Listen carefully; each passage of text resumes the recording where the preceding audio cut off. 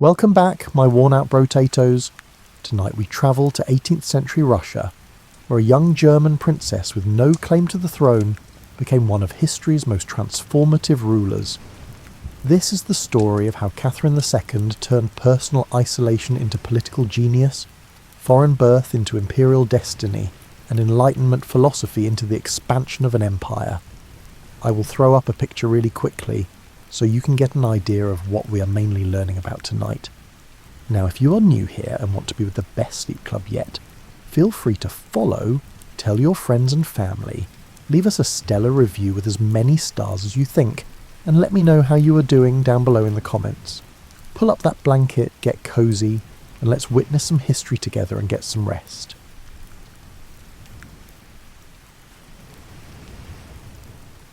In the winter of 1744, a freezing carriage crosses the Russian border carrying a 14-year-old girl named Sophie.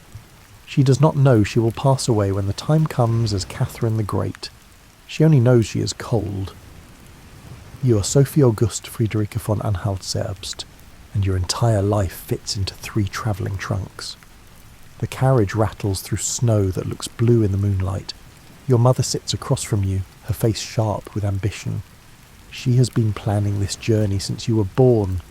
Your father is a minor German prince who governs a territory so small that most maps do not bother marking it. Anhalt-Zerbst exists somewhere between Prussia and obscurity. The palace where you grew up has 17 rooms, which sounds impressive until you visit anywhere else. Your childhood was comfortable, but unremarkable. You learned French, studied history, practiced the spinet, and understood early that pretty girls from small places have only one resource worth trading: marriage. The Russian Empress Elizabeth has summoned you to Moscow. Technically, she has summoned your mother, Princess Johanna, to discuss some minor Lutheran church matter. Everyone knows this is a lie. The real purpose sits in the carriage beside your mother, wearing 3 layers of wool and trying not to shiver. Elizabeth is considering you as a bride for her nephew, the Grand Duke Peter. If he likes you, you will become Grand Duchess.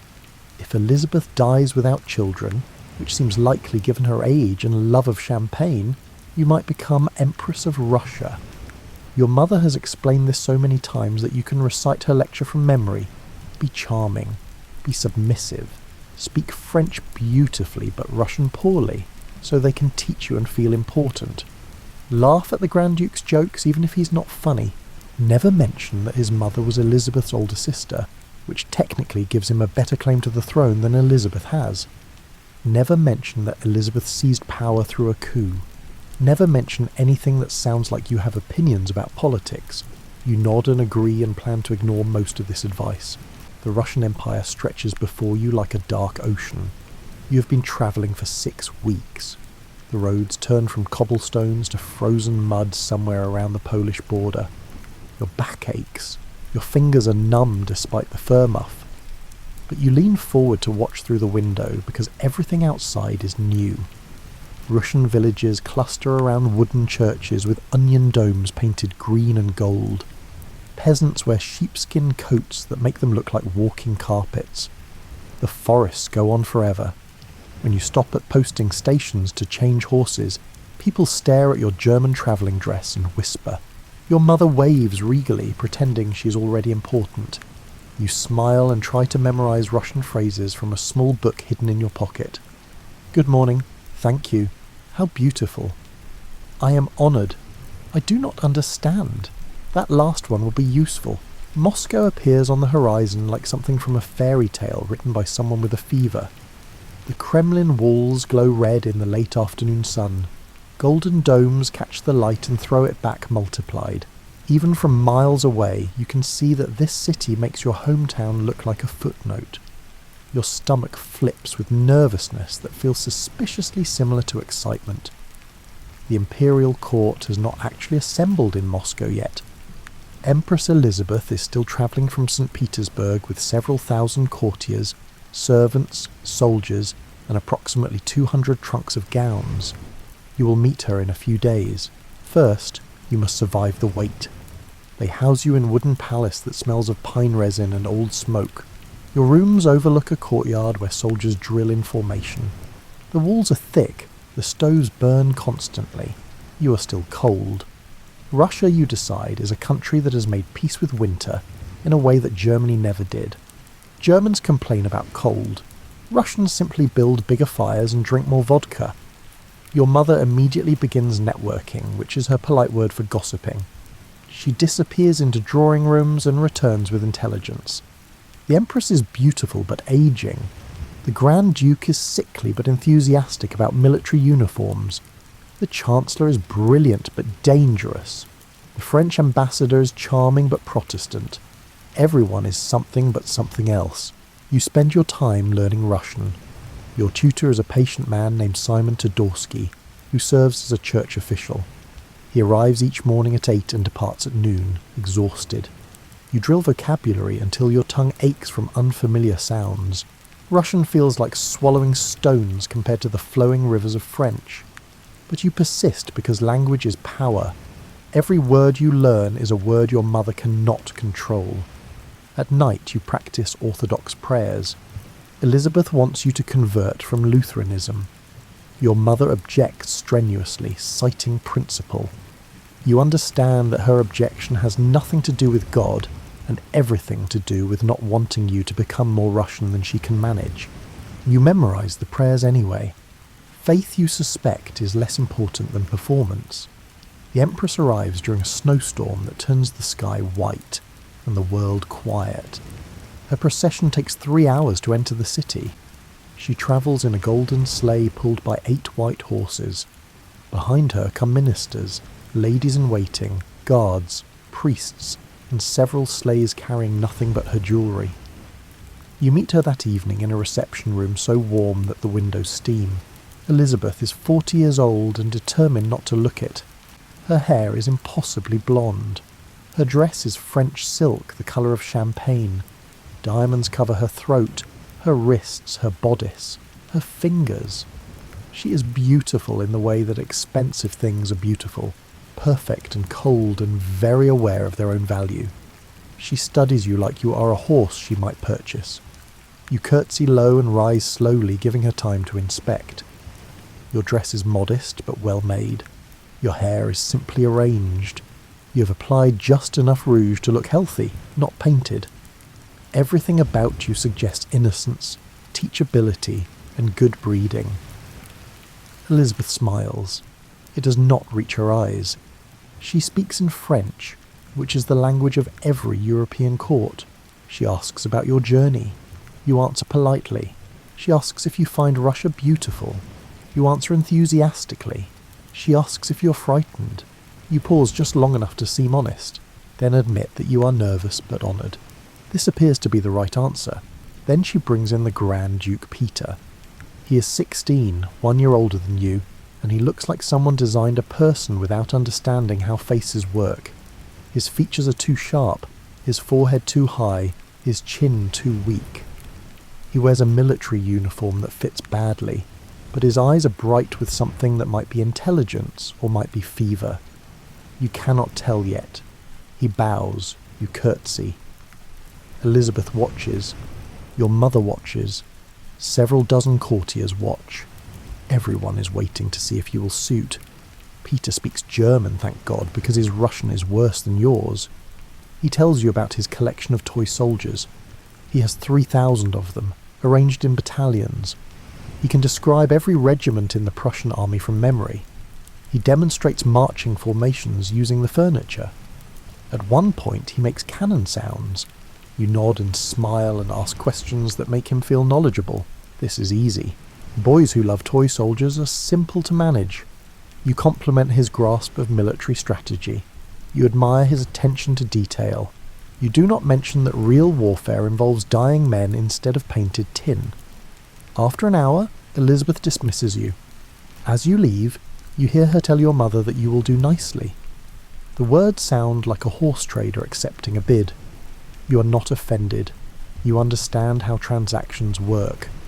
The next 6 months pass in a blur of lessons, fittings, and performances. You convert to orthodoxy in a ceremony that makes your mother weep with theatrical fury. You take the name Catherine, which is close enough to your birth name that you will not forget to answer to it. You learn to sign your name in Cyrillic letters that look like elaborate spiderwebs. The Orthodox priest who instructs you is surprised by how quickly you memorize prayers. You do not tell him that memorization is survival. Every Russian word, every correct genuflection, every perfectly timed sign of the cross makes you more valuable and harder to send home. Your mother can object to your conversion all she wants. Once you are Orthodox, you are Russian. Once you are Russian, you're staying.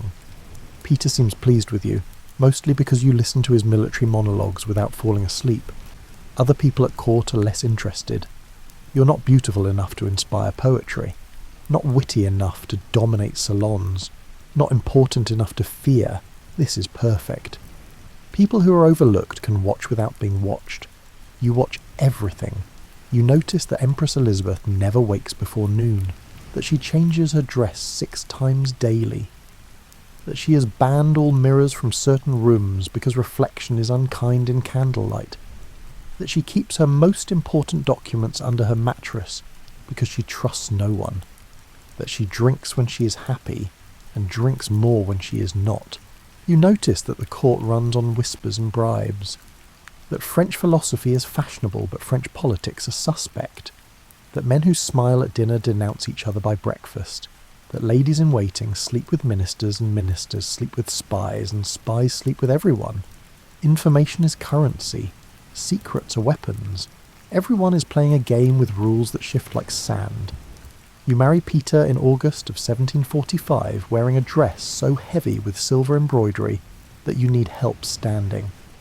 The ceremony lasts 4 hours. The feast lasts 3 days. You smile until your face aches. Peter gets drunk and tells the French ambassador that Prussian infantry tactics are superior to Russian ones, which is treason phrased as military theory. No one seems surprised. Your wedding night is awkward in ways that do not improve with time. Peter is more interested in his toy soldiers than his actual wife. He sets up elaborate battle scenarios on the bedroom floor and invites you to play the enemy. You decline politely. He plays both sides anyway, making explosion sounds until dawn. This pattern continues for weeks, then months, then years. You sleep in separate rooms. Peter surrounds himself with young men who drink and drill and discuss Frederick the Great like he is a prophet. You're left alone, which initially feels like rejection, but gradually reveals itself as opportunity. You read. That first year of marriage, you work your way through the palace library like a woman possessed.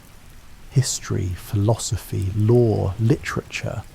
You read French novels and Russian chronicles. You study Peter the Great's reforms. You learn how he dragged Russia from medieval darkness into European competition through sheer violent will. You also learn that books are dangerous. Peter the Great banned certain texts. Elizabeth burned others. What you read, you must hide. What you learn, you must pretend you have not. Intelligence in women is tolerated only if it remains decorative. Real learning must be concealed like a weapon. So you smile and play cards and embroider, and do all the things that Grand Duchesses are supposed to do. And late at night, by candlelight, you teach yourself statecraft from books written by dead men who never imagined that a German princess might be reading them in Russian. You're 18 years old. You have been married for 3 years. You have not produced an heir. This is becoming a problem. Empress Elizabeth grows impatient. She has conversations with your mother about duty and fertility. Your mother has conversations with you about trying harder. You have conversations with Peter that go nowhere because Peter is not interested. The court begins to whisper that the marriage is unconsummated. This is humiliating for you and dangerous for Peter. An heir would secure the succession. The lack of an heir makes Elizabeth nervous. Nervous empresses make rash decisions. You need to solve this problem before someone solves it for you. The solution arrives in the form of a young military officer named Sergei Saltykov. He's handsome in a way that makes other men jealous. More importantly, he's ambitious in a way that makes him available. The Empress, who is not stupid, arranges for him to join your household. Everyone understands what is expected. You produce an heir. The heir is officially Peter's. The succession is secured. Nobody mentions biology. Your son Paul is born in September of 1754. Elizabeth takes him away within hours. She will raise him herself, she announces, to ensure proper training. You're not consulted. Your breasts ache with milk that no one wants. You lie in your recovery bed and understand that you have done your duty and received nothing in return. Not gratitude, not status, not even your own child. This is when something hardens inside you. Not bitterness exactly. Something colder and more useful. You're a womb that has served its purpose. You're a German princess with no remaining function. You're expendable, unless you make yourself indispensable. You're 25 years old and you have decided to become dangerous. Not obviously dangerous, not the kind of dangerous that gets you exiled or imprisoned or quietly poisoned. The subtle kind. The kind that looks like charm while building networks. The kind that sounds like flattery while gathering information. The kind that everyone notices only after it is much too late. Your apartments in the Winter Palace overlook the Neva River. In winter, the river freezes solid enough to drive carriages across. In summer, it reflects the sky like polished silver. You watch it through windows that never quite keep out the cold and think about water. How it flows around obstacles. How it wears down stone. How it looks gentle until the ice breaks. Empress Elizabeth has entered the phase of her reign where yesterday's favourite becomes tomorrow's exile. Ministers rise and fall based on moods, grudges, and the quality of French wine delivered to her chambers. The court operates on paranoia. Everyone spies on everyone. Trust is a luxury that no one can afford. You make yourself trustworthy by being useful without appearing ambitious. A lady needs help understanding a property dispute. You explain Russian inheritance law, which you studied in secret. A minor official cannot get an audience with an important minister. You mention the matter during a card game casually, as if you are simply helping a friend. A young officer needs someone to vouch for his character. You write a letter on his behalf, brief and understated. The letter works. The officer remembers. These small acts accumulate like interest in a bank. You are building credit. Someday you will need favours. These people will remember that you were generous when it cost you nothing. Your husband, the Grand Duke Peter, has become a problem that even Elizabeth cannot ignore. He drinks heavily. He mocks Russian military traditions. He openly admires Frederick of Prussia, who is currently at war with Russia. During one particularly memorable dinner, he toasts the Prussian army while Russian officers sit at the same table. Elizabeth nearly has him arrested. Only the fact that he is her designated heir prevents catastrophe. Peter surrounds himself with German and Holstein advisors who reinforce his worst instincts. His rooms smell like tobacco and unwashed uniforms. He stages elaborate military drills using his servants as soldiers. He has installed a portrait of Frederick the Great in his bedroom, directly across from the bed, so Frederick is the first thing he sees each morning. This would be touching if it were not treasonous. You avoid him as much as possible. When forced into his company, you nod politely and say nothing that could be repeated. The court knows your marriage is a fiction. Everyone pretends otherwise. This is how polite society functions. Lies agreed upon become truth. Your real education happens in drawing rooms where women gather to drink tea and destroy reputations. These gatherings look harmless. Embroidery hoops, gossip, laughter. But this is where you learn how power actually works. You learn that the Empress's current lover is a Ukrainian Cossack named Alexei Razumovsky, who cannot read but plays the lute beautifully. That the Chancellor, Alexei Bestuzhev-Ryumin, controls foreign policy through a combination of blackmail and strategic friendship. That the French want Russia weak. That the British want Russia neutral. That the Prussians want Russia conquered. That Elizabeth wants everyone to leave her alone so she can redecorate churches. You learn to listen more than you speak. Women who talk too much are called frivolous. Women who talk too little are called dull. The perfect balance is to ask questions that make other people feel intelligent while revealing what they know. You become very good at asking questions. You also become very good at reading banned books. French philosophy reaches Russia despite Elizabeth's censors. The works of Voltaire, Montesquieu, Diderot arrive hidden in diplomatic pouches and merchant cargo. These books propose ideas that make autocrats nervous: government by consent, natural rights, religious tolerance, education for all. You read Voltaire's letters on the English Constitution, Montesquieu's thoughts on separation of powers, the early volumes of the Encyclopédie that try to categorize all human knowledge. These texts are not just philosophy, they are blueprints. They describe societies where merit matters more than birth, where law applies equally to everyone, where monarchs rule by competence instead of divine right. You do not discuss these ideas at court. Court is not a place for ideas. Court is a place for fashion, scandal, and strategic loyalty. But late at night, in apartments where candles burn low and servants are dismissed, you think about how Russia might be different. Not free exactly. Russia is too large and too wild for freedom as Voltaire describes it, but rational, organised, reformed, a place where laws make sense and courts function, and peasants receive education, an empire run by intelligence instead of whim. You imagine this carefully, privately, with no witnesses. Chancellor Bestouchev Ryumin begins to cultivate you. He's 60 years old, clever as a fox, and loyal to Russia rather than any particular ruler. This makes him dangerous and necessary.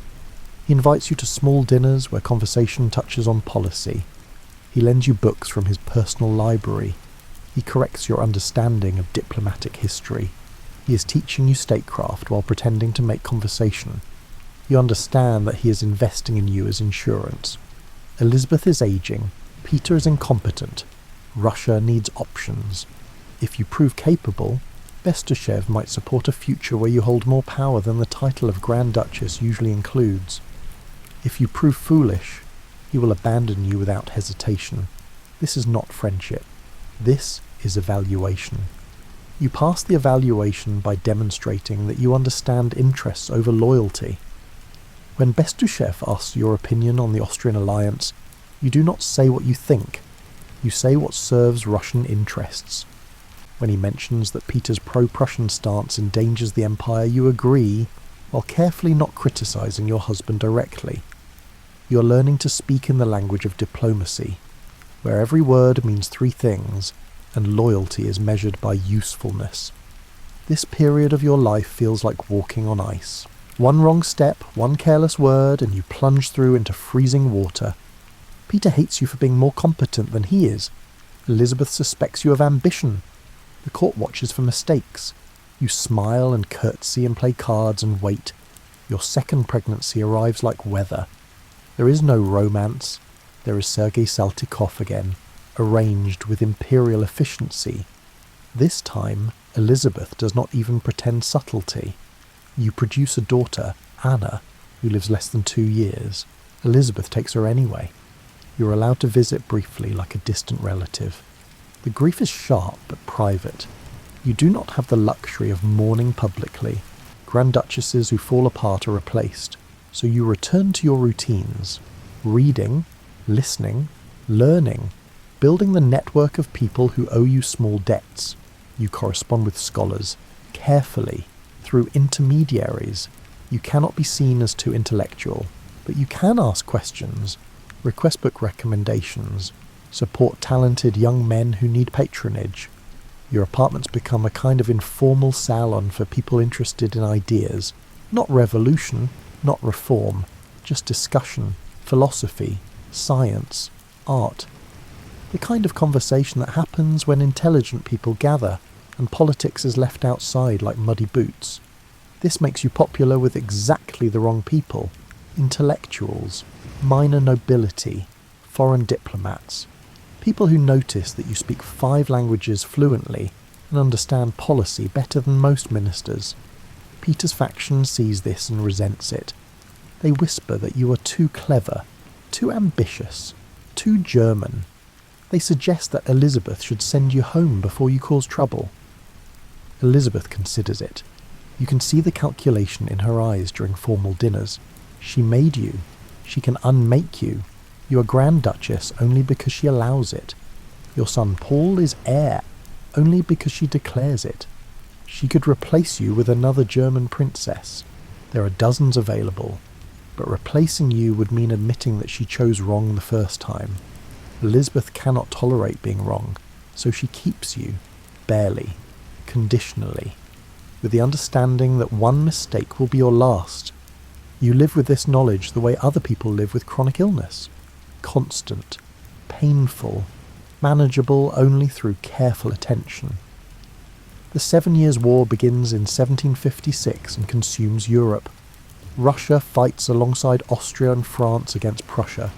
This means Russia fights against Frederick the Great, Peter's personal hero. Peter makes no secret of his divided loyalties.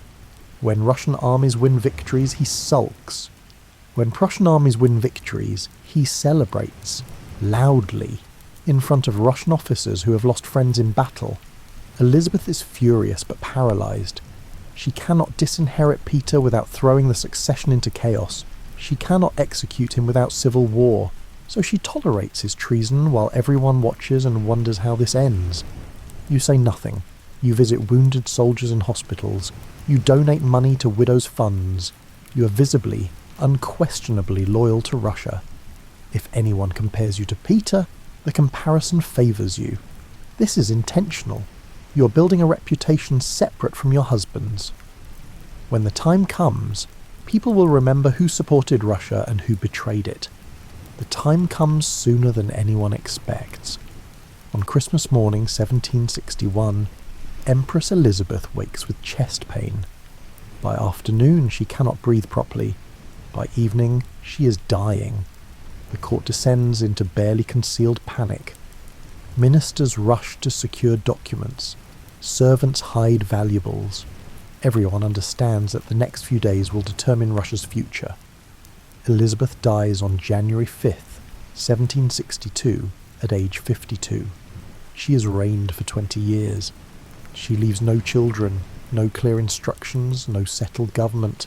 Just Peter, who becomes Emperor Peter III. Russia is now ruled by a man who loves Prussia more than his own country, who plays with toy soldiers while real armies wait for orders, who has spent 18 years preparing for power by demonstrating total unsuitability for it. The empire holds its breath. You watch from your apartments and think about water wearing down stone. You are 33 years old, and your husband is destroying Russia. Emperor Peter III has been ruling for exactly 186 days. In that time, he has withdrawn Russia from the 7 Years' War, surrendering every territorial gain at no benefit. He has given Frederick of Prussia a separate peace treaty so generous that even Frederick is suspicious. He has alienated the Orthodox Church by confiscating monastery lands. He has insulted the Imperial Guard by forcing them to adopt Prussian uniforms and drill techniques. He has made it clear that he considers Russia a barbaric backwater that needs Prussian discipline. The country hates him, the army despises him, the church prays for deliverance, and Peter, who understands nothing about anything, thinks he's doing well. You live in separate apartments now. Peter has installed his mistress, Elizabeth Vorontsova, in rooms adjacent to his. She's 19, plain, and shares Peter's enthusiasm for mocking Russian customs. They spend their days drinking and their evenings hosting parties where German is spoken exclusively, and Russian officers are treated like servants. The court attendance at these gatherings grows smaller each week. Your rooms, by contrast, are crowded. Officers visit to discuss policy. Priests arrive seeking guidance. Minor nobility appear with concerns about new reforms. You serve tea. You listen. You never criticize the emperor directly. You simply allow people to speak their worries while you nod with appropriate sympathy. This is treason disguised as hospitality. Everyone knows it. No one says it aloud. Your current lover is Grigory Orlov, an Imperial Guard officer who stands 6 feet 3 inches tall and can lift you off the ground with one arm. He's handsome in an obvious way that makes subtlety impossible. He's also loyal, brave, and completely devoted to you. More importantly, his 4 brothers all serve in elite guard regiments. The Orlov family controls approximately 3,000 soldiers who would follow Grigory into hell if he asked nicely. You did not seduce Grigory for his political connections. but you're not foolish enough to ignore them either. The plot begins in small conversations that pretend to be something else. A guard captain mentions that his men are unhappy with the new uniforms. You suggest that tradition matters in military culture. An Orthodox priest complains that monastery confiscations harm the poor who depend on church charity. You agree that faith and power must coexist carefully. A minister observes that withdrawing from the war makes Russia look weak. You say nothing, but your silence sounds like agreement. These conversations are seeds planted in fertile ground. You never suggest removing Peter. You simply allow other people to suggest it to each other in your presence. This is plausible deniability. If the plot fails, you heard rumours but took no action. If the plot succeeds, you were the natural alternative. The conspiracy crystallises around several key figures. Grigory Orlov and his brothers control the guards. Princess Catherine Dashkova, who is 22 and brilliant and reckless, serves as messenger between military factions. Count Nikita Panin, who tutors your son Paul, represents the political establishment that wants stability. Archbishop Arseny supports you from within the church. Chancellor Bestuzhev, though officially retired, provides strategic advice. They are plotting a coup. You are pretending not to notice. Peter makes their job easier by being spectacularly incompetent. In June, he announces plans to divorce you and marry his mistress. This is politically insane. You are the mother of the heir.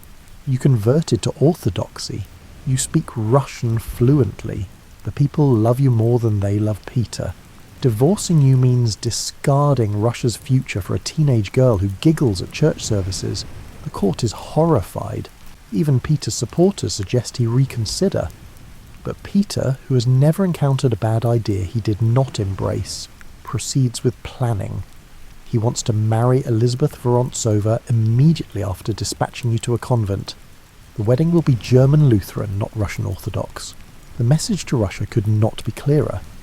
Your emperor rejects everything Russian, including the mother of his child. This is the final insult. The army that has tolerated mockery, the church that has endured confiscation, the nobles who have swallowed pride. Everyone has a breaking point. Peter has found it. The Orlov brothers begin moving troops into position. Nothing obvious, just careful reassignments. Guard regiments loyal to you gradually rotate into St. Petersburg. Regiments loyal to Peter gradually rotate out. By late June, the city's military garrison is controlled by men who answer to Grigory Orlov, who answers to you. Peter notices nothing. He's too busy planning a military campaign against Denmark to recover his ancestral Holstein territories. This campaign serves no Russian interest. It is purely personal. He wants to invade Denmark because Denmark offended his family 40 years ago.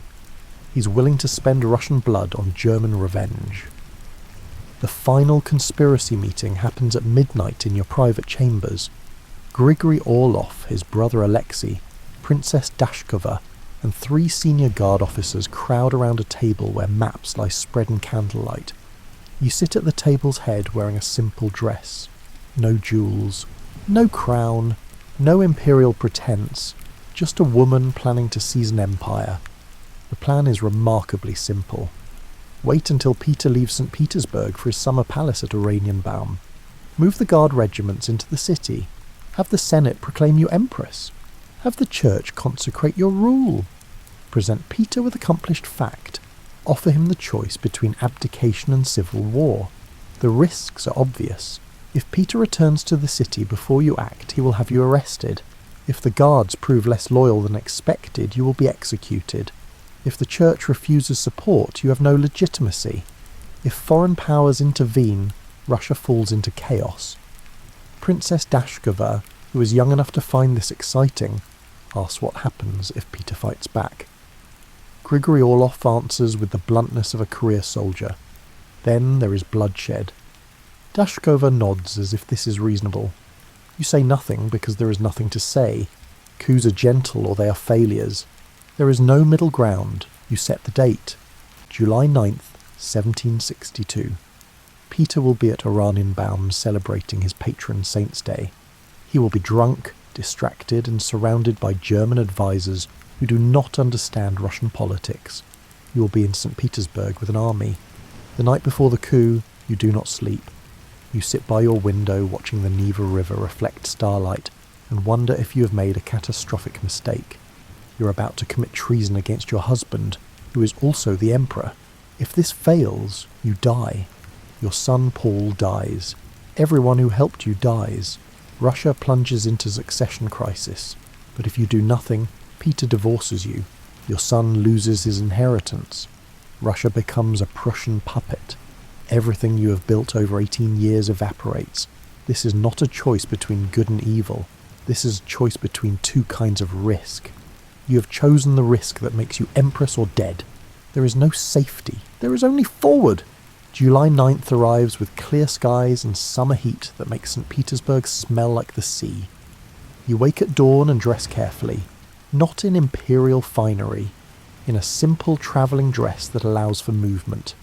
Today you might need to run, or ride, or fight. You will not do any of these things in court dress designed to display wealth. Grigory Orlov arrives at 7 in the morning driving a carriage. You slip out through a side entrance used by servants. No ceremony, no guards, just a woman climbing into a carriage that will take her to revolution or execution. The drive to the Izmailovsky regiment barracks takes 20 minutes. The city is waking slowly. Market vendors are setting up stalls. Workers are trudging to jobs. No one notices the carriage carrying the Grand Duchess toward treason. You are invisible in daylight. A woman in a plain dress riding through an ordinary morning. The barracks erupt when you arrive. Soldiers pour from buildings, pulling on uniforms, grabbing weapons. Grigory Orlov shouts that the Emperor plans to imprison Catherine and murder the heir. This is not entirely true, but it is true enough. Peter has made his intentions clear. You are in danger. The succession is in danger. Russia is in danger. The soldiers do not debate. They form ranks. Within 15 minutes you have 1,000 armed men pledging loyalty, not to Peter, to you. The morning becomes a blur of movement. More regiments join. The Senate convenes in emergency session and proclaims you Empress Catherine II. The proclamation is legally dubious but politically decisive. The Archbishop of Novgorod consecrates your rule in a brief ceremony that lacks imperial pomp but carries holy weight. By noon, you control St. Petersburg. By afternoon, word reaches Peter at Oranienbaum that his wife has staged a coup. He responds with characteristic Peterness. He refuses to believe it.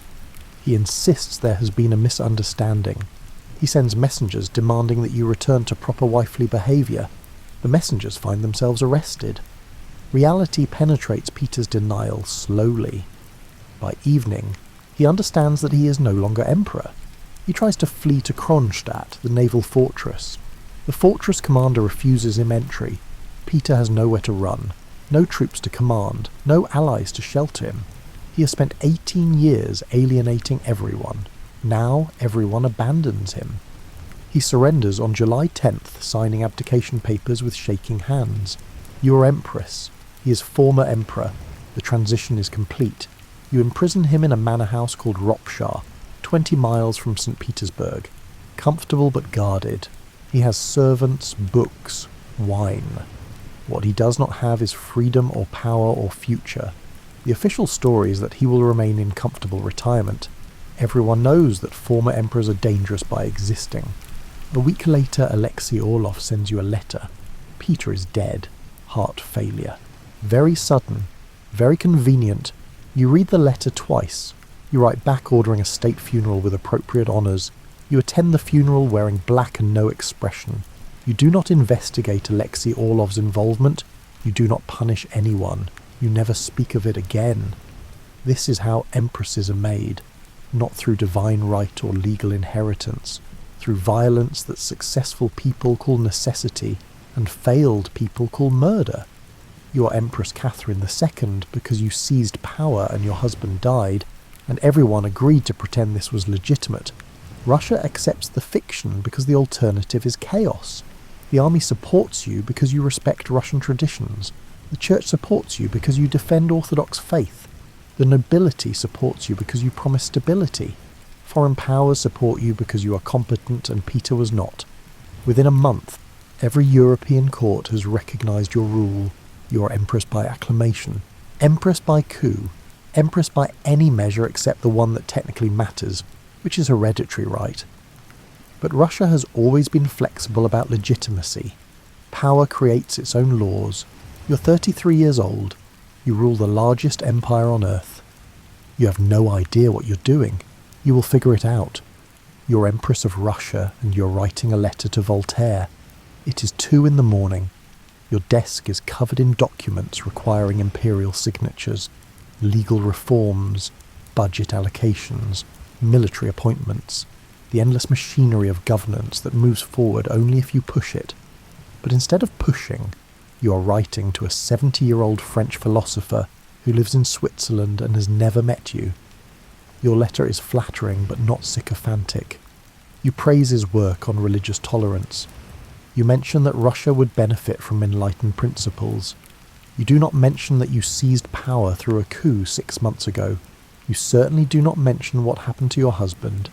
Instead, you present yourself as a philosopher queen who reads French philosophy and wants to drag Russia into the modern age, Voltaire writes back. His letter is witty, complimentary, and carefully avoids politics.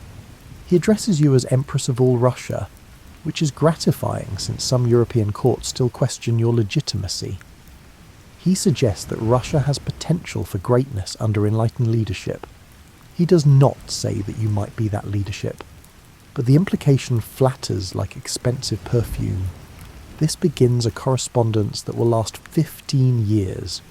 You write to Voltaire, he writes back. You trade ideas about government, religion, education, law. He praises your tolerance. You praise his wisdom. Both of you are performing roles. He is the sage philosopher guiding the enlightened monarch. You are the enlightened monarch proving that power and reason can coexist. The truth is messier. Russia is not enlightened. It is an autocracy built on serfdom, maintained by military force, governed by Byzantine bureaucracy that makes rational reform nearly impossible. But you are trying, in your own way, with varying degrees of success. Your first act as Empress is to not execute anyone. This sounds simple, but represents radical departure from Russian tradition. New rulers typically consolidate power by eliminating rivals. Your predecessors decorated gallows the way other people decorated churches, but mass executions make you look insecure. You pardon Peter's supporters. You release political prisoners.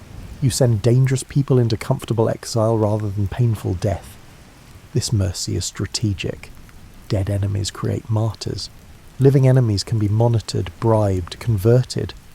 You want people to understand that serving Catherine is safer than opposing her. Fear has its place, but fear alone creates desperation. Fear mixed with hope creates loyalty. Your second act is to convene the Legislative Commission of 1767. This is your attempt to write a new legal code for Russia, based on enlightened principles. You prepare for this by writing the Nakas, your instructions to the Commission. The Nakas is essentially a compilation of ideas stolen from Montesquieu, Beccaria, and other European thinkers. You present these ideas as your own. Nobody mentions the borrowing because monarchs do not plagiarize. They inspire themselves from general principles. The Nakaz proposes revolutionary concepts for Russia. All citizens equal before law, torture abolished, trials by jury, religious tolerance, education for commoners. These ideas make European philosophers praise you as enlightened. They make Russian nobles panic quietly. The Legislative Commission meets for 18 months. 564 deputies representing different regions, classes and ethnic groups gather in Moscow to debate law reform. This has never happened before in Russian history. Traditionally, the emperor decrees law and everyone obeys or pretends to obey. You're trying something dangerously close to consultation. The commission produces excellent debates and 0 results. The nobles refuse to surrender privileges. The merchants want protections that hurt the nobles. The peasants have no representatives, so nobody speaks for them. Everyone agrees that reform is necessary but disagrees violently about what reform means. After 18 months you dissolve the commission, claiming that the Turkish war requires your attention. This is partly true. The Turks have become aggressive. But mostly you dissolve the commission because you have learned that democracy, even the limited kind you attempted, is incompatible with autocracy. You cannot ask people what they want and then tell them they cannot have it. Better to impose reforms from above and accept gratitude or resentment as it comes. The Legislative Commission fails, but the Inakaz survives. You publish it. French and German translations spread throughout Europe. Intellectuals praise your enlightened thinking. The fact that you do not actually implement most of it becomes a footnote. You have established reputation as a philosopher queen. Reputation matters more than reality. Your religious policy is genuinely enlightened by 18th century standards. Russia is Orthodox Christian. But the empire contains Muslims, Buddhists, Jews, pagans, and every other faith that humans have invented. Previous rulers handled diversity through forced conversion and occasional massacre. You handle it through indifference. You stop persecuting old believers, Orthodox Christians who rejected church reforms a century ago. You allow Muslims to build mosques. You invite Jesuits expelled from Catholic countries to establish schools. You let Jews settle in newly conquered territories with some rights. This is not because you are particularly tolerant. You simply have more important problems than who prays to which invisible being. Your policy is simple. Worship whatever you want. Pay your taxes. Do not rebel. The state does not care about your soul. This makes you popular with religious minorities and furious with orthodox hardliners. You ignore the hardliners. They cannot remove you, and you do not need their blessing. Education reform happens slowly because Russia has almost no infrastructure for education. Outside major cities, literacy is rare. Schools are rarer. Teachers are rarest. You established the Smolny Institute for Noble Maidens in 1764, the first state-financed women's educational institution in Russia. This is revolutionary. Not because educating women is radical, though it is, but because state involvement in education challenges the Church's traditional monopoly. You also invite foreign scholars to establish schools, German Lutherans, French Catholics, Scottish Presbyterians. Anyone willing to teach Russian children is welcome, regardless of faith. This horrifies traditionalists who believe that education without orthodox supervision creates heretics. You point out that illiteracy creates worse problems. The argument continues for decades. Your greatest educational achievement is the founding of the Russian Academy in 1783. This is a scholarly institution dedicated to studying Russian language, literature and culture. For the first time, Russia has an official body declaring that Russian culture deserves serious academic attention. Not just church texts, not just translations of European works, original Russian scholarship. This matters more than it sounds. For centuries, Russian intellectuals have viewed their own culture as inferior to European culture. They write in French. They read German philosophy. They treat Russian as the language of peasants and prayer. The Academy declares that Russian language and culture are legitimate subjects of study. This is nationalism disguised as scholarship. But nationalism creates unity. Unity creates power. Your economic policies are less enlightened than you pretend. You talk about free trade and rational markets. You read Adam Smith. You correspond with French economists. Then you do what every ruler does. You protect industries that benefit the state. You grant monopolies to favourites. You maintain serfdom because freeing 40 million peasants would destabilise the economy and enrage the nobility. Serfdom is your greatest moral failure. You know this. Voltaire knows this. Everyone knows this. Serfs are property. They can be bought, sold, punished, separated from families. They have no legal rights. They are slaves in everything but name. Enlightenment philosophy condemns slavery. You condemn slavery in letters to Voltaire. Then you grant serfs to supporters as rewards for loyalty. The contradiction is indefensible. You defend it anyway. Russia's economy depends on serf labour. The nobility depends on serf labour. The military depends on conscripting serfs. Freeing them would collapse social order. You need stability to implement other reforms, so you maintain the evil institution while talking about enlightened principles. This hypocrisy is real. It is also practical. Autocracy depends on noble support. Nobles depend on serf labour. Challenging serfdom means challenging your own power base. You're willing to risk many things. You're not willing to risk civil war over abstract principles. One of your few genuine friendships is with Denis Diderot, editor of the Encyclopédie. He is brilliant, poor and struggling to provide dowry for his daughter. You hear of his difficulties and purchase his library for an enormous sum, then allow him to keep the books as librarian with salary. This makes you look generous. It also makes Diderot grateful. Diderot visits Russia in 1773. You meet with him regularly, discussing philosophy, literature, politics. He is shocked by how cold Russia is in winter. He's more shocked by how autocratic Russia remains despite your enlightened talk. He writes that you are brilliant, but that enlightenment cannot survive in a country that still practices serfdom. He is right. You ignore him. The visits continue for months. You enjoy them because Diderot talks to you like an intellectual equal, not like an empress. He criticizes your policies. He argues with your reasoning. He treats you like a fellow philosopher who happens to rule an empire. This is refreshing after years of courtiers who agree with everything you say. But Diderot's visit also reveals the limits of Enlightenment philosophy.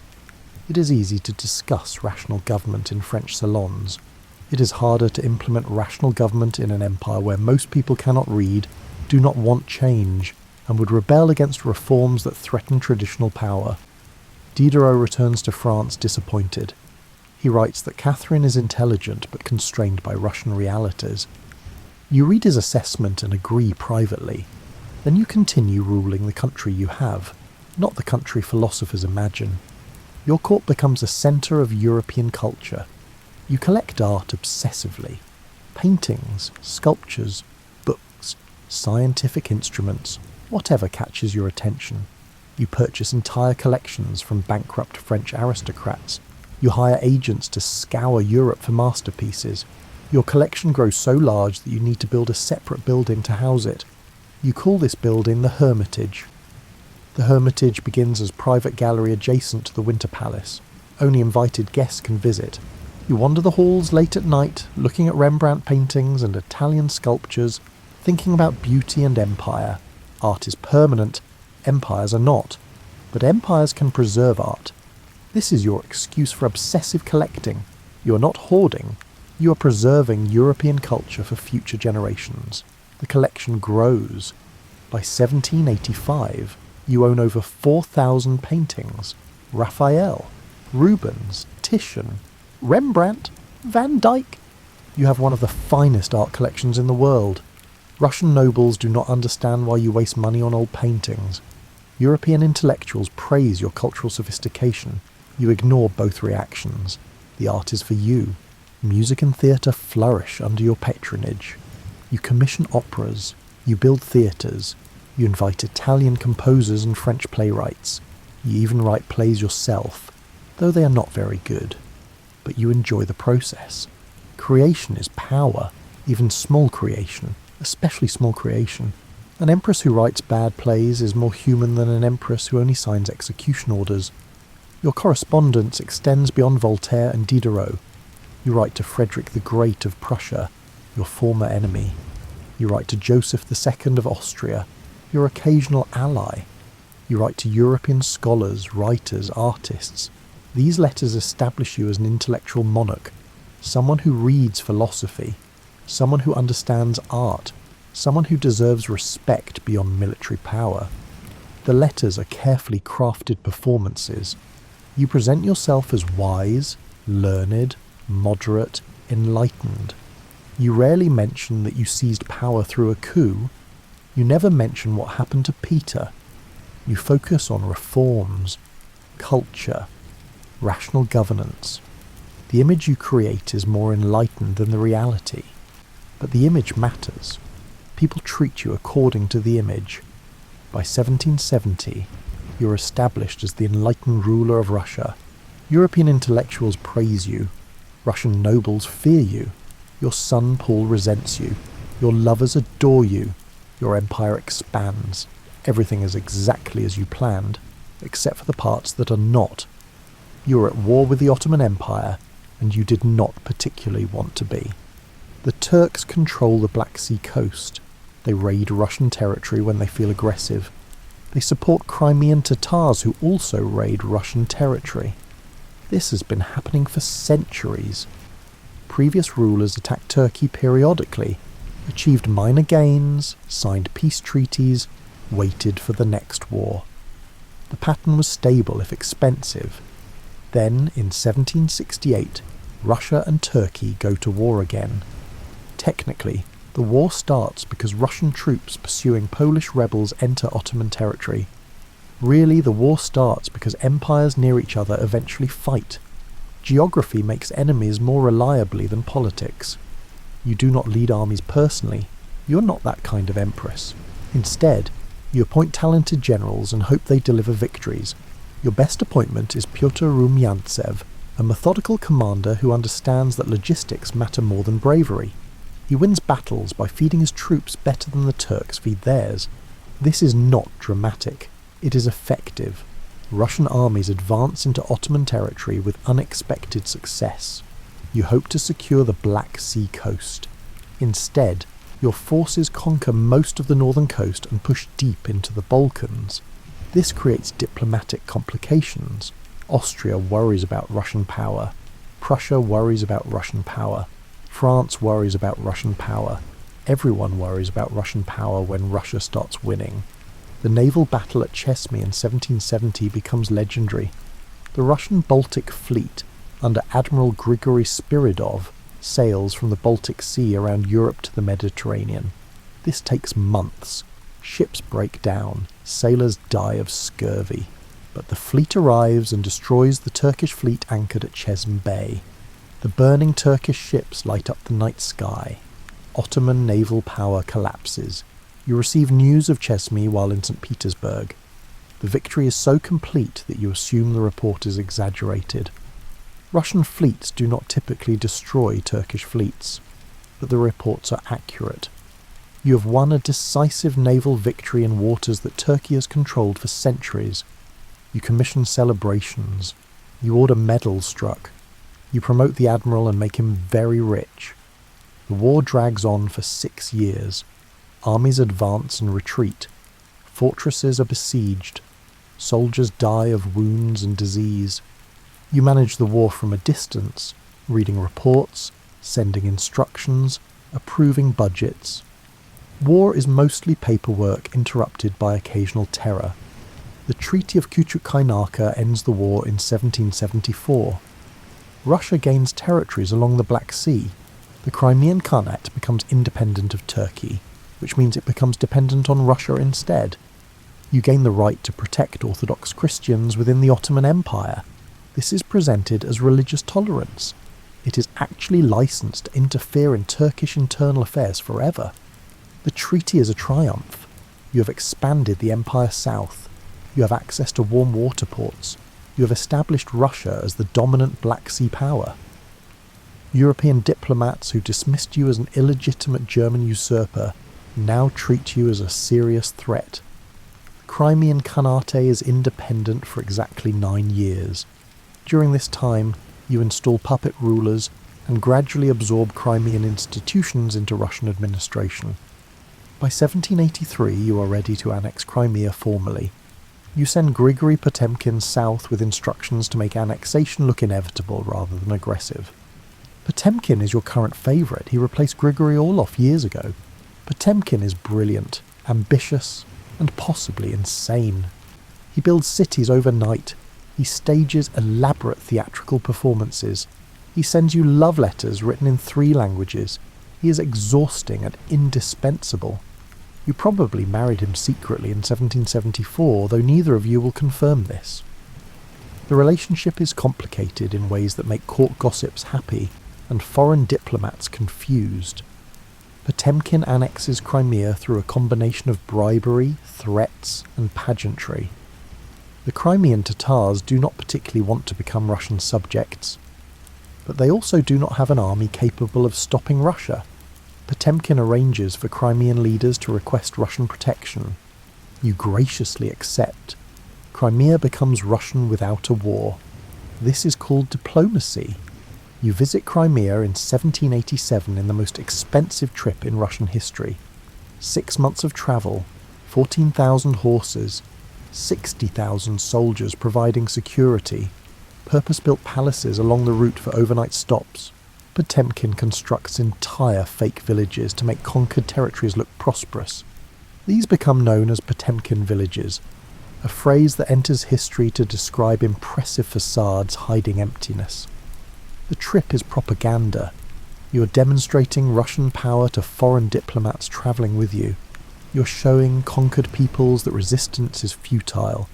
You're proving to yourself that you rule an empire worthy of the name. The trip cost a fortune.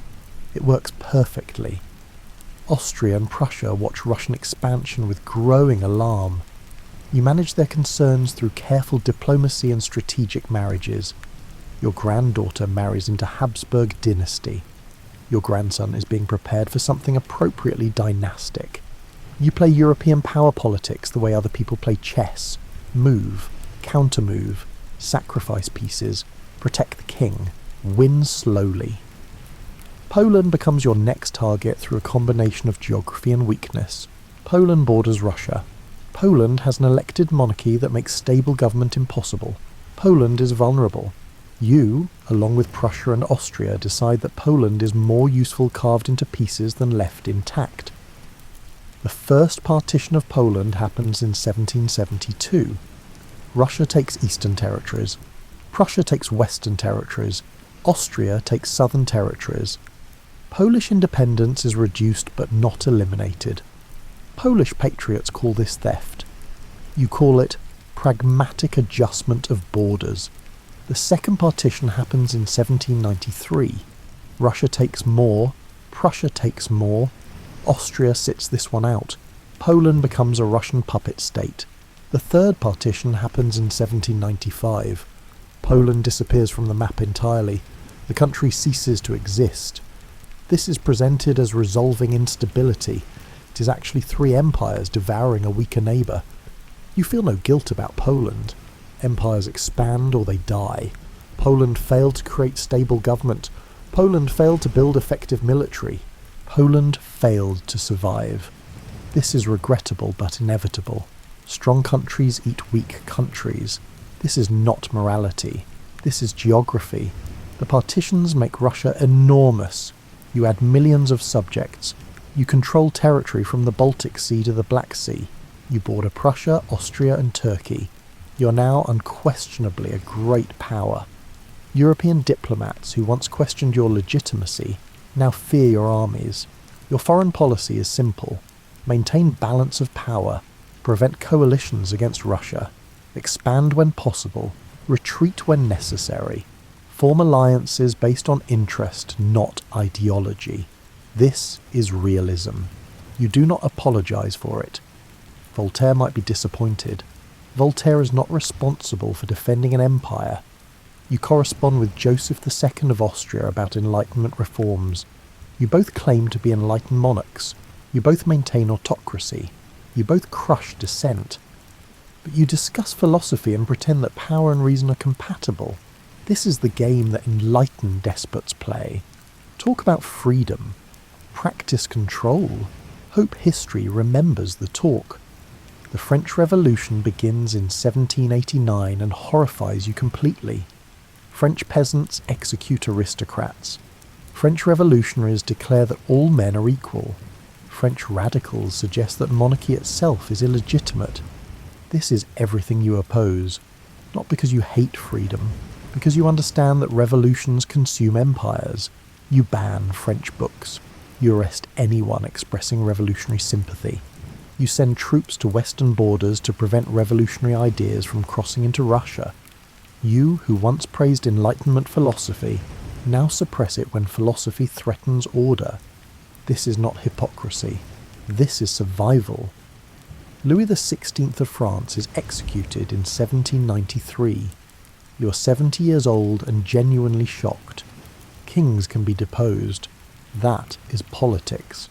But executing kings is attacking the entire principle of monarchy.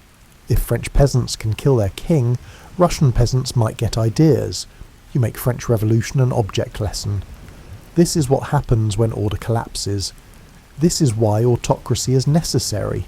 Your expansion has limits. You try to expand Russian influence in the Caucasus, but encounter fierce resistance. Mountain peoples do not surrender easily.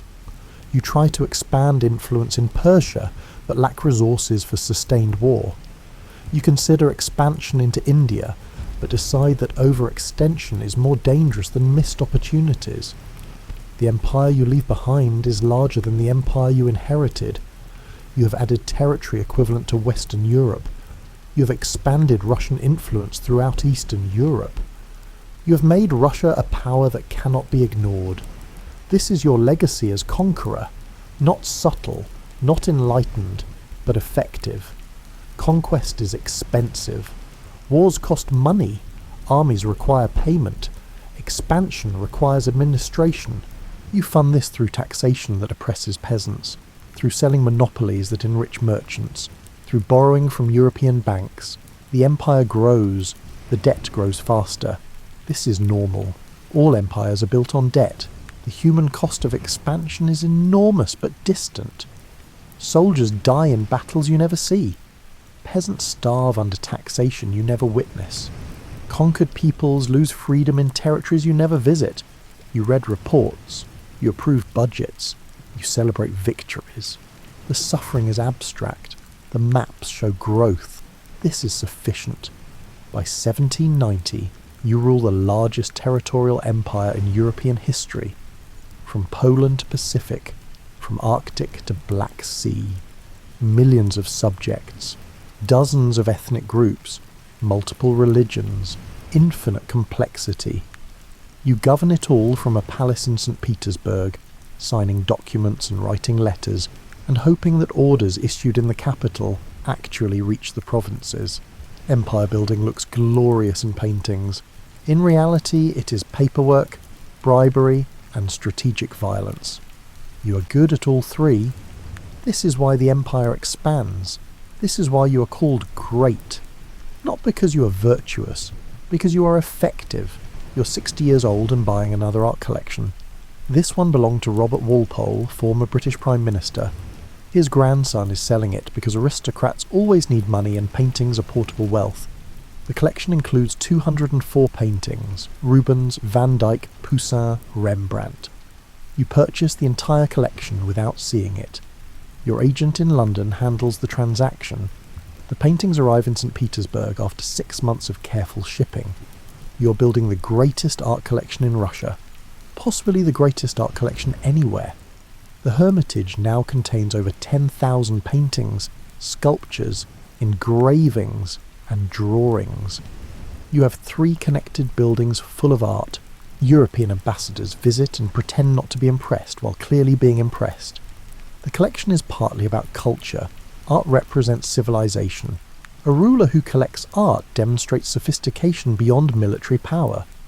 But the collection is also about competition. You're proving that Russia can afford what European aristocrats must sell. Every painting purchased from bankrupt French nobles is a small victory in the endless game of diplomatic one-upmanship. You commission architects to expand St. Petersburg. The city Peter the Great built on swampland has become your canvas. You hire Italian architects because Italian architects understand grandeur. You want palaces. You want cathedrals. You want buildings that make people gasp.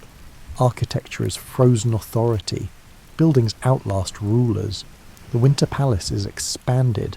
The Smolny Cathedral is completed. The Marble Palace is built for Grigory Orlov. The Taurid Palace is built for Grigory Potemkin. You are generous with former lovers as long as they remain loyal. Loyalty deserves a reward. Besides, giving gifts establishes that you have gifts to give. Your building projects employ thousands. Architects, stonemasons, carpenters, painters, glaziers, metal workers. Construction is employment. Employment is stability. Stable populations do not rebel. This is social policy disguised as aesthetics. You also build in the provinces, new cities in newly conquered territories. Sevastopol in Crimea becomes a naval base. Ekaterinoslav rises from empty steppe. These cities are named for you because humility is for people who lack empires. You name cities after yourself the way other people name children. The cities are your legacy in stone and mortar. Education expansion continues throughout your reign. By 1786, you have established a formal system of public schools in provincial capitals. This is revolutionary for Russia, where education was previously limited to nobility and church institutions. The schools teach reading, writing, arithmetic, and appropriate respect for authority. The curriculum is practical. You are not training philosophers. You're training literate subjects who can read laws, write business contracts, and understand government instructions. Universal literacy serves the state. Educated populations are easier to govern than ignorant populations. This is why you fund schools even when the treasury is strained. You establish schools for midwives because maternal mortality is scandalously high. You establish schools for military officers because competent officers win wars. You establish schools for orphans because abandoned children become either productive citizens or criminals. Education is investment in future stability. The Russian Academy produces the first comprehensive Russian dictionary in 1789. This is important for reasons that sound boring but matter enormously. Standardized language creates unity. When everyone speaks the same Russian, regional differences fade. National identity strengthens. The dictionary is not just scholarship. It is nation-building printed in 6 volumes. Your patronage extends to scientists. You invite astronomers, naturalists, chemists, mathematicians to work in Russia. They map the empire. They catalogue plants and animals. They conduct experiments that occasionally explode. Science is progress. Progress is modernity. Modernity is what separates empires from barbarism. You correspond with scientists throughout Europe. You discuss astronomy with Leonhard Euler. You debate geology with Peter Simon Pallas. You do not always understand the science, but you understand that supporting science makes you look enlightened. Perception matters more than reality. The smallpox epidemic of 1768 kills thousands in Moscow. You respond by becoming one of the first European rulers to undergo inoculation publicly. This is brave. Inoculation involves deliberately infecting yourself with mild smallpox to prevent severe smallpox. It works most of the time. Sometimes it kills you. You survive. Your example encourages nobles to inoculate their children. This is leadership, not talking about public health, demonstrating it. You understand that symbolic actions carry weight. An empress risking death to promote inoculation does more than 1,000 proclamations about disease prevention. Your court becomes a centre of intellectual life. You host salons where philosophers, writers and scientists gather. Conversation ranges from astronomy to agriculture. You participate actively. You ask questions. You offer opinions. You make clear that intelligence is valued in your court. But there are limits. Intellectual discussion is encouraged as long as it does not question autocracy. Science is welcome unless it challenges religion too explicitly. Philosophy is praised as long as it supports order. Your court is enlightened within carefully defined boundaries. This is enlightened despotism. Enlightenment as decoration for despotism. Your letters continue throughout your reign. You write to everyone who matters in European intellectual life. The letters are witty, informed, and carefully crafted to present you as wise philosopher queen. You mention reforms. You discuss books. You never mention that Russia remains autocratic, that serfdom continues, that dissent is crushed. This is marketing. You're selling an image of Russia as enlightened empire moving toward modernity. The image is partly true. Russia is changing under your rule, just not as quickly or completely as your letters suggest. But letters can create reality. If enough important people believe Russia is enlightened, Russia becomes enlightened in the ways that matter politically. Your relationship with your son Paul is cold and complicated. You took him from his parents when he was an infant. You raised him according to enlightened principles, Locke's theories of education, Rousseau's ideas about natural development. None of it worked. Paul grew into an angry young man who resents you for being empress while he remains Grand Duke. Paul knows you seized power from his father. He suspects you approved Peter's murder. He's probably right. He also knows that as long as you live, he has no power. Your relationship is cordial in public and hostile in private. You discuss this with no one. Family conflict is weakness. Weakness is vulnerability. You name Paul's son Alexander as your preferred heir. This is partly because Alexander is charming and intelligent. Mostly it is insurance against Paul. If Paul knows he might be skipped in succession, he will behave carefully. This is cruel. It is also effective. Autocracy does not allow for warm family relationships. Your greatest cultural legacy is the Hermitage. What began as your private collection becomes a symbol of Russian cultural achievement. The collection proves that Russia is not barbaric. Russia can appreciate art. Russia can afford art. Russia deserves respect as a cultural power. You open parts of the Hermitage to select visitors, not the general public. That would be democratic. But scholars, artists, foreign dignitaries, people whose opinions matter. They walk through galleries filled with Rembrandts and Titians and report back that Russia has culture. This is what you want. Respect. The Hermitage is partly vanity. You love beautiful things, but vanity in rulers serves purpose. A beautiful palace demonstrates power. A great art collection demonstrates wealth. Culture is soft power. You understand that empires need both hard power and soft power. Armies conquer. Culture consolidates. By 1790, St. Petersburg rivals any European capital. The architecture is magnificent. The culture is rich. The court is sophisticated. This is your achievement. You took a city built on swamps and made it into an imperial capital that foreigners respect. This is transformation through will and rubles. Your building projects continue even as health fails. You commission the Winter Canal. You expand the Hermitage. You plan new palaces. You will not live to see many projects completed, but you commission them anyway. Legacy is created through projects that outlast you. You hire teachers. You fund scholars. You collect books. You commission art. These are not military victories. They do not expand territory, but they create civilization. Military power is temporary. Culture is permanent. You want to be remembered for both. You're 67 years old, not pun intended, and your body is betraying you. The legs that once walked for hours now swell by afternoon. The hands that wrote thousands of letters now shake slightly when you hold a pen. Your eyesight dims. Your energy fades. You still wake at 6. You still work until midnight, but the work is harder. The fatigue is deeper. You're dying in increments too small to name. You do not discuss this. Empresses do not admit weakness. Weakness invites rivals, so you paint your face carefully each morning. You wear structured dresses that hide swelling. You move slowly but deliberately. You maintain the performance of health while your body fails privately. Grigory Potemkin dies in 1791. This breaks something in you that does not heal. Potemkin was brilliant, impossible, necessary. He built cities. He conquered territories. He loved you in his chaotic way. His death leaves a hole that no amount of competent administrators can fill. You attend his funeral wearing full mourning. This is unusual. Empresses rarely show public grief.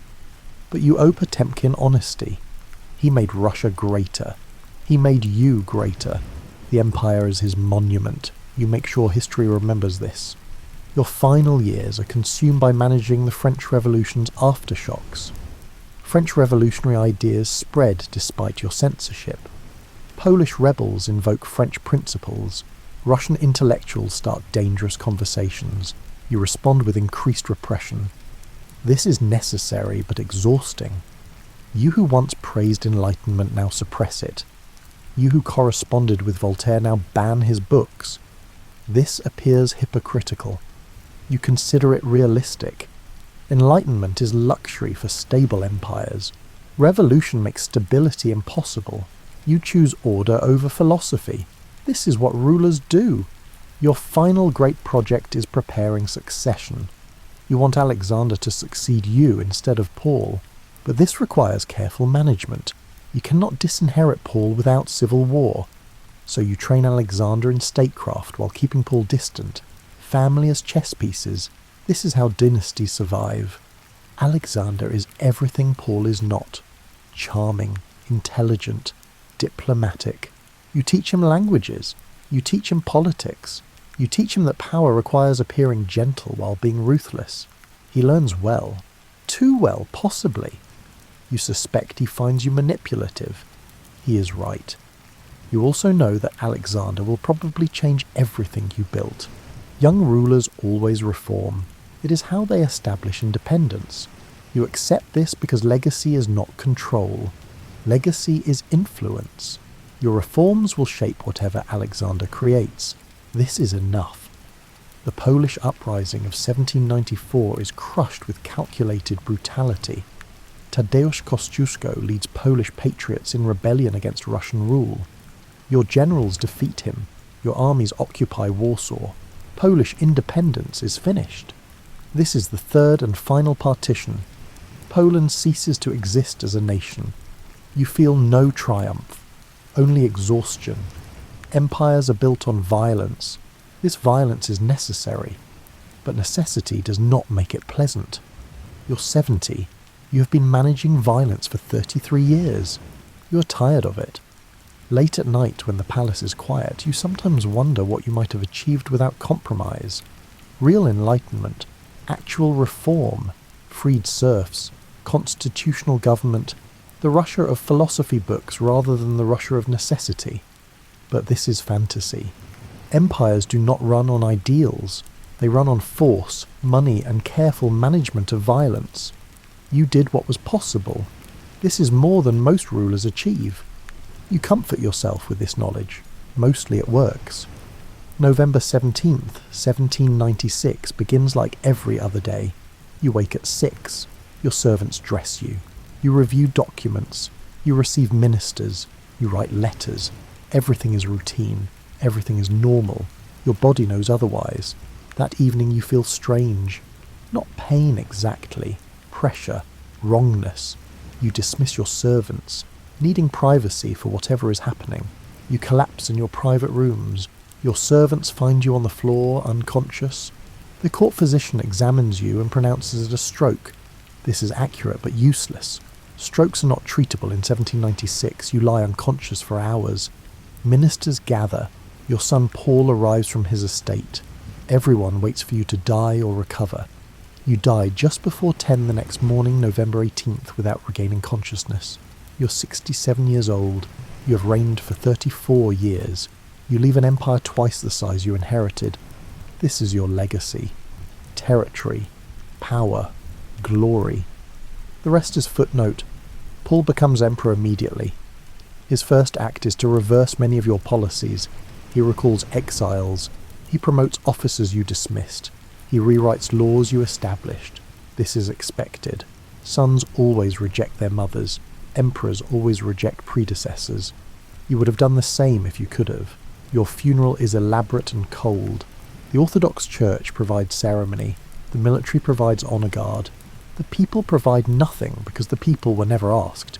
You are buried in the Peter and Paul Cathedral alongside other Russian monarchs. The tomb is marble. The inscription calls you Catherine the Great. This title is not official. You never proclaimed yourself great. History decided this. Great because you expanded the empire. Great because you reformed governance. Great because you made Russia matter to Europe. Great because you survived and succeeded and died in your bed. Your legacy is complicated. You modernized Russia while maintaining autocracy. You promoted enlightenment while preserving serfdom. You corresponded with philosophers while crushing dissent. These contradictions are indefensible. They are also the reality of 18th century power. Historians will debate you forever. Some will praise your intelligence and reforms. Others will condemn your hypocrisy and violence. Both will be correct.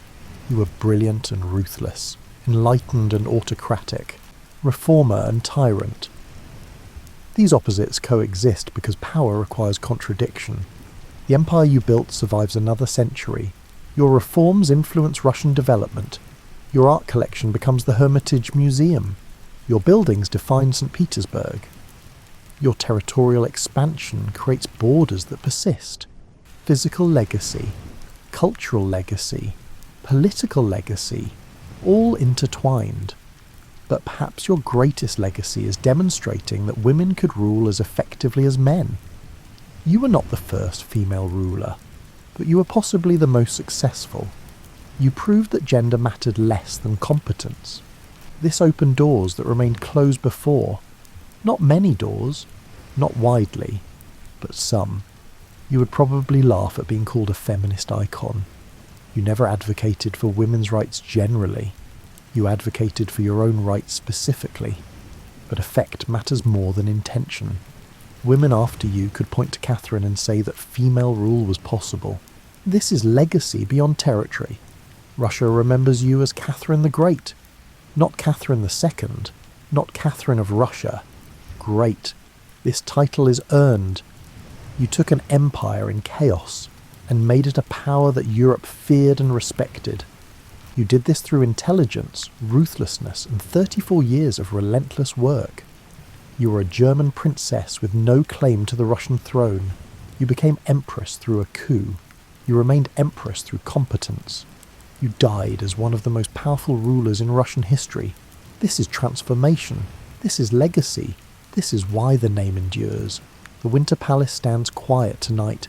The Never River freezes slowly. The empire continues without you. This is how power works. Individuals die. Institutions survive. You built institutions. They are your monument. And maybe, 230 years later, someone will tell your story to strangers who need help sleeping. They will hear about the German princess who became Russian, about the coup on a summer night, about the letters to Voltaire and the art collection and the territorial expansion, about enlightenment and contradiction and empire. They will hear your story and drift towards sleep, thinking about ambition and power and the ways that history remembers those who dare greatly. This too is legacy, not immortality, just persistence. Your story outlasting your body, your name outlasting your empire, and somewhere in the dark, that is enough. Now go rest, my tired dumplings. History can wait until morning.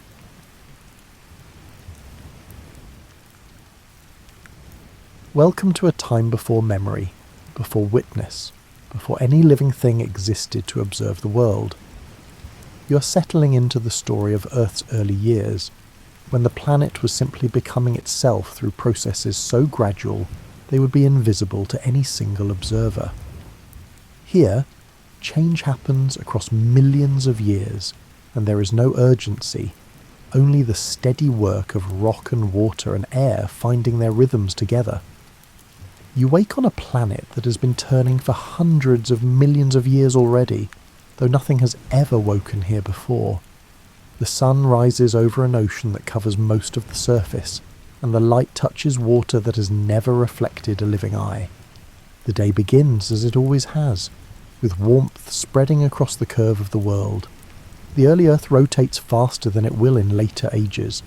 A full day passes in perhaps 18 hours, and the cycle of light and darkness moves quickly across the empty seas. You watch the sun climb, and you notice how the light changes the temperature of the rock beneath shallow water. The stone warms through the morning, holds that warmth through the brief afternoon, then releases it slowly as darkness returns. This happens every day. The pattern never breaks. Light arrives, warmth follows, darkness comes, and coolness settles in. No drama marks these transitions.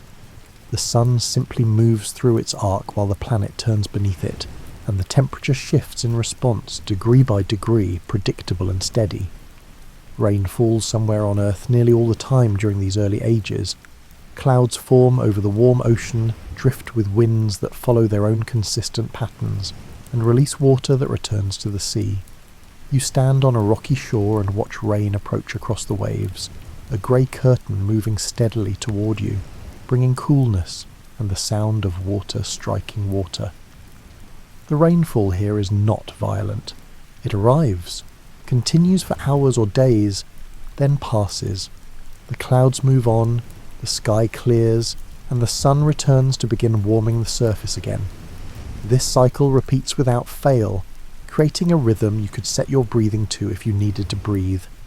Tides rise and fall with the moon's pull, which is stronger now than it will be later because the moon orbits closer to Earth.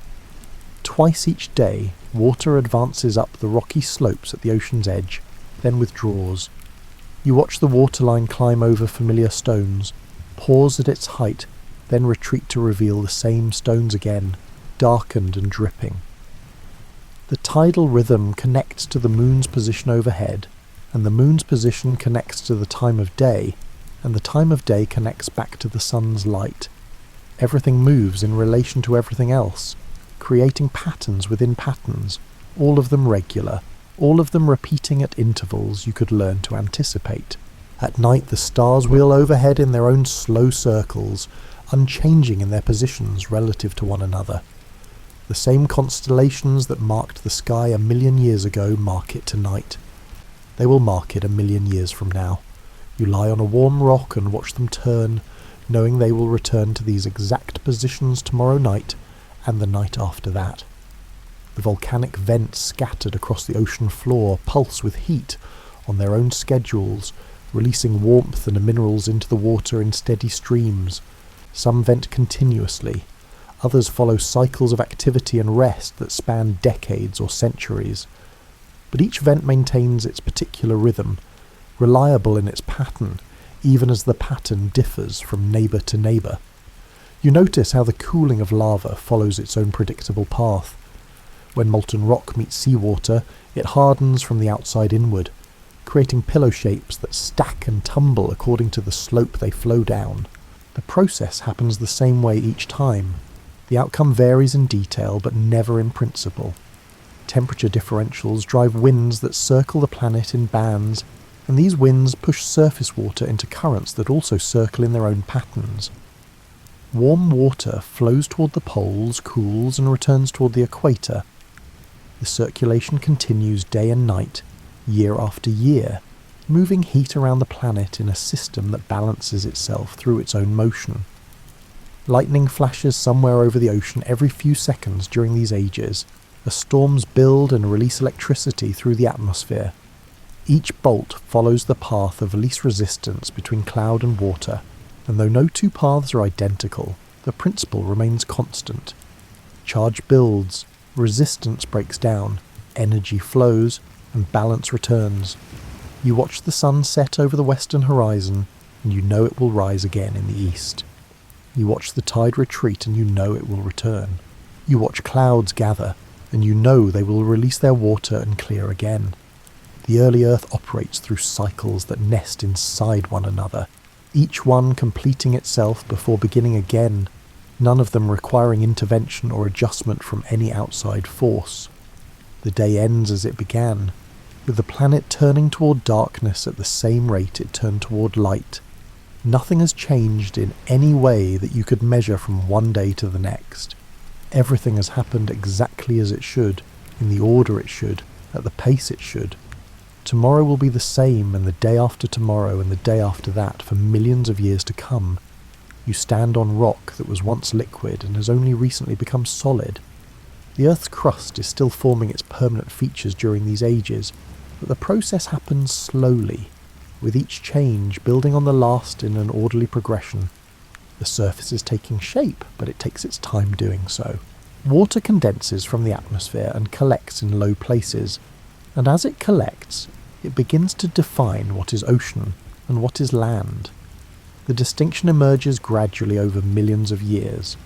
At first, water and rock share space in uncertain boundaries, with shallow seas covering platforms that are almost land and almost not.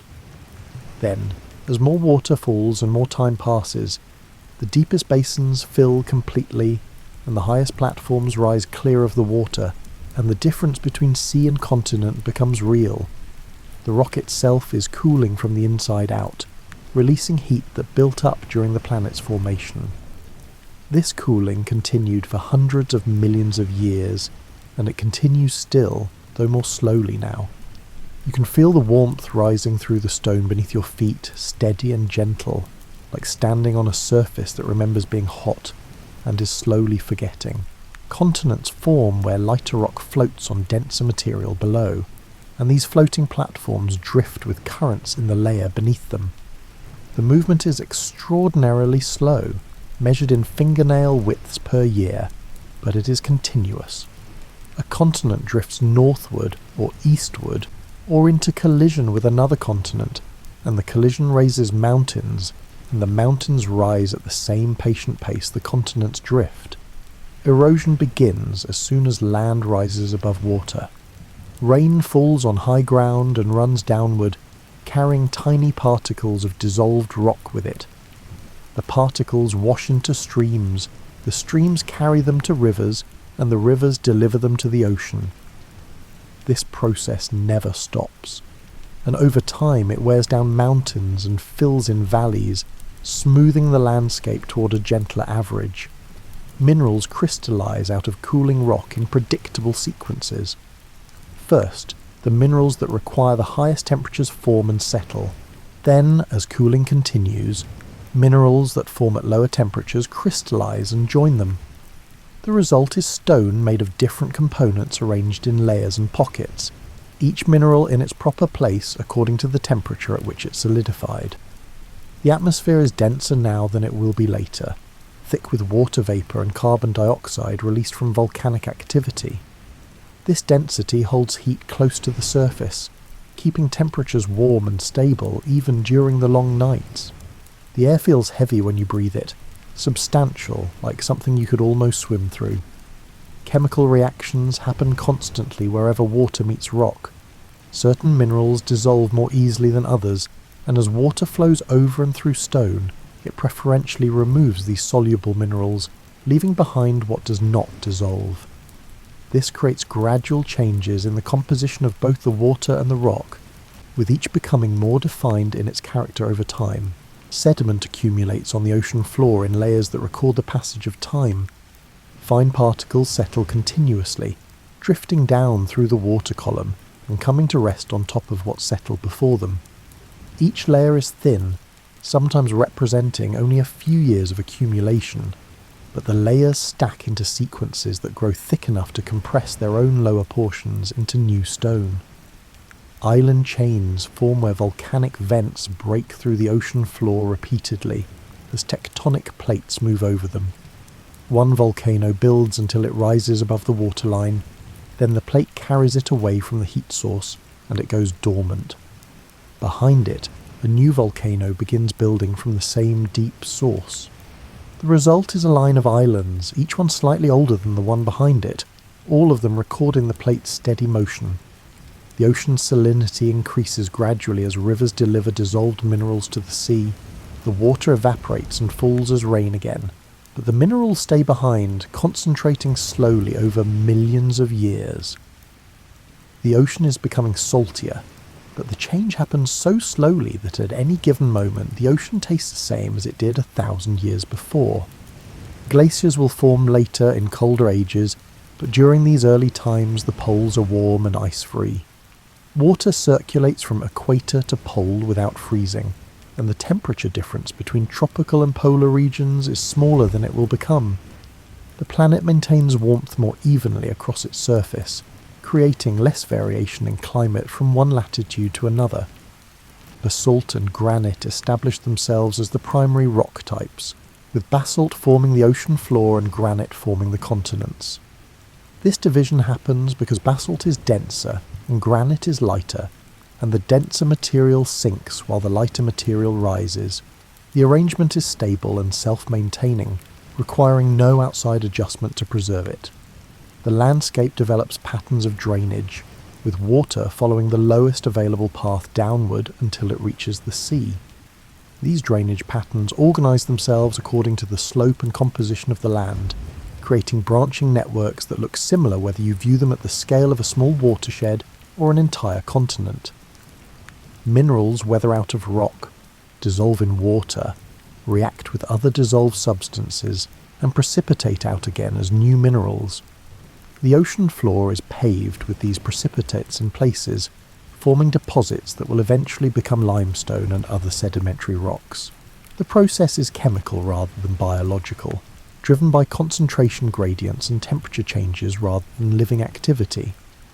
The crust thickens as lighter materials continue to separate from denser ones, and as the crust thickens, it becomes more stable.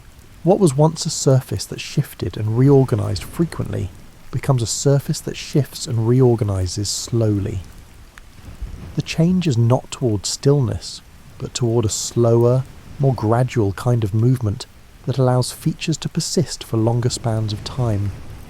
You watch a river carry sediment to the sea, and you know that this river has been carrying sediment for millions of years, grain by grain, building a delta at its mouth that grows outward into the ocean. You watch rain dissolve minerals from a cliff face, and you know that this cliff has been dissolving for millions of years, retreating inland at a pace too slow for any single lifetime to measure. The surface is being built and maintained simultaneously, with construction and erosion balancing each other in a slow equilibrium. You notice how water connects everything to everything else. Rain that falls on high ground flows downward, carrying minerals that will nourish later life. Ocean water evaporates and forms clouds that will become that rain. The cycle links atmosphere to ocean to land and back again, moving material and energy through each component in turn. The atmosphere and ocean exchange heat continuously. When air moves over warm water, it absorbs warmth and carries it to cooler regions. When air cools, it releases that warmth to the water below or the land beneath.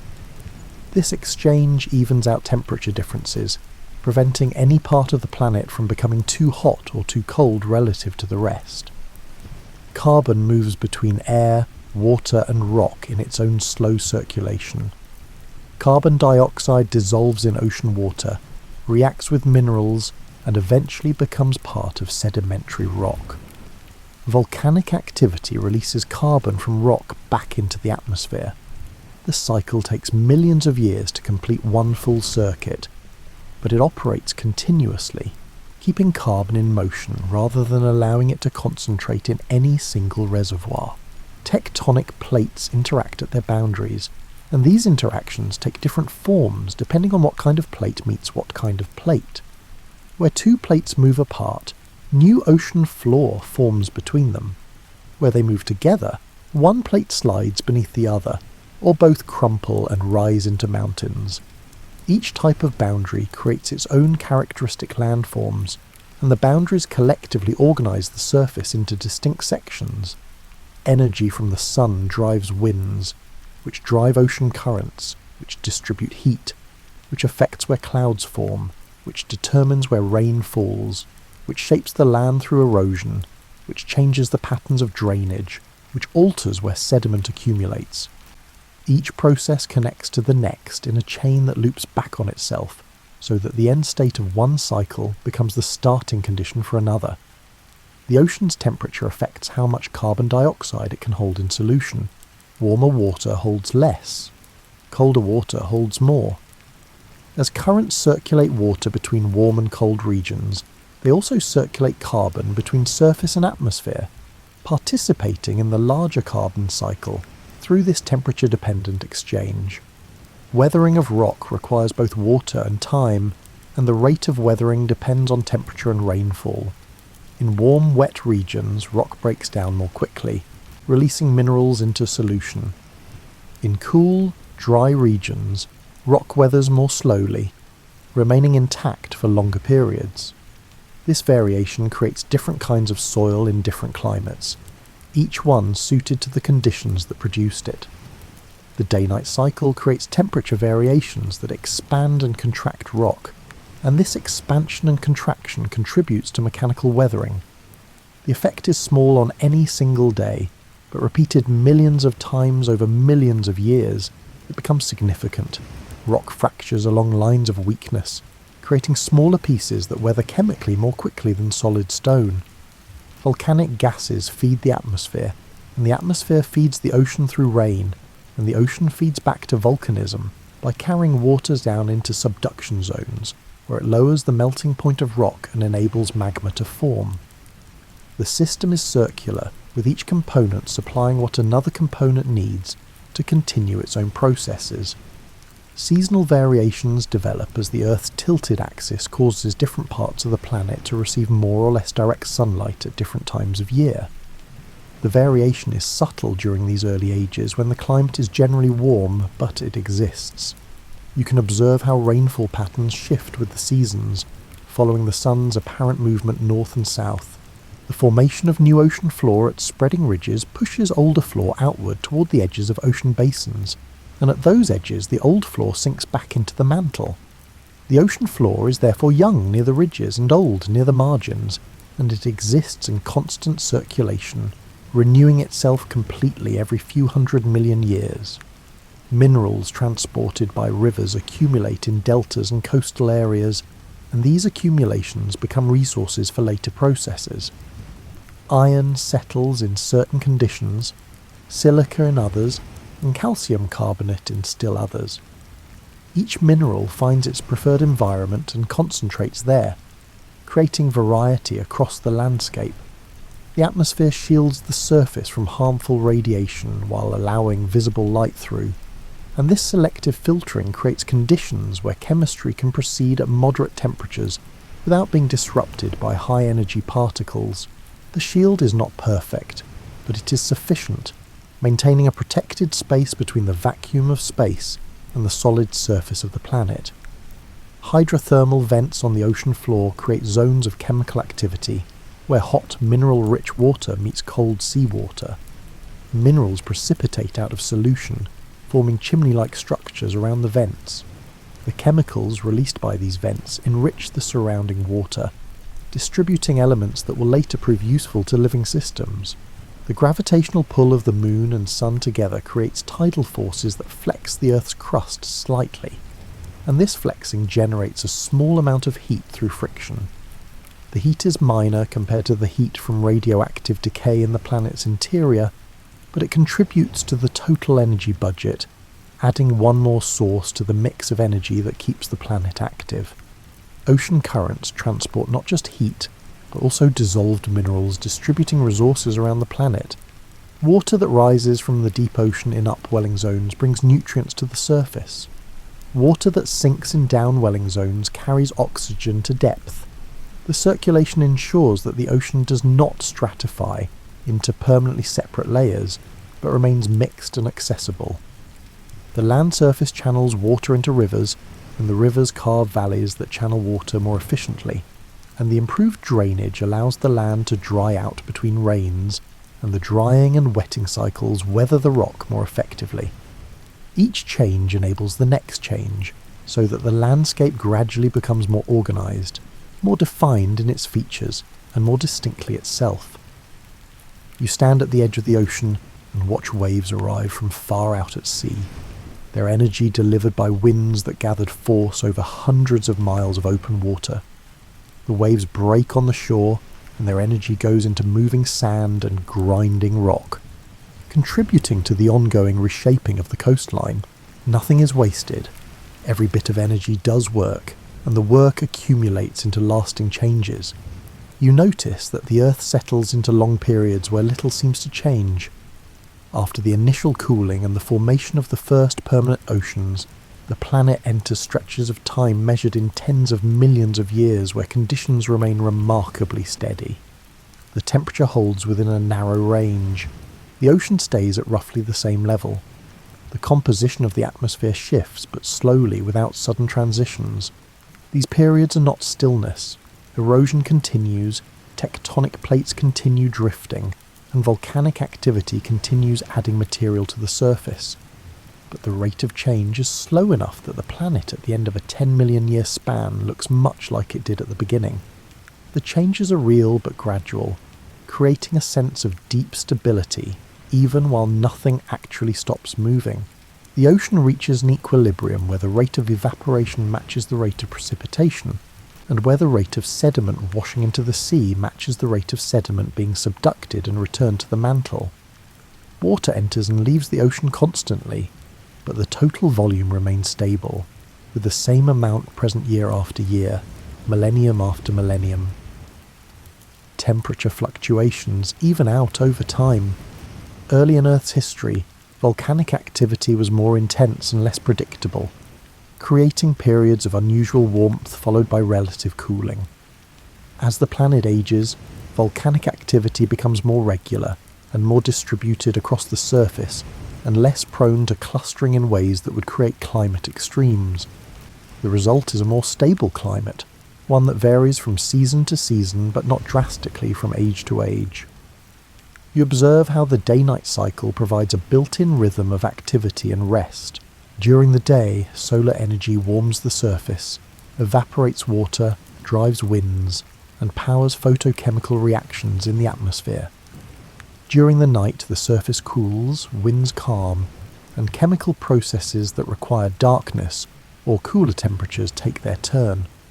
The alternation creates a natural pacing, a rhythm that prevents any one process from running continuously without pause. Tides provide another rhythm, independent of daylight but equally regular.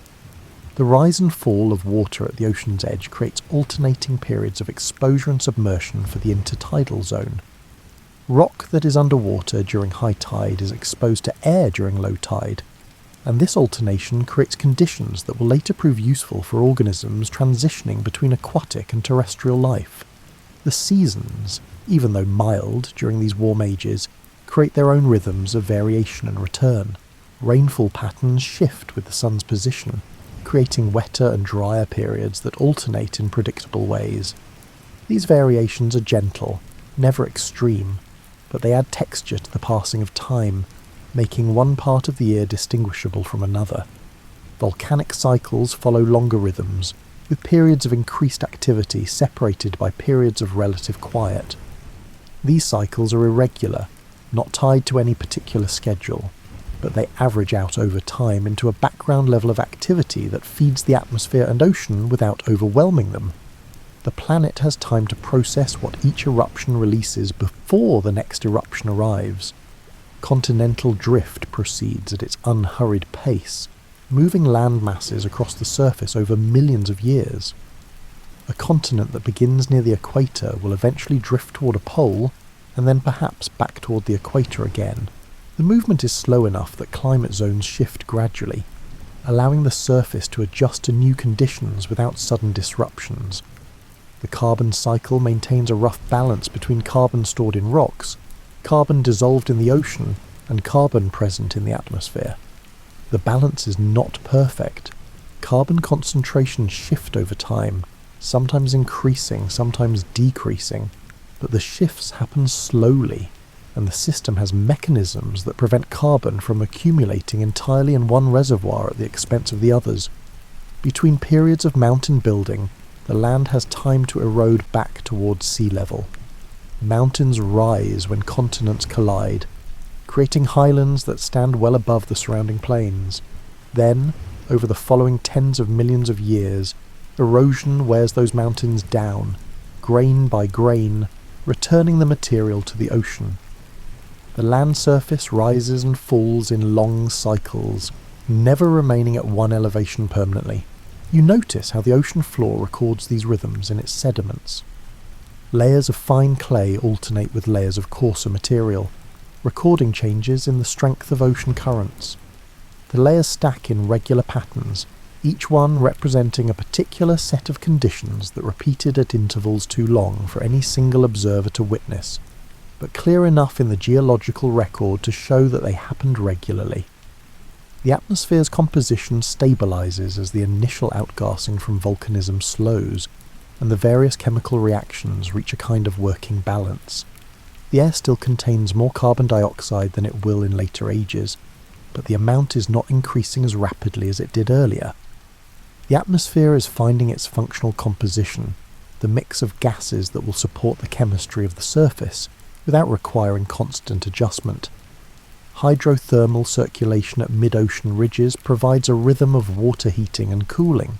Cold seawater seeps into cracks in the ocean floor, circulates through hot rock, and emerges heated and enriched with minerals. The cycle takes years to decades to complete, depending on the path the water follows, but it operates continuously at spreading centres around the planet, providing a slow, steady flow of chemical energy to the ocean.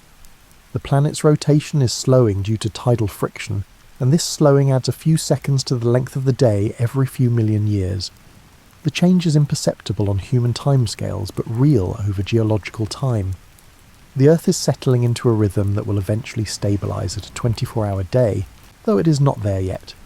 You stand on a coast and watch the same waves arrive day after day, year after year. The waves are driven by wind, the wind is driven by temperature differences, and the temperature differences are driven by the sun's heat.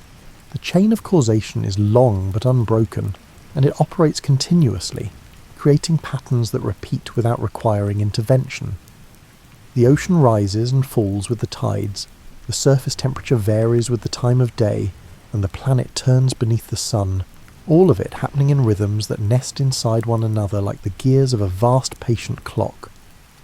You notice that the planet is preparing conditions that will later support living things, though nothing is alive yet during most of these early ages. The preparation happens without intention, simply as a consequence of chemistry and physics, playing out according to their rules. Water accumulates in places where it will be accessible. Minerals dissolve and precipitate in forms that will be useful.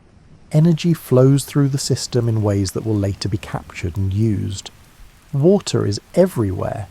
It fills the ocean basins, saturates the atmosphere as vapour, falls as rain, flows through rivers and seeps into rock.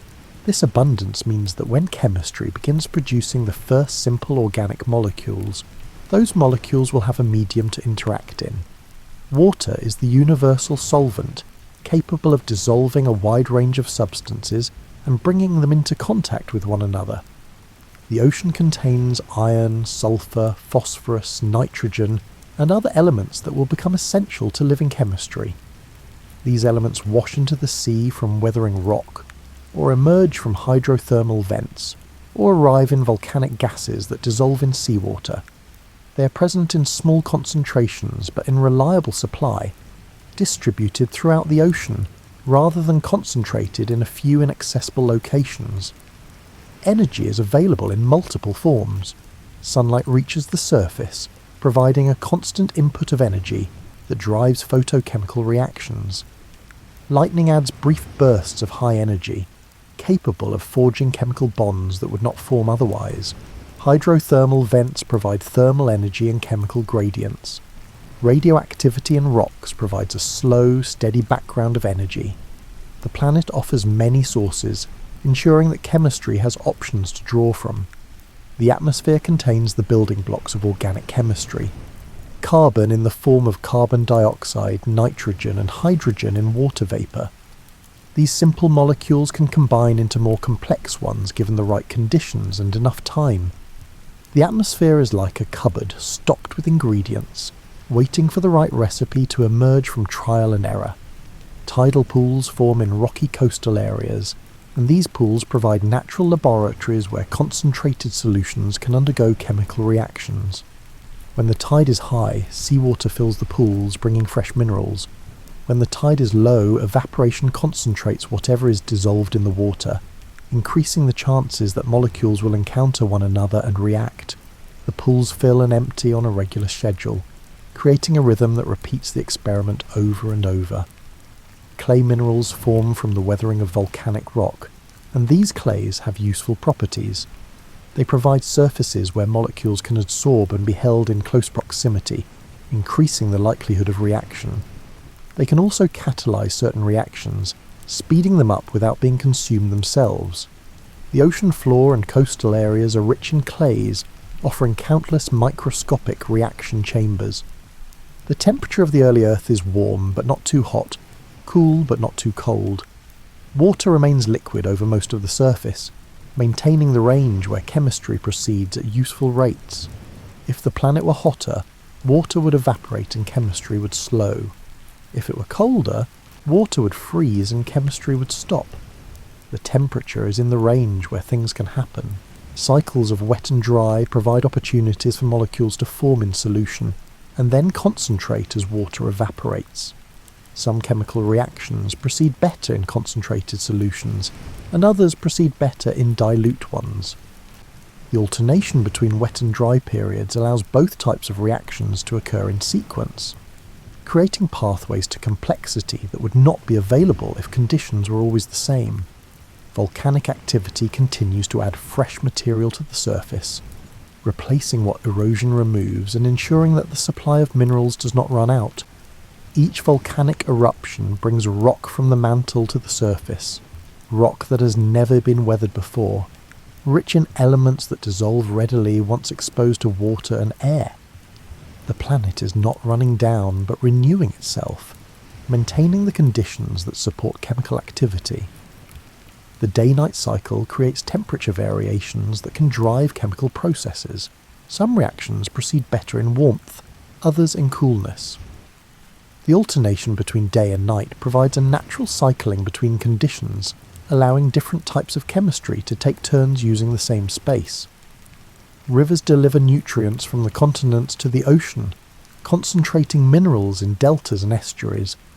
These transition zones between fresh water and salt water provide gradients in salinity, temperature, and mineral content, creating diverse chemical environments in close proximity.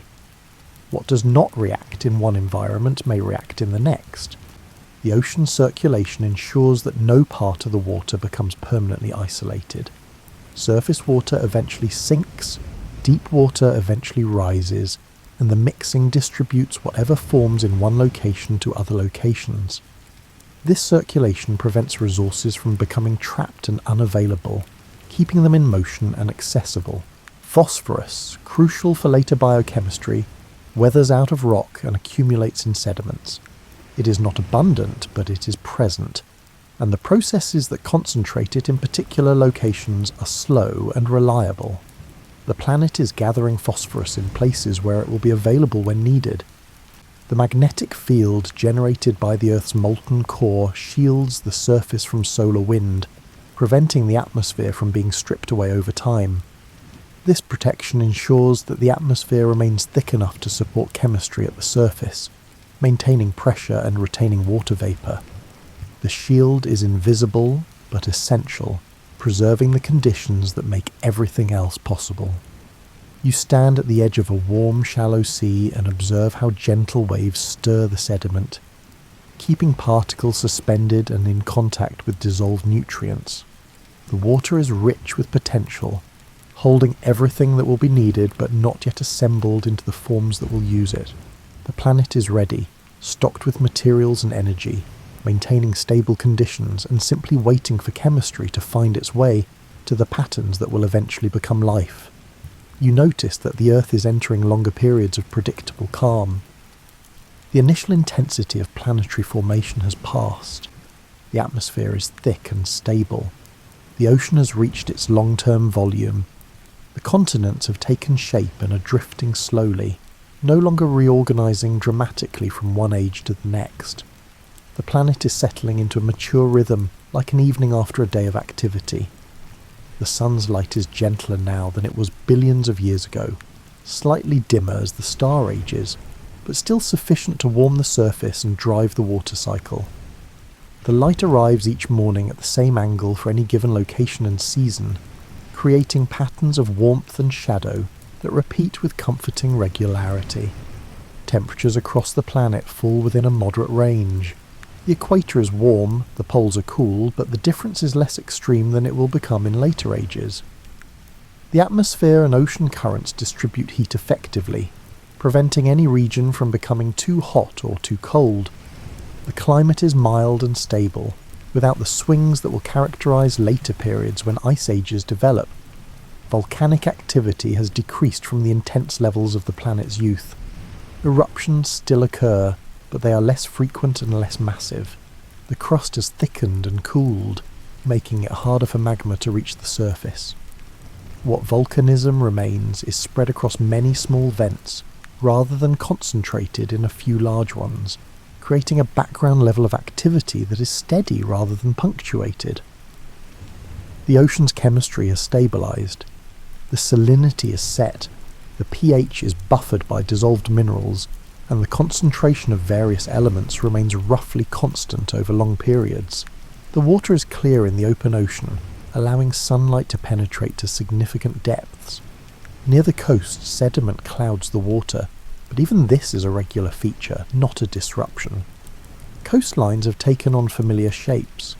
Bays and headlands repeat patterns determined by the underlying geology, with resistant rock forming promontories and softer rock eroding into embayments.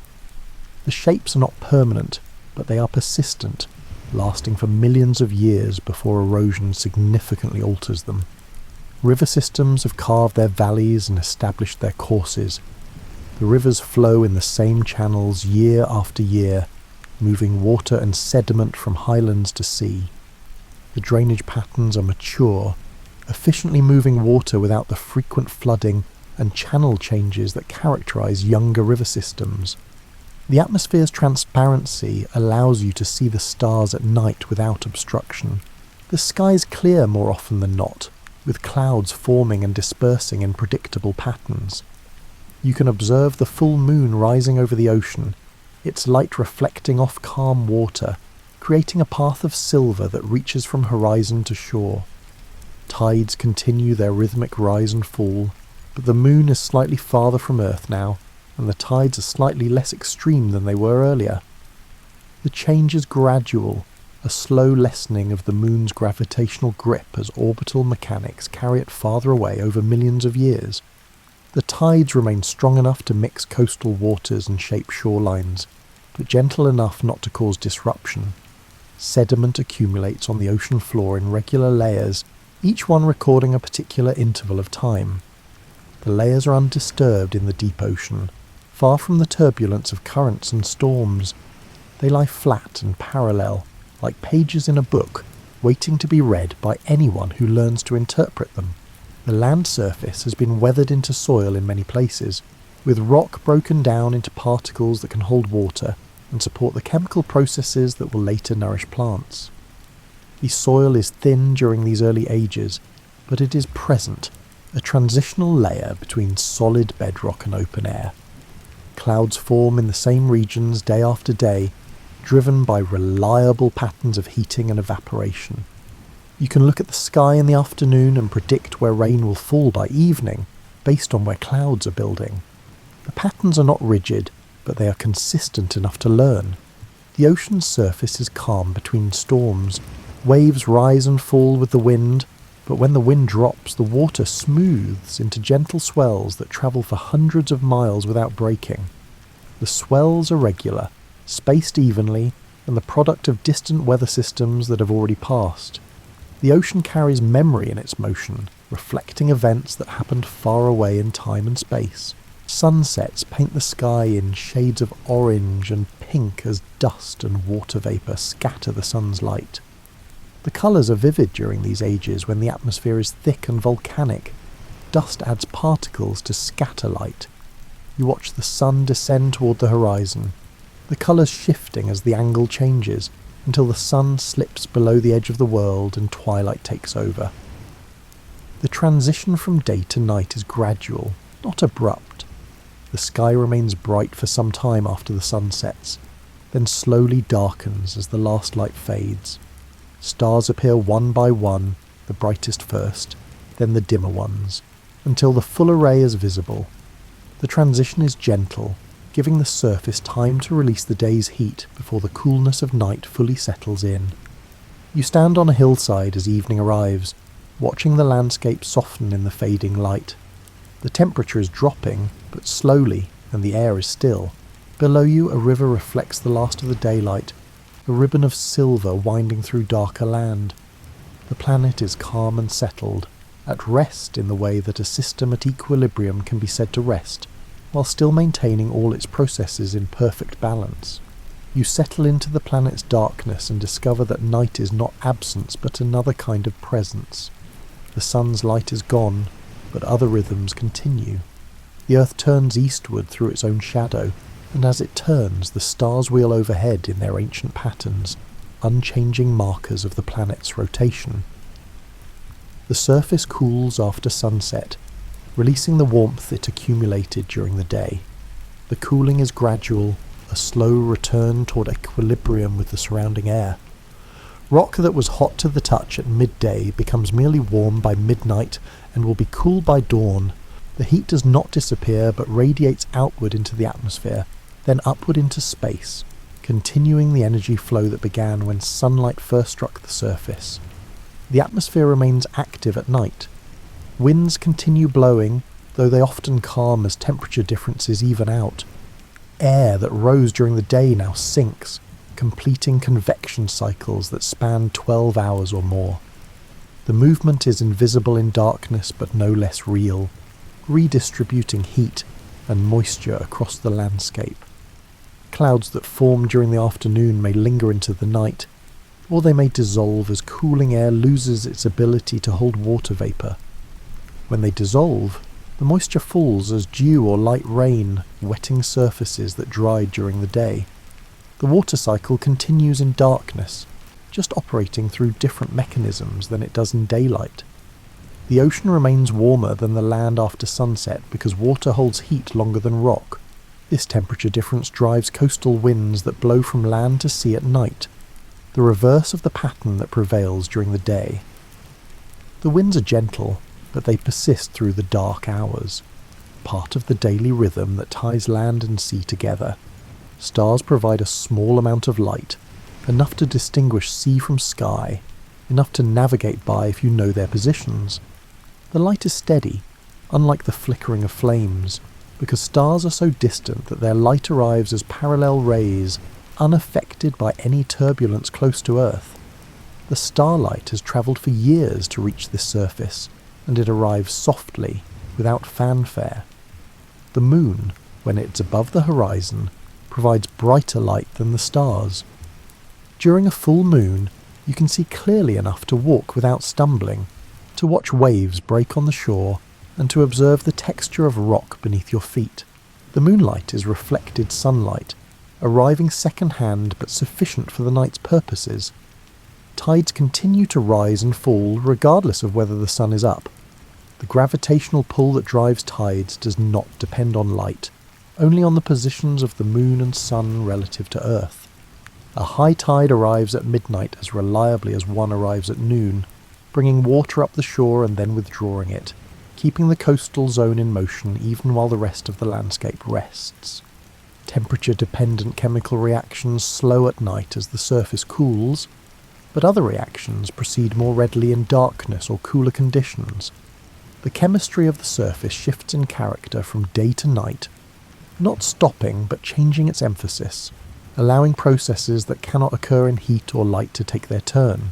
The absence of sunlight provides a respite from ultraviolet radiation, which is more intense during these early ages before oxygen accumulates in the atmosphere and forms an ozone layer. Night offers protection from this radiation, a daily reprieve that allows chemical processes sensitive to UV light to proceed without disruption. Darkness creates gradients between surfaces that face the open sky and those that are sheltered. Surfaces that radiate heat freely to the night sky cool more than surfaces protected by overhangs or surrounded by other rocks. These temperature variations create microclimates at small scales, diversifying the conditions available for chemistry across the landscape. The planet's rotation ensures that night is temporary. No part of the surface remains in darkness permanently. Every location that experiences night will experience day again after a few hours, and the alternation continues without interruption, creating a rhythm that divides time into manageable intervals and provides both activity and rest in regular succession. You notice that sounds carry differently at night. Without the sun's heating creating turbulent air currents, the atmosphere becomes more stratified, and sound waves travel farther before dissipating. The crash of waves on a distant shore reaches you clearly. The rumble of a far-off volcanic vent carries across miles of open water. The night is not silent, but filled with the quiet sounds of ongoing processes. The stars move across the sky as the Earth rotates, rising in the east and setting in the west. Their motion is steady and predictable, completing one full circuit in approximately 18 hours during these early ages, when the day is shorter than it will later become. You can use their positions to track the passage of time, to know how much of the night has elapsed and how much remains. The ocean glows faintly in places where certain chemical reactions occur, producing light without heat. The glow is subtle, a pale shimmer on the water's surface, visible only in complete darkness. It is not biological yet, just chemistry that happens to emit photons as a byproduct, but it adds a gentle luminescence to the night sea. Cooling rock contracts slightly, and the contraction sometimes produces small cracking sounds, like the ticking of cooling metal. The sounds are occasional, not constant, but they remind you that the landscape is active even in stillness, that motion continues at scales too small to see but large enough to hear. The night sky is perfectly dark between the stars, unaffected by any artificial light, and clear enough to see the Milky Way as a band of concentrated starlight across the heavens. The darkness is complete and clean, offering contrast that makes the stars seem brighter by comparison. You lie on warm rock and feel the stored heat of the day rising through stone into your body. The sky above is vast and scattered with stars. The ocean murmurs at the shore. The planet turns eastward, carrying you with it, bringing the dawn that will arrive in a few hours when the rotation carries this location back into the sun's light. Night is balance, part of the rhythm that prevents the surface from overheating or overcooling, providing the alternation that makes stability possible. You watch the Earth maintain itself across millions of years through simple repetition. The same processes that operated yesterday operate today and will operate tomorrow. Water evaporates, condenses and falls. Rock erodes, sediment accumulates, and new rock forms. The planet does not innovate or adjust or intervene in its own cycles. It simply continues, letting physics and chemistry follow their rules without guidance. The reliability of these processes creates a kind of predictability that extends across deep time. The sun will rise tomorrow because the Earth will continue rotating. Rain will fall somewhere because the water cycle will continue operating. Tides will rise because the moon will continue orbiting. None of these outcomes requires any special conditions to be maintained, or any external input beyond what is already present. Erosion will eventually wear down every mountain that rises, returning the material to the ocean, where it will accumulate as sediment, be subducted, melt, and potentially rise again as new mountains millions of years later. The cycle is long, but it is reliable, and it ensures that the surface is constantly being renewed rather than wearing out. The atmosphere will continue to exist as long as gravity holds it in place, and volcanic activity continues to replace gases that react or escape. These conditions are stable, built into the planet's structure and composition, and not dependent on anything that might cease unexpectedly. The ocean will continue to exist as long as the temperature remains within the range where water is liquid. The Earth orbits the Sun at a distance where this condition is met, and the orbit is stable, maintained by the same gravitational forces that have held it for billions of years, and will hold it for billions more. Living organisms will eventually emerge from the chemistry that is already occurring in tidal pools and hydrothermal vents. When they emerge, they will find a planet that is ready for them, with water, minerals, energy, and stable conditions all available. The planet did not create these conditions for life's benefit, but simply by following its own processes, which happened to produce a habitable environment as a side effect. Life, once it begins, will participate in the cycles that already exist. Organisms will take in water and release it, take in minerals and incorporate them into structures, and capture energy and use it to build complexity. These are extensions of processes that already occur in non-living chemistry, just organised in ways that can reproduce and persist. The carbon cycle will incorporate living chemistry once life appears, but the cycle itself will continue operating on the same principles as before. Carbon will still move between atmosphere, ocean and rock, just with an additional pathway through organisms. The cycle will become more complex but not fundamentally different. The planet's ability to maintain habitable conditions does not depend on life. The conditions existed before life appeared and will continue if life ever ends. Habitability is a product of size, distance from the sun, geological activity and atmospheric composition, none of which require biology to maintain. You notice that the Earth's stability comes from having multiple overlapping cycles, each one buffering variations in the others. If one process speeds up, another compensates by slowing down. If one reservoir fills, another empties. The system self-regulates through feedback loops that are built into the physics and chemistry, not added on as separate control mechanisms. Temperature stability comes from the ocean's thermal inertia, the atmosphere's ability to redistribute heat, and the planet's distance from the sun. These factors work together to keep surface temperature within a range that allows water to remain liquid, which in turn allows all the other processes to continue. Chemical stability comes from the buffering capacity of the ocean, which can absorb excess acids or bases without large pH changes, and from the slow cycling of elements through rock, which prevents any element from accumulating to toxic levels or depleting entirely. Energy balance comes from the match between incoming solar radiation and outgoing thermal radiation. The planet absorbs sunlight and re-radiates it as infrared, and the balance between these flows determines the surface temperature. The balance is not perfect at every moment, but it averages out over time to a stable state. The Earth does not rest, but it does not hurry either. It operates at the pace that its processes require, some fast like lightning, some slow like continental drift, all of them finding their natural rates without external pressure to speed up or slow down. The pace is suited to the scale, with fast processes handling small-scale variations and slow processes handling large-scale changes. You stand on a beach at dawn and watch the sun rise over the ocean, knowing that this same scene has played out every day for hundreds of millions of years and will continue for hundreds of millions more. The waves that break at your feet are driven by winds that are driven by temperature differences that are driven by the sun's heat. The chain of causation is clear, unbroken, and will continue operating as long as the sun shines and the Earth turns. The habitability of Earth is not a gift or an accident, but a consequence of how matter behaves under these particular conditions of size, composition and solar distance. The planet became habitable by being what it is and where it is, and it remains habitable by continuing to be those things.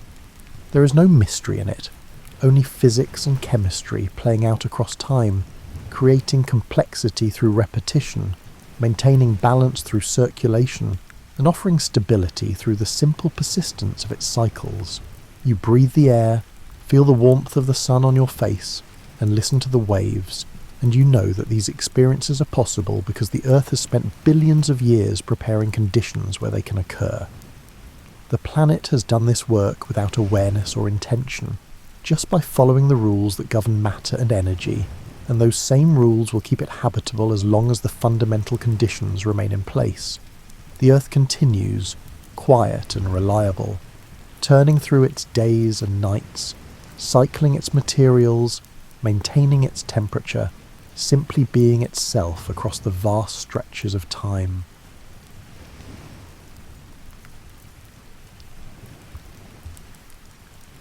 You're about to embark on a journey through 10,000 years of human history, all contained within the humble stalk of a grass that changed the world. Tonight you will follow the path of sugarcane from the misty highlands of New Guinea to the gleaming refineries of the modern age, discovering along the way how this simple plant-shaped empires crossed oceans and eventually found its way to your morning coffee. The air in the New Guinea highlands hangs thick with moisture even before dawn. You stand barefoot in the soil, watching the eastern sky lighten from deep purple to a softer shade of grey. Around you, tall grasses sway in the morning breeze, their stalks thick as your wrist and taller than your head. These are not the wild grasses your ancestors ignored for generations. These are different. Someone discovered the secret perhaps 9,000 years ago, though the exact moment is lost to time. A person bit into one of these stalks and tasted something that changed everything. The woody exterior gave way to fibrous flesh, and that flesh released a juice sweeter than anything the tropical world had yet offered. Honey was rare, fruit was seasonal, but these grasses grew reliably in the warm, wet climate of the island. The first cultivators learned by trial and observation. They noticed that certain stalks produced sweeter juice than others. They saved these stalks and planted them in cleared patches near their settlements. Over centuries they selected for sweetness, for stalk thickness, for plants that grew quickly and resisted the occasional dry spell. They did not understand genetics, but they practiced it anyway. The selection process itself was methodical despite lacking written records. Experienced growers could assess cane quality by touch alone.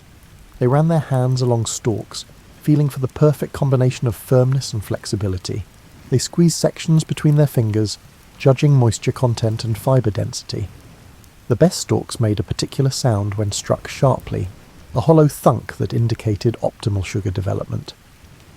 These subtle cues were passed from generation to generation through demonstration and practice. You can imagine the work involved in those early gardens. The land needed clearing, which meant hours spent cutting back jungle growth with stone tools. The sound of stone striking wood echoed through the valleys as men and women worked side by side. Children learned by watching, first helping with small tasks and gradually taking on more responsibility as their skills developed. The physical transformation of jungle into garden was profound. Dense vegetation gave way to ordered rows where sunlight could reach the ground. Bird species changed as habitat shifted. New insects arrived to feed on the cane itself. The soil required turning, mixing in ash from controlled burns to enrich the earth. The burns themselves were carefully managed affairs, not the wild fires that could destroy entire valleys. Small sections were cleared and dried, then ignited on calm days when the smoke would rise straight up rather than drifting into living areas. The ash that remained was rich in minerals that the cane would later draw upon.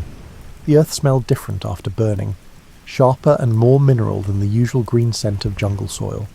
Each sugarcane cutting had to be planted at the right depth, watered regularly, and protected from wild pigs that found the sweet stalks as irresistible as humans did. The pigs were cunning adversaries.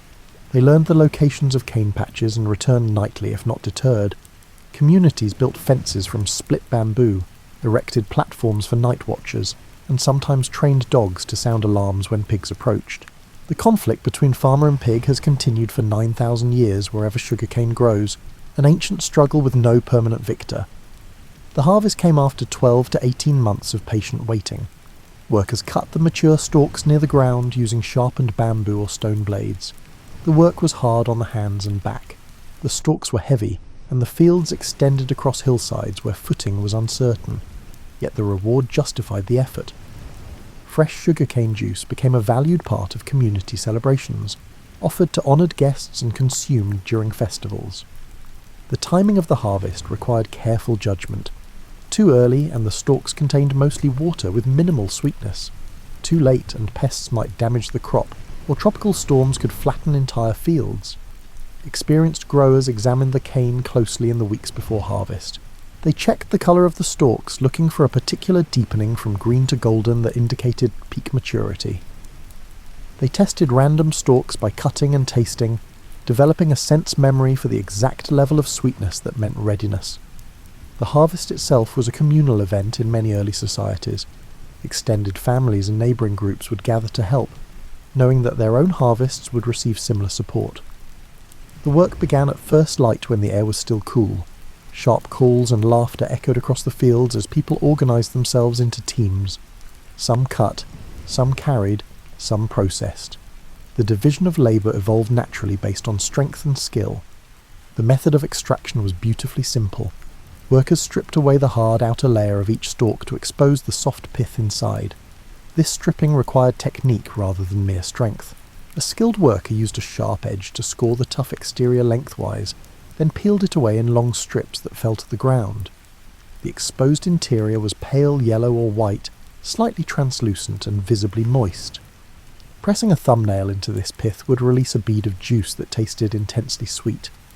They cut this pith into manageable sections and crushed it between stones, or pounded it with wooden mallets. The crushing stones were often paired, one flat and one rounded, positioned so gravity and leverage did most of the work. A worker would place cane sections on the flat stone, and roll the rounded stone over them with firm, steady pressure. The sound was rhythmic. A wet crunch repeated hundreds of times as the fibres broke down and released their treasure. The juice that ran out was cloudy and pale green, nothing like the clear liquid you might expect. It carried bits of fibre and had a slightly vegetal smell underlying the sweetness. Fresh from the crushing, it was barely cool, taking the ambient temperature of the tropical air. The first taste was always remarkable. The sweetness hit your tongue immediately, but it came with complexity. There were grassy notes, a faint earthiness, and a clean finish that invited another sip. This juice did not keep well. In the tropical heat, it began fermenting within hours, bubbling and developing a sharp, alcoholic edge that was not entirely unpleasant. The fermentation was visible and audible. Small bubbles rose to the surface, creating a light foam. The liquid made tiny popping sounds as carbon dioxide escaped. The smell shifted from purely sweet to something more complex, with fruity esters developing as yeasts began their work. Some communities embraced this transformation, creating the world's first sugarcane wines. Others preferred their juice fresh and developed rituals around immediate consumption. Children received small amounts as treats. Healers mixed it with medicinal herbs to make bitter remedies more palatable. The sugarcane plant itself became woven into the cultural fabric of New Guinea societies. Its leaves, long and blade-like, found use as roofing material for temporary shelters. The bagasse, or crushed fibre left after juice extraction, dried into a useful fuel for cooking fires. Even the thick stalks, once their juice was depleted, could be split and woven into rough baskets or temporary fencing. Archaeological evidence suggests that sugarcane cultivation spread slowly across the island, carried by trading networks and marriage alliances between different groups. A successful harvest in one valley would inspire neighbours in the next valley to try their own plantings. Knowledge passed from one generation to the next through observation and oral instruction. There were no written manuals, no agricultural extension services, just patient teachers showing attentive students which stalks to choose, when to plant, and how to recognise a field ready for harvest. The plant thrived in its native environment. New Guinea offered everything sugarcane needed. Temperatures stayed warm year-round. Rainfall was abundant but not overwhelming. The volcanic soil provided rich nutrients. Sugarcane had found its perfect home, and for thousands of years it stayed there, unknown to the wider world. Then traders began to notice. The outrigger canoe rides low in the water, heavy with cargo. You sit among bundles of dried fish, stone tools, and carefully wrapped sections of sugarcane stalk. The journey from New Guinea to the islands of Southeast Asia will take weeks, following established trade routes that connect distant peoples through the exchange of goods, stories, and agricultural knowledge. Sugarcane cuttings travelled well, better than many other plants. Unlike seeds that might spoil or fail to germinate in foreign soil, these thick sections of stalk contained everything needed to start a new plant. Each node along the stalk held a dormant bud that could sprout roots and shoots when planted. Traders wrapped the cuttings in damp leaves to keep them alive during sea voyages. The success rate was surprisingly high. Island communities in what we now call Indonesia received sugarcane with interest around 5,000 years ago. The plant adapted readily to new homes across the archipelago. Each island offered slightly different growing conditions, and the cane responded by developing local variations. Some varieties grew taller, others developed thicker stalks or sweeter juice. Farmers selected for traits that matched their specific needs and environments. The cultivation techniques evolved along with the plant. Indonesian farmers developed more sophisticated irrigation systems, channeling water from mountain streams to their cane fields through carefully constructed ditches and bamboo pipes. They learned to time plantings to take advantage of seasonal rainfall patterns. They discovered that ash from volcanic eruptions, while devastating to existing crops, enriched the soil and led to exceptional growth in subsequent plantings. India received sugarcane sometime around 4,000 years ago, though pinpointing the exact date remains impossible. The plant arrived via trade networks that connected Southeast Asian islands with the Indian subcontinent. Indian farmers recognized its potential immediately. The warm climate of the Ganges River Valley proved ideal for cultivation, and sugarcane fields spread rapidly across the region. Here, in India, something remarkable happened. Someone discovered that sugarcane juice could be boiled down into a concentrated syrup, and that syrup could be dried into crude crystals. This was not a sudden revelation, but rather a gradual process of experimentation. Perhaps a pot of juice was left too long over a fire. Perhaps someone noticed that spilled juice, when dried by the sun, left behind a sweet residue. However it occurred, the discovery of crystallization changed everything. The process of arriving at workable crystallization techniques took generations. Early attempts must have resulted in burned batches, sticky messes that refused to solidify, and crystals so impure they barely resembled sugar. But persistence paid off. Careful observation revealed the critical factors. The juice had to be boiled to precisely the right consistency, thick enough to crystallize but not so thick it burned. The cooling had to happen at the right speed, not so fast that the crystals remained tiny and useless, not so slow that the syrup spoiled before solidifying. The temperature control was the trickiest part.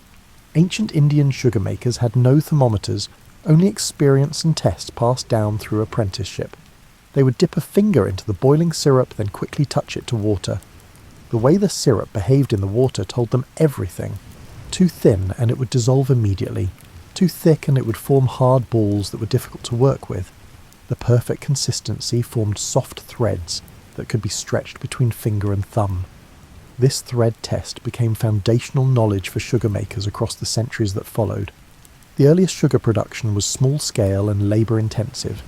Workers cut and crushed the cane, then boiled the juice in clay pots over wood fires. The pots themselves were specialised vessels, wide at the mouth to maximise surface area for evaporation, and thick-walled to distribute heat evenly. A single pot might hold 10 or 20 gallons of juice. Larger operations used multiple pots arranged around a central fire, allowing workers to monitor several batches at different stages simultaneously. The liquid reduced slowly, thickening as water evaporated. The process took hours and required constant attention. If the fire burned too hot, the sugar would caramelize prematurely, turning dark and developing bitter notes. If the fire died down too much, the juice would cool and the process would stall. Workers learned to read the smoke, the sound of the boiling liquid and the colour of the syrup. These cues told them when to add wood, when to reduce heat, and when the batch approached readiness. When the concentration reached the right point, workers poured the syrup into shallow moulds where it cooled and hardened into dark, sticky crystals that bore little resemblance to the refined white sugar you know today. The moulds were often nothing ending more than half coconut shells or shallow clay dishes. The cooling syrup contracted slightly as it hardened, making removal from the moulds easier once the process completed. The resulting blocks were crude, studded with impurities, and varied in colour from light brown to nearly black depending on the skill of the maker and the quality of the original juice. These early crystals were called gur or jaggery, names that persist in South Asian languages to this day. The product was crude but revolutionary. Unlike fresh juice, these crystals could be stored for months without spoiling. They survived monsoon humidity that would ruin grain. They resisted the insects that plagued other stored foods. The crystalline structure itself provided protection, creating an environment so dry and energy-rich that microorganisms could not gain a foothold. They could be transported long distances without losing their sweetness. They could be traded, taxed, and turned into wealth. Sanskrit texts from around 2,000 years ago contain the first written references to sugar production. The Arthashastra, an ancient Indian treatise on statecraft and economics, mentions sugar as a commodity subject to taxation. Medical texts describe its use in various preparations.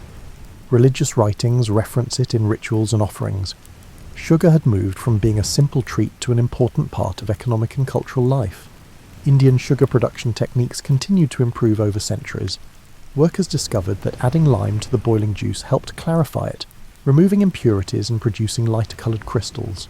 They learned to use multiple boiling stages, each one producing sugar of different qualities. The darkest, least refined product went to common people. The lighter, more refined crystals were reserved for wealthy households and religious institutions. The knowledge spread westward with remarkable speed. Persian traders carried sugar to their homeland around the 6th century. They brought not just the finished product, but also the knowledge of how to grow the cane and extract its sweetness.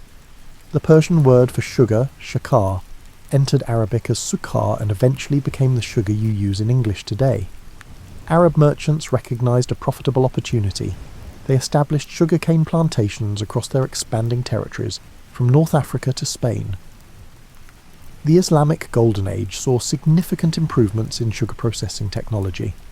Arab engineers designed more efficient mills for crushing cane, using animal power instead of human muscle. They developed better furnaces for boiling juice, achieving higher temperatures and faster evaporation. They refined the crystallization process, producing purer sugar in greater quantities. The Crusades brought European soldiers into contact with Arab sugar production. These warriors, more accustomed to honey as their primary sweetener, encountered sugar in the Middle Eastern cities they besieged and briefly occupied. They brought the taste home with them, creating demand in European markets. Venice became the primary trading port for sugar entering Europe, and Venetian merchants grew wealthy facilitating this trade. Sugar remained expensive in medieval Europe, affordable only to the nobility and wealthy merchant class. A single pound of sugar might cost as much as several days' wages for a common labourer.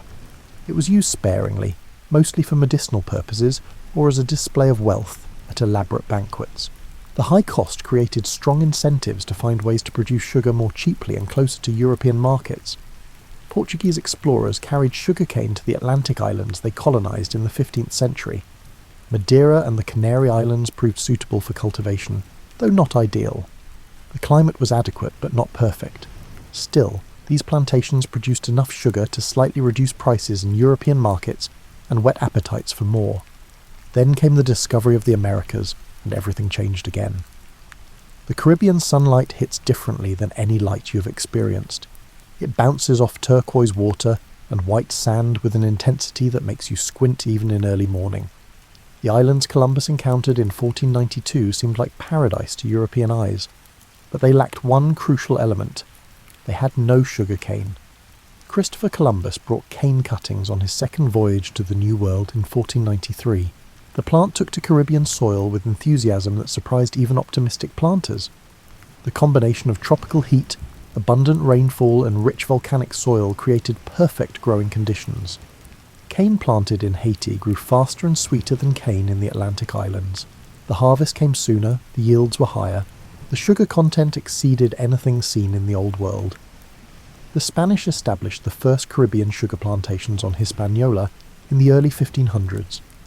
The Portuguese brought sugarcane to Brazil around the same time. The Dutch, English, and French soon followed, each colonial power establishing plantations on whichever islands they could claim. By 1600, the Caribbean had become the world's primary sugar-producing region, a position it would hold for centuries. The scale of these operations dwarfed anything seen before. A single Caribbean plantation might contain hundreds of acres of sugarcane, far larger than the modest fields of India or the scattered plots of New Guinea. This expansion required labour, enormous amounts of labour, and that requirement led to one of history's darkest chapters. The transatlantic slave trade grew directly from European demand for sugar. You should know this history, uncomfortable as it is. Millions of Africans were forcibly transported across the Atlantic to work sugar plantations. The conditions they endured were brutal beyond measure. Sugar production in the Caribbean became synonymous with human suffering on an industrial scale. The sweet crystals that Europeans stirred into their tea carried the bitter taste of slavery. The plantation work followed a relentless rhythm. Fields needed constant attention. Workers planted new cane, weeded existing fields, irrigated during dry spells, and harvested mature stalks in a cycle that never truly ended. The harvest season brought the most intense labour. Cane had to be cut, transported to the mill, and processed quickly before the juice content declined. Workers laboured in shifts around the clock during harvest, working by torchlight when darkness fell. The cutting itself was back-breaking work. A skilled cutter could harvest a ton of cane per day, but the physical toll was severe. Workers bent at the waist for hours, swinging machetes to sever thick stalks near the ground.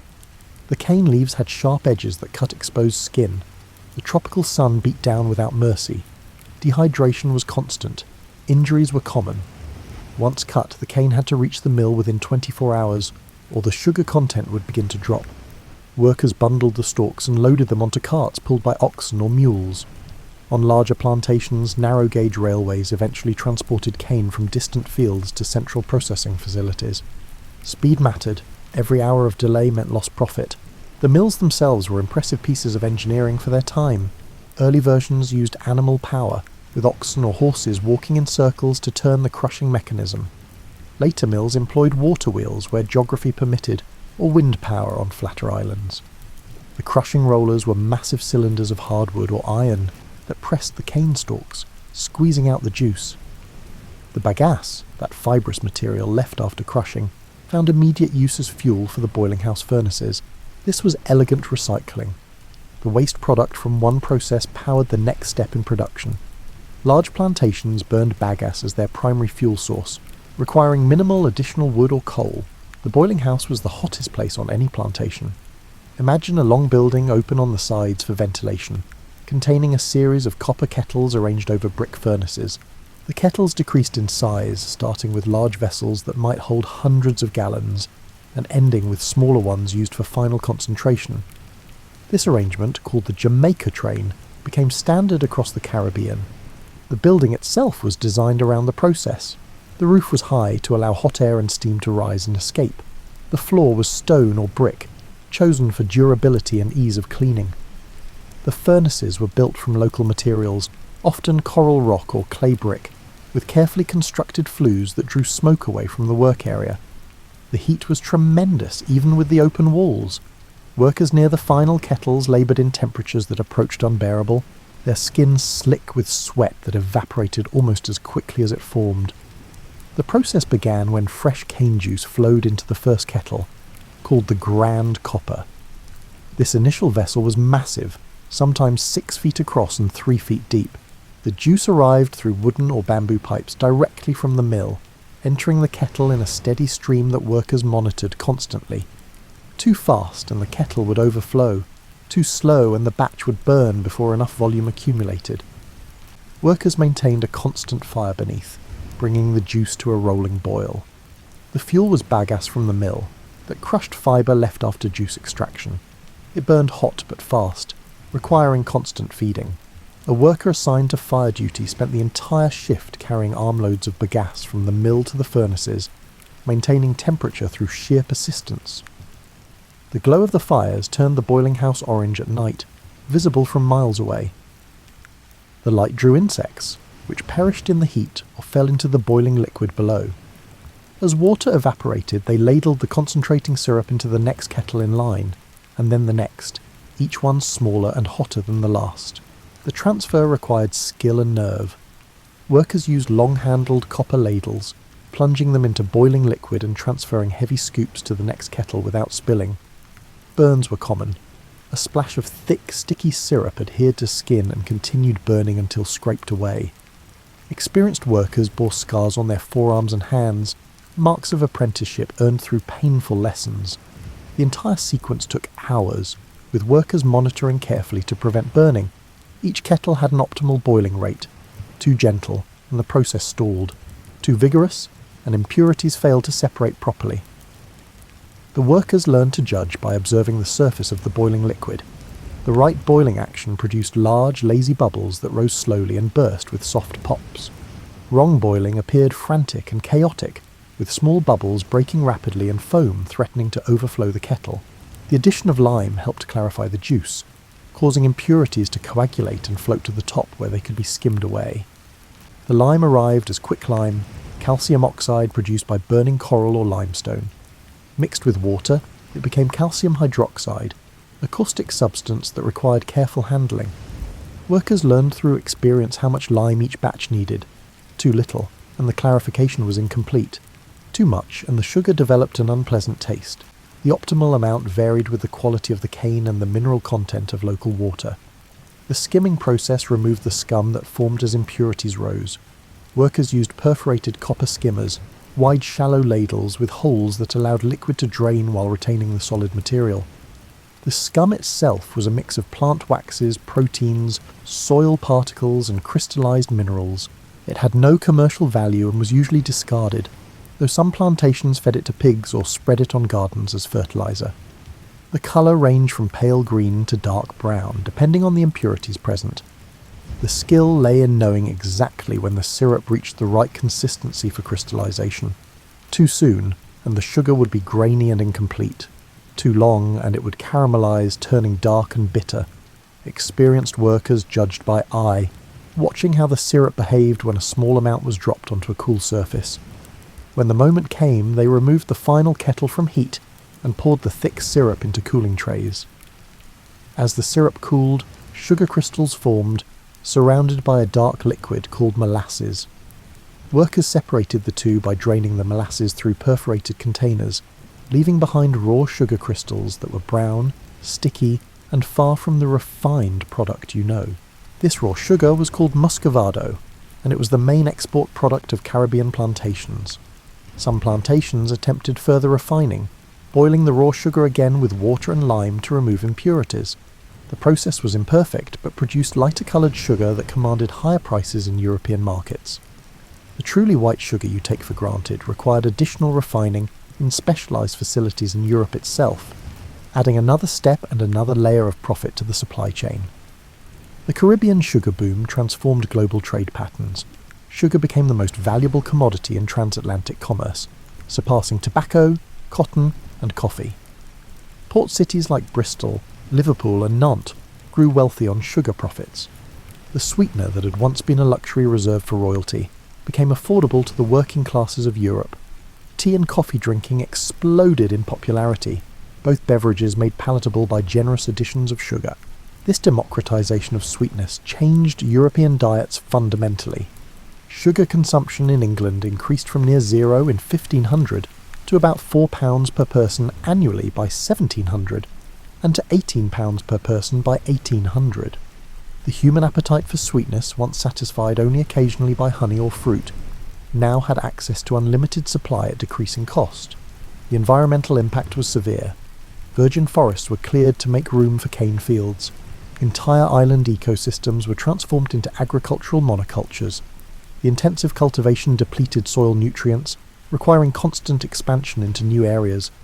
The sugar economy was fundamentally extractive, taking wealth from land and people while giving little back. Yet sugarcane cultivation spread beyond the Caribbean. Portuguese Brazil became a sugar powerhouse, at one point producing more than all the Caribbean islands combined.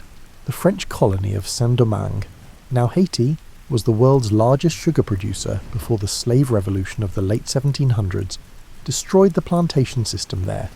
Spanish Cuba rose to prominence in the 1800s, becoming the last major sugar producer to abolish slavery, finally doing so only in 1886. The Industrial Revolution brought new technologies to sugar production. Steam-powered mills replaced animal and water power. Vacuum evaporation systems allowed boiling at lower temperatures, preserving more sugar and improving efficiency. Centrifuges spun raw sugar at high speeds, separating crystals from molasses far better than the old gravity drainage method. These innovations increased output while reducing labour requirements per tonne of sugar produced. The abolition of slavery across European colonies in the 1800s forced another transformation. Plantation owners turned to indentured labourers from India and China, people who were technically free but worked under contracts that barely differed from bondage. The suffering continued under new legal arrangements. Through all these changes, through centuries of human drama played out in cane fields and boiling houses, the plant itself remained constant. Sugarcane still grew best in tropical heat. It still required abundant water and rich soil. It still needed cutting by hand, at least until mechanical harvesters arrived in the mid-20th century. The fundamental nature of the crop shaped the societies that depended on it, creating patterns that persist to this day in sugar-producing regions. Dawn arrives differently on a modern sugarcane plantation. There are no conch shells summoning workers, no overseers with whips, no enslaved people dragging themselves to another day of forced labour. Instead, diesel engines cough to life. Mechanical harvesters warm their systems. GPS satellites track positions to within inches. The sugarcane industry has entered the 21st century, though much of the developing world still relies on traditional methods. You stand at the edge of a field in Brazil, the world's largest sugar producer. The plantation stretches to the horizon, thousands of acres of cane in various stages of growth. The organisation is immediately apparent. Fields are divided into neat blocks, each planted at different times to ensure continuous harvest throughout the season. Roads cut through at regular intervals, providing access for equipment. Irrigation pipes snake along the edges, ready to deliver water during dry periods. The variety growing here is not the same cane that ancient New Guineans cultivated. Modern sugarcane is the product of intensive breeding programs that have created hybrids optimized for sugar content, disease resistance, and mechanical harvesting. Scientists cross different varieties, test thousands of offspring, and select the rare individuals that show improvement over their parents. A successful new variety might take 10 years or more to develop, but the payoff in increased productivity is substantial. Planting begins with stem cuttings, just as it did 9,000 years ago, though everything else has changed. Modern plantations use mechanical planters that dig furrows, place cuttings at precise intervals, cover them with soil, and apply fertilizer in a single pass across the field. The efficiency is remarkable. A crew that once planted a few acres per day now plants dozens. The machines themselves are sophisticated agricultural equipment. They operate with multiple functions integrated into one chassis. The front section cuts furrows using angled discs that slice through soil and push it aside. The depth is controlled hydraulically, maintaining consistency even as terrain varies. Behind the furrow cutters, a conveyor system feeds cane cuttings from a hopper, dropping them into the furrow at programmed intervals. Sensors verify that each cutting lands properly positioned. If a cutting jams or falls incorrectly, the system alerts the operator who can stop and correct the problem. The cuttings come from dedicated seed nurseries, not from the main crop. These nurseries maintain pure strains of each variety, free from diseases and pests. Workers inspect each cutting before it leaves the nursery, ensuring quality control that would have amazed earlier generations of cane farmers. The attention to detail reflects the economic stakes. A plantation might invest hundreds of thousands of dollars in planting a single field, and poor quality seed stock could jeopardize that entire investment. The nurseries themselves are carefully managed environments. Irrigation is precise and scheduled. Pest monitoring is constant. Any sign of disease results in quarantine and destruction of affected plants. The cuttings taken for propagation come from mother plants that have been tested and verified disease-free. This system prevents the spread of viruses and other pathogens that can devastate sugarcane crops. Some diseases have no cure once established. Prevention through certified clean planting material is the only reliable defense. Once planted, the cuttings sprout within 2 to 3 weeks if conditions are favorable. First comes a single green shoot, then more, until each cutting produces a cluster of stems called a stool. These stems grow rapidly in the tropical climate, adding several inches per day during peak growth periods.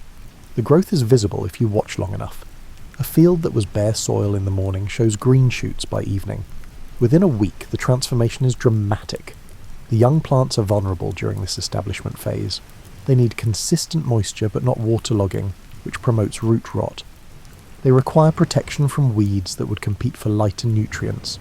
They need defense against insects that target tender young growth. Modern plantation managers address these challenges through integrated management systems that combine multiple approaches rather than relying on any single method. Within 4 months, the field transforms from bare soil to a forest of cane 8 feet tall.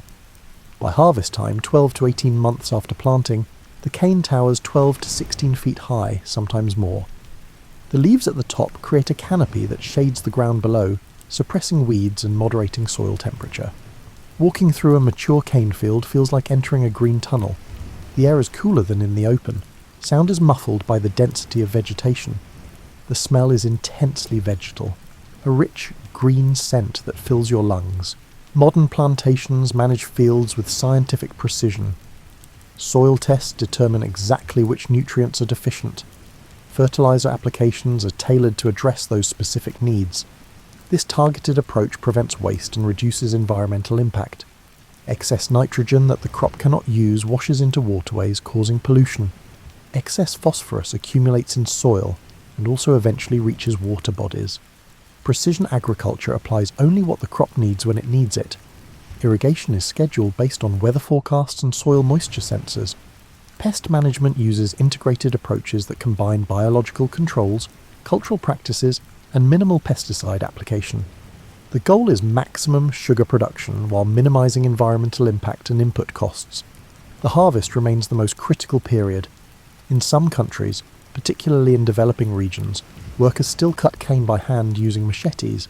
The technique has been refined over centuries.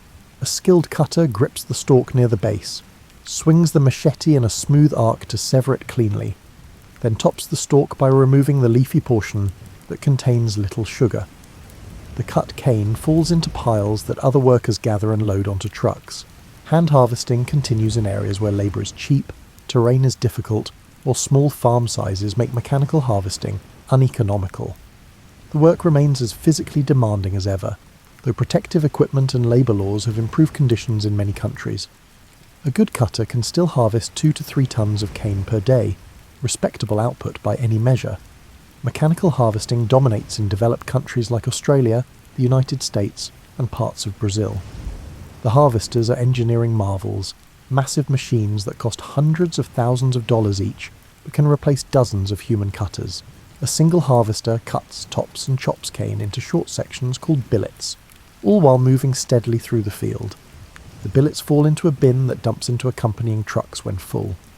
A modern harvester can process 30 to 40 tons of cane per hour, working day and night during peak season. The machines do have limitations. They struggle on steep slopes and in muddy conditions. They cannot match human cutters for selectivity, sometimes damaging immature cane or leaving short stumps that complicate the next crop cycle. They require skilled operators and regular maintenance, but their productivity is undeniable, and their use continues to expand wherever conditions permit. The harvested cane begins losing sugar content immediately. The cut ends dry out. Enzymes break down sucrose into simpler sugars. Bacteria and yeasts begin fermentation. This deterioration accelerates in hot weather. To minimise losses, modern plantations have strict rules. Cane must reach the mill within 12 to 24 hours of cutting. Trucks run continuously during harvest season, creating a steady stream from field to factory. At the mill entrance, trucks drive onto scales. The incoming weight is recorded, then the truck proceeds to the unloading area. Here, different systems operate depending on the mill design. Some use cranes with grappling hooks to lift cane from truck beds. Others have tip platforms that hydraulically tilt entire trucks, dumping their loads onto conveyors. The most modern facilities use automated systems that require minimal human intervention. The cane moves along conveyors to the preparation area. Here, revolving knives shred the stalks into smaller pieces. Crushers then pound these pieces, rupturing the cell walls and releasing the juice inside. This preparation increases the efficiency of the subsequent extraction process. The preparation equipment operates at impressive speeds. The revolving knives are arranged on horizontal drums that spin at hundreds of revolutions per minute. As cane passes through, the knives slice it into ribbons thin enough that your hand could crush them. The sound is tremendous, a roaring shriek of metal through fibrous material that requires hearing protection for workers nearby. The shredded cane emerges as a mat of fibrous strips, still damp with juice, but vastly easier to process than whole stalks. The crushers that follow are massive hammer mills fitted with hardened steel hammers that swing on pivots. As the shredded cane enters, the hammers beat it repeatedly, pulverizing the structure and rupturing the cells that contain sugar. The violence of this treatment ensures maximum juice release in the subsequent milling. The energy consumption is substantial. A large mill might use several megawatts of power just for cane preparation, equivalent to the electricity needs of a small town. The prepared cane enters the mill train, a series of heavy rollers that press progressively harder. The first mill removes most of the juice. The crushed material, called bagasse, passes to a second mill where water is added and the pressing repeated. This extracts additional sugar from the fibre. Some mills have 4 or 5 stages, each one squeezing out a little more juice until the bagasse emerges nearly dry. Each mill in the train consists of 3 massive rollers arranged in a triangular pattern. The cane mat passes between the top roller and the 2 lower rollers, which squeeze it from both sides simultaneously. The pressure applied measures in tons per linear inch, enough to compress the fibrous material to a fraction of its original thickness. Hydraulic systems maintain constant pressure even as the thickness of the cane mat varies. Sensors detect any unusual resistance that might indicate a metal object or other foreign material that could damage the rollers.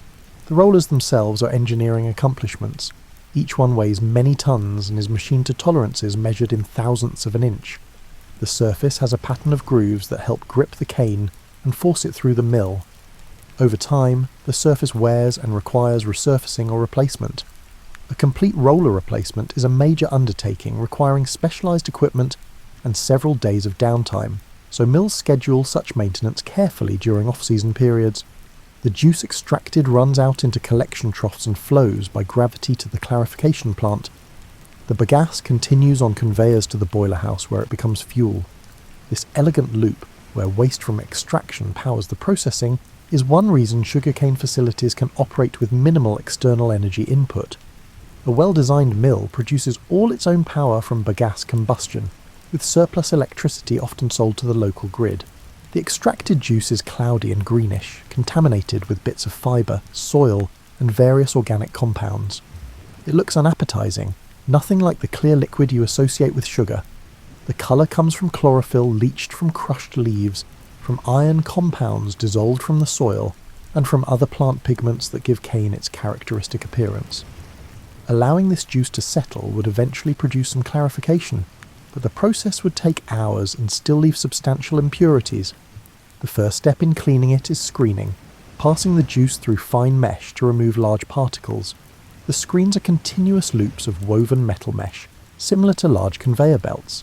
The juice flows onto the moving screen, which allows liquid to drip through while carrying solid material to a collection point for disposal.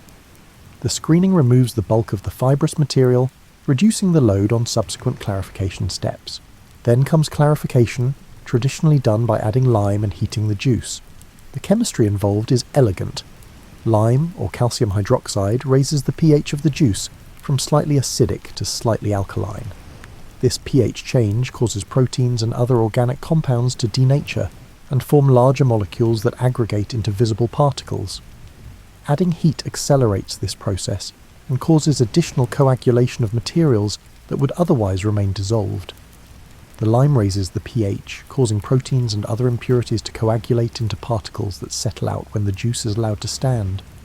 Modern mills use clarifiers, large tanks where the juice flows slowly, giving solids time to sink to the bottom.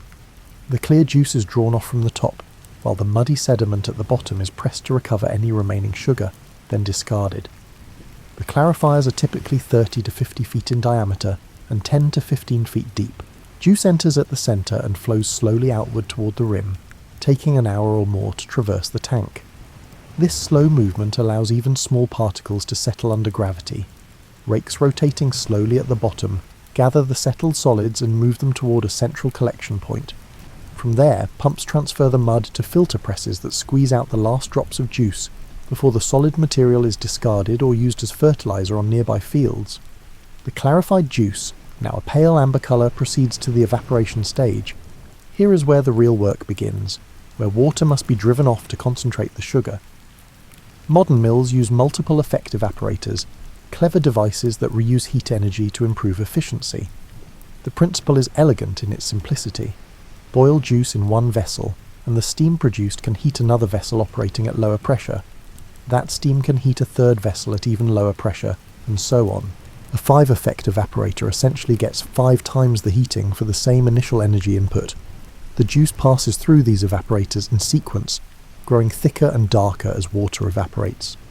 By the final stage, it has become a heavy syrup containing about 60% sugar. This syrup, not yet crystallized, proceeds to the vacuum pans. Vacuum pans are where the crystallization magic happens. These are large enclosed vessels that operate under reduced pressure, allowing water to boil off at lower temperatures. This is crucial because high heat can break down sucrose into other sugars, reducing the yield of recoverable crystals. The syrup is boiled under vacuum until it reaches supersaturation, the point where it contains more dissolved sugar than the laws of chemistry say it should. At this critical moment, workers introduce seed crystals, tiny particles of pure sugar that give the dissolved sugar something to cling to. The seed crystals grow as more sugar molecules arrange themselves into the orderly lattice structure of a crystal. The operator's skill determines the final crystal size. Too much seeding produces small crystals. Too little produces large, irregular crystals. The ideal is uniform medium-sized crystals that drain well and pack efficiently. When crystallization is complete, the thick mixture of crystals and molasses is called massacute. It flows from the vacuum pans to centrifuges, machines that spin at high speeds to separate crystals from the surrounding liquid.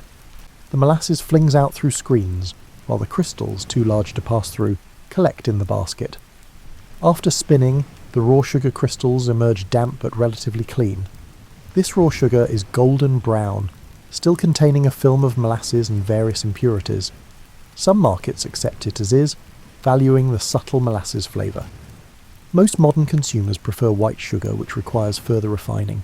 The raw sugar is dissolved again in water, treated with phosphoric acid and lime to precipitate impurities, filtered through bone char or synthetic resins to remove colour, and recrystallised. The result is the pure white crystals you know, 99.9% sucrose with minimal taste beyond sweetness. The process seems wasteful, dissolving and recrystallising multiple times, but it achieves the purity that modern food processing demands. White sugar is chemically consistent, completely predictable in cooking and baking. It stores indefinitely without change. It dissolves cleanly in beverages without cloudiness or off flavours. These qualities, invisible to ancient sugar makers, are now expected by consumers worldwide. The sugarcane stalk in your hand appears simple, just a thick grass stem filled with sweet juice. Yet inside this stem operates a chemical factory of remarkable sophistication. Understanding what makes sugarcane sweet requires diving into the molecular world, where sunlight becomes sugar through a process that still impresses scientists who study it. Photosynthesis drives everything. The cane leaves, broad and green, capture sunlight using chlorophyll molecules. This light energy splits water molecules, releasing oxygen as a byproduct and providing energy to combine carbon dioxide from the air with hydrogen from water to form glucose. The chemical equation is deceptively simple. The reality involves dozens of intermediate steps and specialised enzymes working in perfect coordination. Most plants stop there, using glucose for immediate energy, or converting it to starch for long-term storage. Sugarcane takes an additional step. It links glucose molecules in pairs to form sucrose, a disaccharide that consists of one glucose molecule bonded to one fructose molecule.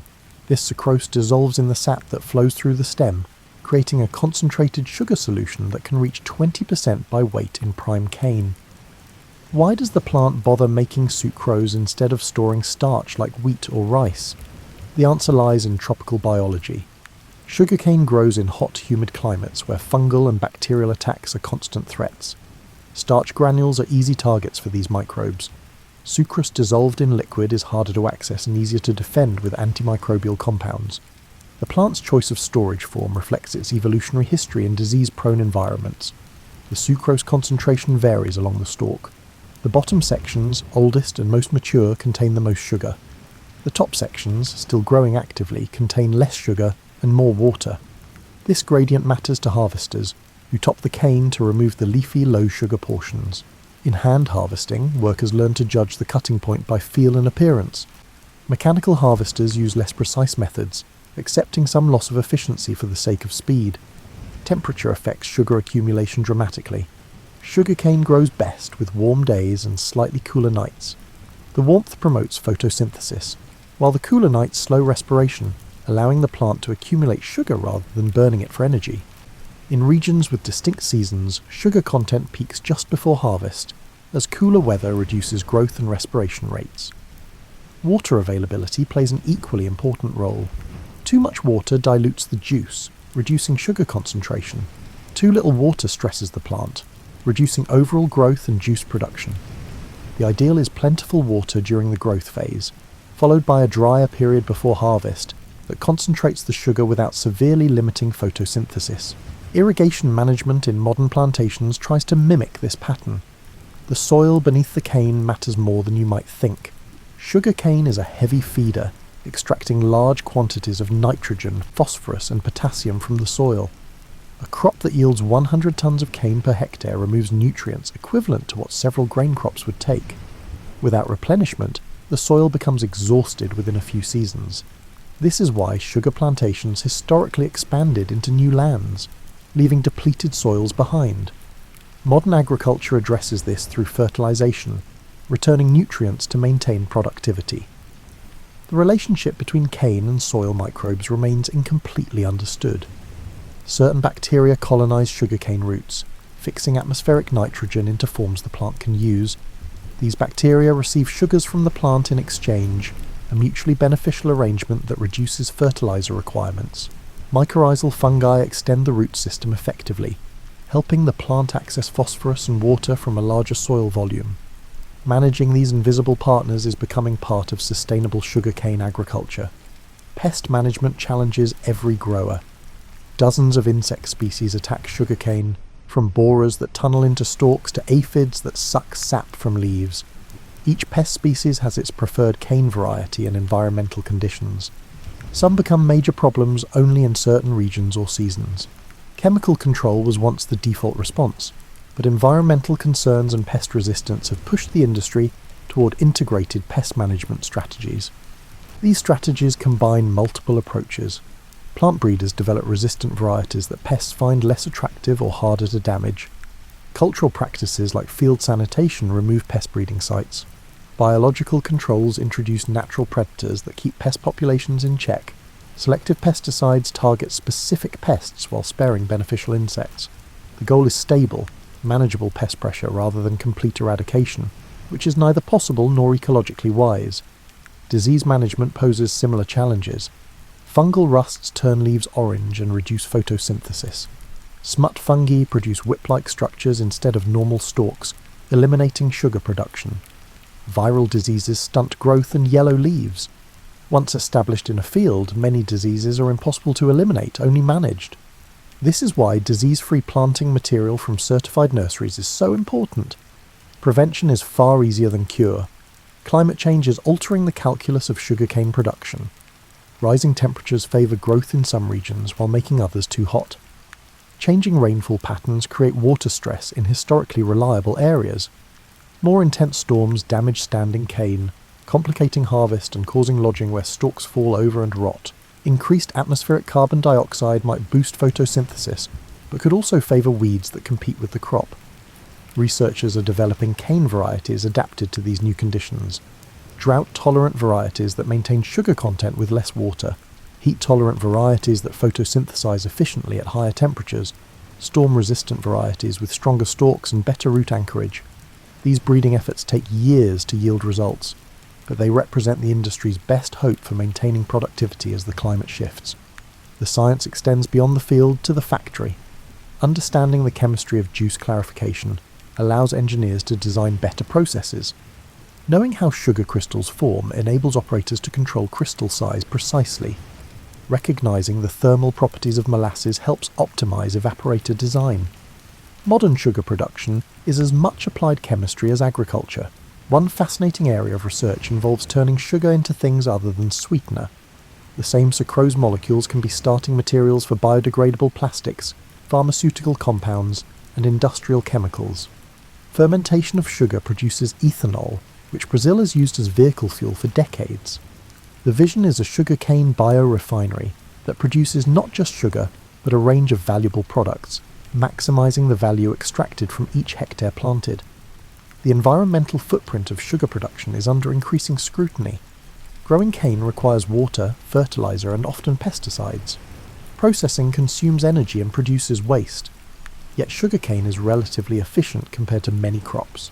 It captures solar energy well, produces high yields per hectare, and the bagasse provides renewable fuel for processing. Life cycle analyses suggest that sugar from cane has lower environmental impact than sugar from beets, the other major sugar crop. Improving this footprint further is possible. More efficient irrigation systems reduce water use. Precision agriculture applies fertilizers only where needed in the amounts needed. Biological pest controls reduce pesticide requirements. Factories recover more energy from bagasse and invest in cleaner technologies. The economics increasingly favour these improvements as resource costs rise and environmental regulations tighten. The story of sugar, from a molecular perspective, is one of elegant efficiency. Sunlight becomes glucose, becomes sucrose, becomes crystals, becomes the sweetness on your tongue. Each step involves precise chemistry occurring at room temperature, without harsh reagents or high pressures. The plant does most of the work. Human ingenuity simply extracts and purifies what the cane produces. The sugar bowl on your breakfast table contains no hint of the history inside it. The white crystals could have come from Brazil, India, Thailand, or any of dozens of producing countries. They might have been extracted from cane or from sugar beets, the European crop that eventually challenged cane's dominance. The only certainty is that somewhere, recently, a plant photosynthesized sunshine into sweetness, and industrial processes transformed that sweetness into the pure, crystalline form you casually spoon into your coffee. Your annual sugar consumption, if you are average, amounts to about £60. This is down from the peak in the late 20th century, but still far more than any pre-industrial person consumed. Some of this sugar you add directly, sweetening beverages or sprinkling on cereal. Most of it arrives hidden in processed foods. Bread contains sugar, pasta sauce contains sugar, yogurt, salad dressing, and canned soup all contain sugar. The food industry discovered long ago that a touch of sweetness makes almost everything more palatable and keeps customers coming back. The health implications of this high consumption have become impossible to ignore. Excess sugar contributes to obesity, diabetes, tooth decay, and possibly cardiovascular disease. Public health advocates call for reduced consumption and restrictions on marketing sugary products. The sugar industry defends its product and disputes the strength of the evidence. The debate rages while consumption patterns slowly shift toward less sugar and more artificial sweeteners. Yet sugar's role in food preservation deserves recognition. High sugar concentrations prevent microbial growth through a process called osmotic pressure. Bacteria and fungi need water to survive. In concentrated sugar solutions, water molecules bond to sugar molecules, becoming unavailable to microbes. This is why jams, jellies, and candied fruits last for months without refrigeration. Before refrigeration became common, sugar preservation kept fruits available year-round. Baking relies on sugar for more than sweetness. Sugar tenderizes dough by interfering with gluten formation. It helps cakes brown through caramelization and Maillard reactions. It retains moisture, keeping baked goods fresh longer. It provides food for yeast in bread making, speeding fermentation. Pastry chefs could list a dozen additional functions that sugar performs in their craft. Replacing sugar in recipes is rarely simple because it does so many things simultaneously. The beverage industry consumes enormous quantities of sugar. A single 12-ounce soft drink contains about 40 grams of sugar, roughly 10 teaspoons. Multiply this by billions of servings worldwide and you begin to grasp the scale. Soft drink manufacturers are among the largest industrial sugar buyers, purchasing on contract months or years in advance to secure supply and stabilize prices. The shift toward diet beverages using artificial sweeteners has reduced but not eliminated this demand. Many consumers still prefer the taste of real sugar.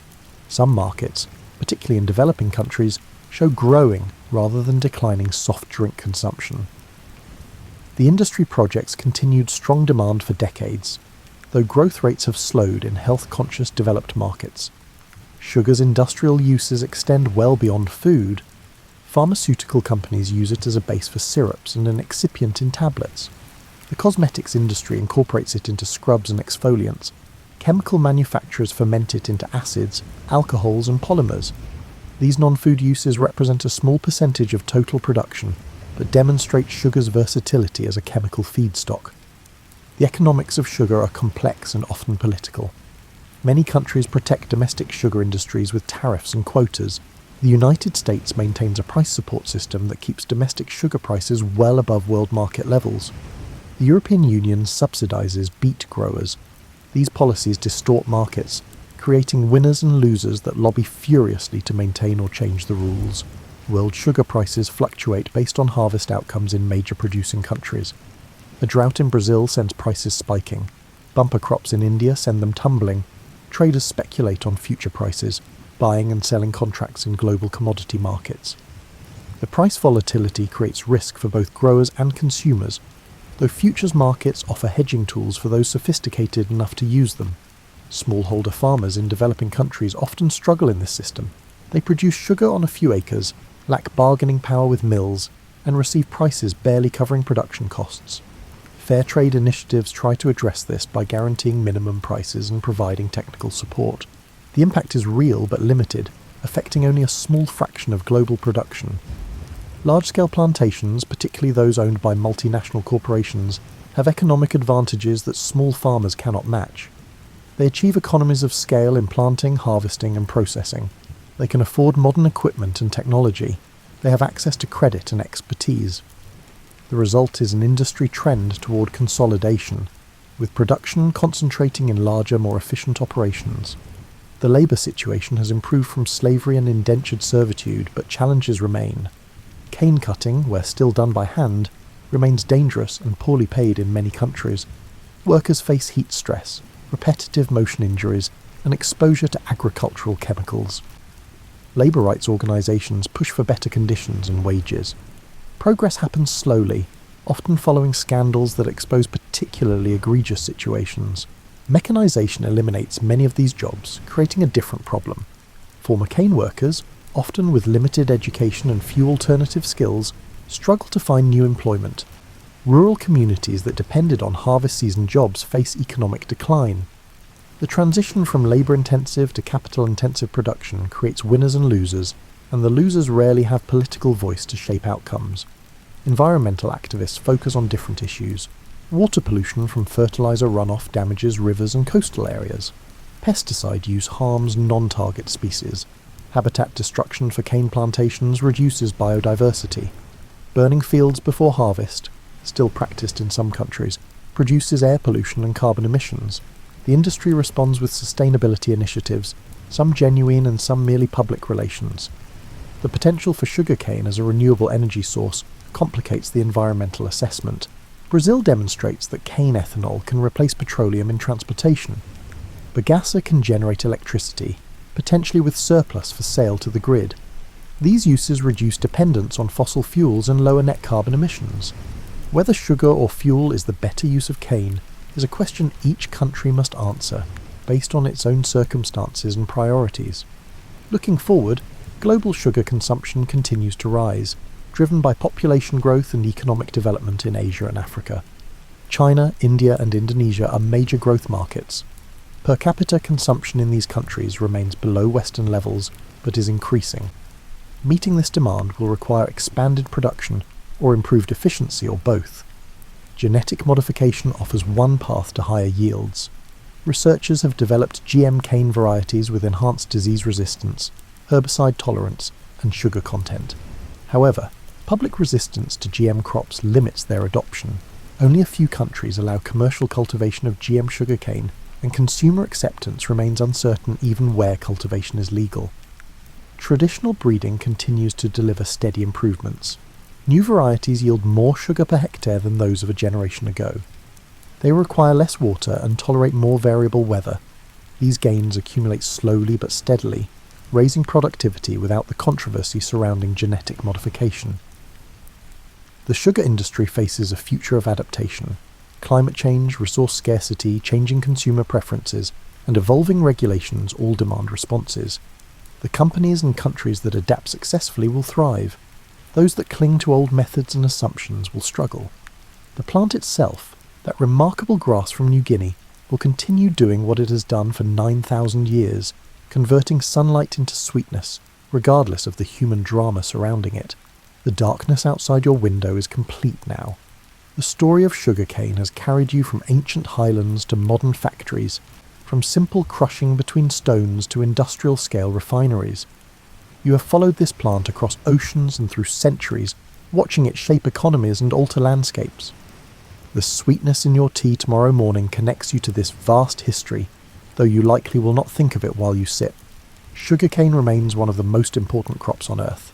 Grown on more than 26 million hectares worldwide, it produces over 1.9 billion tons of cane annually. About 80% of global sugar comes from cane, with beets providing the remainder.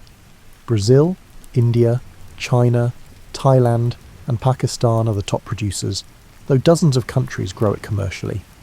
The plant that began in New Guinea has adapted to conditions from sea level to mountain slopes, from monsoon climates to irrigated deserts. Varieties now exist for almost every tropical and subtropical environment. Plant breeders continue developing new varieties, ensuring that sugarcane remains productive in changing conditions. The pace of improvement has actually accelerated with modern genetic tools and better understanding of plant biology. Processing technology continues to advance as well. New mill designs extract more juice with less energy. Crystallization methods produce purer sugar with higher yields. Waste management systems turn byproducts into valuable materials rather than environmental problems. The industry becomes more efficient each year, producing more sugar from each hectare planted and each ton of cane crushed. Yet for all this modernisation, something essential remains unchanged. Sugarcane is still a grass that photosynthesizes sunlight. It still requires planting, nurturing and harvesting. It still yields its sweetness through the same basic processes used thousands of years ago, just at much larger scale and higher efficiency. The fundamental persist beneath the technological overlay. The human relationship with sweetness predates sugarcane. We evolved to crave sweet tastes because they signalled calorie-rich foods in environments where calories were often scarce. Ripe fruit, honey, and sweet roots provided quick energy that improved survival. This biological drive made sugar instantly appealing when humans first encountered it. The plant simply offered a way to satisfy a craving built into our neurology. That craving has led us on a remarkable journey. We have bred the plant into varieties our ancestors would not recognise. We have built industries around it that employ millions. We have created cuisines that depend on its presence. We have fought wars partially motivated by control of sugar supplies. Few plants have influenced human history as profoundly as this humble grass. The future of sugar production will likely involve continued efficiency, improvements, and gradual expansion in developing countries where demand is growing. Climate change will shift production geography, favouring some regions while disadvantaging others. Water scarcity may limit expansion in areas that historically relied on irrigation. Labour costs and availability will continue driving mechanisation where conditions permit. The health debate surrounding sugar consumption will persist and probably intensify. Evidence linking excessive sugar intake to various health problems continues accumulating. Public policy responses, from soda taxes to labelling requirements, will affect consumption patterns. The industry will adapt, likely by diversifying into producing sugar alcohols, natural sweeteners from other plants, and non-food products from cane biomass. Sustainability will become increasingly important as consumers and regulators demand more environmentally friendly production. Organic sugar already occupies a small but growing market niche. Carbon-neutral production, where emissions from growing and processing are offset by carbon sequestration in soils and plants, may become a marketing advantage. Water-efficient production methods will be essential in water-scarce regions. The developing world will likely see the most change. As countries like India, Brazil and Thailand continue modernising their sugar industries, smallholder farmers face difficult choices: consolidate into larger, more efficient operations, or exit the industry entirely. This transition will reshape rural communities across the tropics, creating winners and losers on a massive scale. The developed world has already completed much of this transition. Sugar production in the United States, Australia and Europe is highly mechanised and dominated by large operations. Further efficiency gains are possible but incremental. These countries will likely maintain production levels while slowly reducing the labour force through automation and attrition. One intriguing possibility is sugar production moving into new regions as climate change alters suitability. Areas currently too cool for sugarcane might become viable in coming decades. This could redistribute production geographically, creating new sugar industries in unexpected places, while traditional regions face challenges from heat stress and water scarcity. The science of sugar will continue advancing. Researchers study everything from improving photosynthesis efficiency to engineering microbes that produce sugar from cellulose. Some envision a future where sugar comes from genetically modified bacteria, growing in fermentation tanks rather than from fields of cane. Whether such radical changes occur remains uncertain, but the research continues. What seems certain is that humans will continue craving sweetness, and some form of sugar will continue satisfying that craving. Whether from cane, beets, engineered microbes, or as yet unknown sources, sugar in some form will remain part of the human diet. The specific plant may change, but the fundamental relationship between humans and sweetness seems likely to persist. The story of sugarcane is ultimately a story about human ingenuity and desire. We took a wild grass and transformed it into an industrial commodity. We spread it across the world and built civilizations around its production. We developed sophisticated processing methods to extract its sweetness. We created uses for it far beyond simple consumption. All this effort sprang from a basic biological craving for sweet tastes. Tomorrow morning, when you add sugar to your coffee, you participate in a ritual that connects you to billions of people across time and space. The person in ancient India who first boiled juice into crystals. the enslaved African forced to harvest cane in the Caribbean, the modern Brazilian farmer managing hundreds of hectares with GPS-guided equipment, the factory worker monitoring crystallization in a vacuum pan. All of you are part of the same story, separated by time and circumstance, but united by involvement with this remarkable plant. The sweetness on your tongue is 9,000 years of history condensed into a crystal. It is sunlight captured and concentrated, transformed from photons into molecules through biological processes we barely understand. It is human desire made tangible, a craving satisfied through agriculture and industry working in concert. It is, in its way, a small miracle that we take for granted because it happens a billion times a day across the world. So sleep well tonight, dear friend. Let the story of Sugarcane carry you gently into rest. Tomorrow the sun will rise again, and somewhere fields of cane will grow, and the ancient cycle will continue. The plant that changed the world grows on, converting light into sweetness, sustaining industries, shaping landscapes, and satisfying that fundamental human craving for just a little more sugar in our lives. Sweet dreams await you, as sweet as the cane juice that flowed from crushed stalks 9,000 years ago, and as sweet as the refined crystals that sweeten your morning coffee. Rest now, and thank you for sharing this journey through time and across continents. If you enjoyed wandering through the fields of history with me tonight, I hope you will return for another story soon.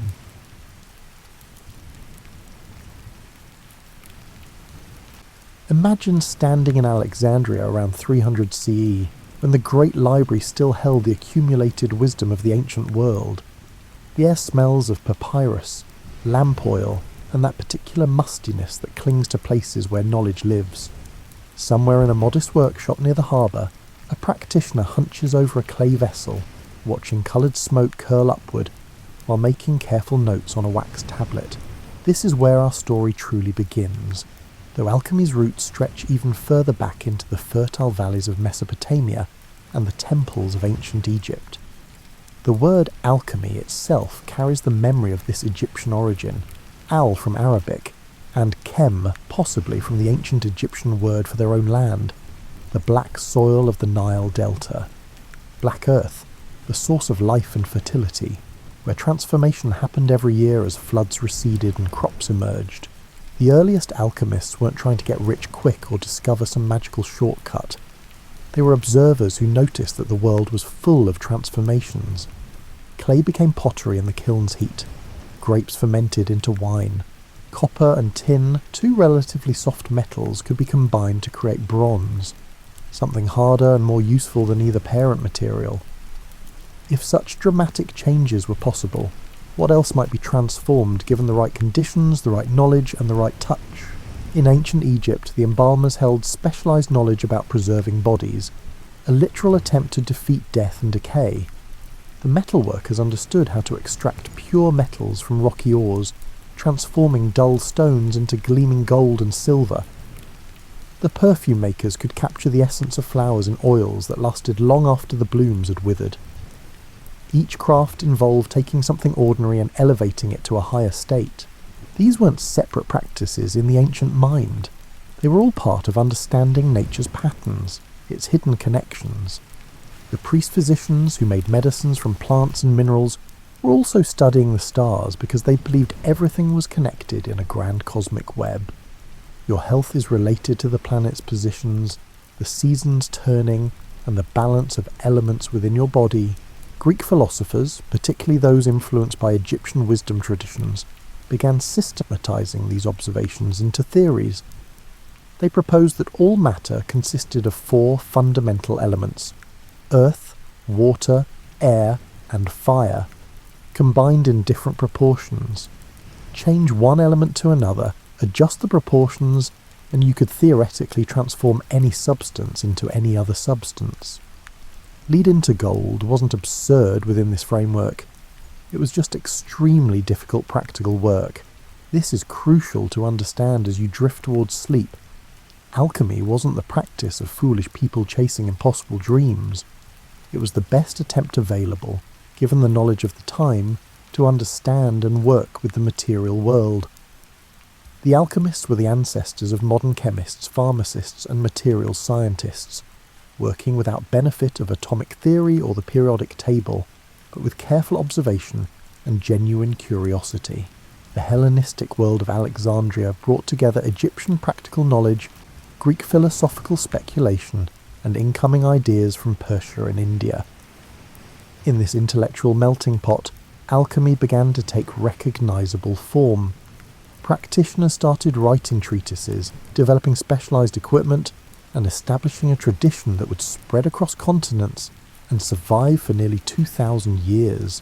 These early alchemists developed the athanor, a specialized furnace that could maintain consistent temperatures for days or weeks, crucial for their long processes. They created alembics for distillation, retorts for heating substances in controlled conditions, and sophisticated glassware for separating and purifying materials. Walking into an alchemical laboratory in the 3rd century would have felt surprisingly familiar if you'd ever visited a modern chemistry lab, though you'd notice the absence of safety goggles and the presence of considerably more mystical inscriptions. The Roman Empire's decline scattered this knowledge like seeds on the wind. Some texts were preserved in Byzantine libraries, carefully copied by monks who might not have fully understood what they were preserving. Other manuscripts travelled east, finding new homes in Persian and eventually Arabic-speaking courts. The great work of alchemy was beginning its long journey through cultures and centuries. Let's move forward several centuries and travel east to the Islamic Golden Age, when Baghdad was the intellectual centre of the world. The year is around 800 CE, and you're standing outside the workshop of Jabir ibn Hayyan, whose name the medieval Europeans would later mangle into Geber. Jabir's workspace is a wonder of careful organisation. Rows of glass vessels line wooden shelves, each labelled with careful Arabic script. The central workbench holds a complex arrangement of flasks connected by tubes, positioned over carefully tended charcoal braziers. The smell here is complex. The mineral tang of sal ammoniac, the sweet sharp scent of various tinctures, and the ever-present background of smoke and heated metal. It's not unpleasant, just intensely present, the smell of transformation itself. Jabir represents a turning point in alchemical history. Where earlier practitioners often wrote in vague symbolic language, he insisted on careful observation and detailed record keeping. He understood that reliable knowledge came from repeatable processes. If you couldn't describe your method precisely enough for another practitioner to duplicate it, you didn't really understand what you were doing. This is surprisingly modern thinking for the 9th century. Jabir developed systematic classification schemes for substances, distinguishing between what we'd now call elements, compounds, and mixtures. He described processes like distillation, crystallization, and sublimation with such clarity that his instructions can still be followed today. He understood that mercury could dissolve gold, that substances had characteristic reactions that could identify them, and that careful control of temperature and timing could mean the difference between success and disaster. But Jabir was working within the theoretical framework of his time, which viewed matter very differently than we do now. He believed that all metals were composed of mercury and sulfur in varying proportions and degrees of purity. Gold was perfectly balanced mercury and sulfur, completely purified. Lead was unbalanced and impure. Therefore, transforming lead into gold meant purifying and rebalancing its fundamental components. Theoretically possible, just technically challenging. The alchemical laboratory became a place where philosophy met practice, where abstract theory encountered stubborn material reality. The work required patience that modern people might find hard to fathom. Processes could take weeks or months, requiring constant attention and adjustment.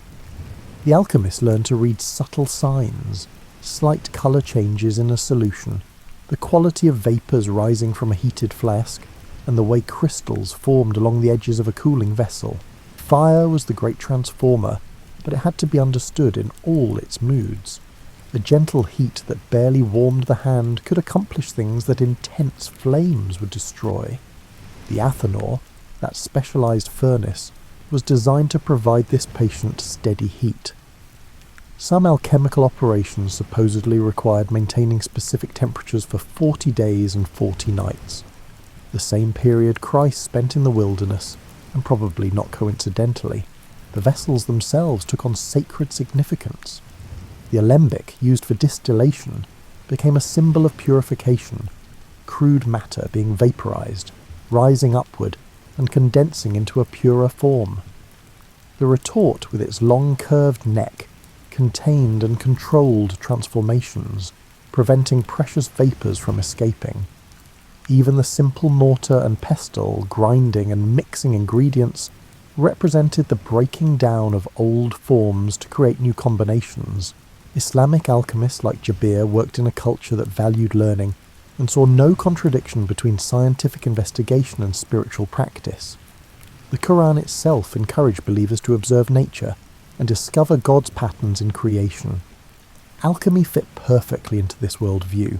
It was simultaneously practical chemistry, philosophical investigation, and spiritual discipline. The substances they worked with acquired layers of meaning. Mercury, liquid and silvery, was understood as the principle of fusibility and volatility. It represented the soul or spirit of metals. Sulphur, which burned with that characteristic acrid smell, was the principle of combustibility. It represented the soul or animating force. Salt, which remained after burning, was the principle of fixity and permanence. It represented the body. Everything in the alchemical worldview was composed of these three principles in varying combinations. As Islamic civilization spread from Persia to Spain, alchemical knowledge travelled with it.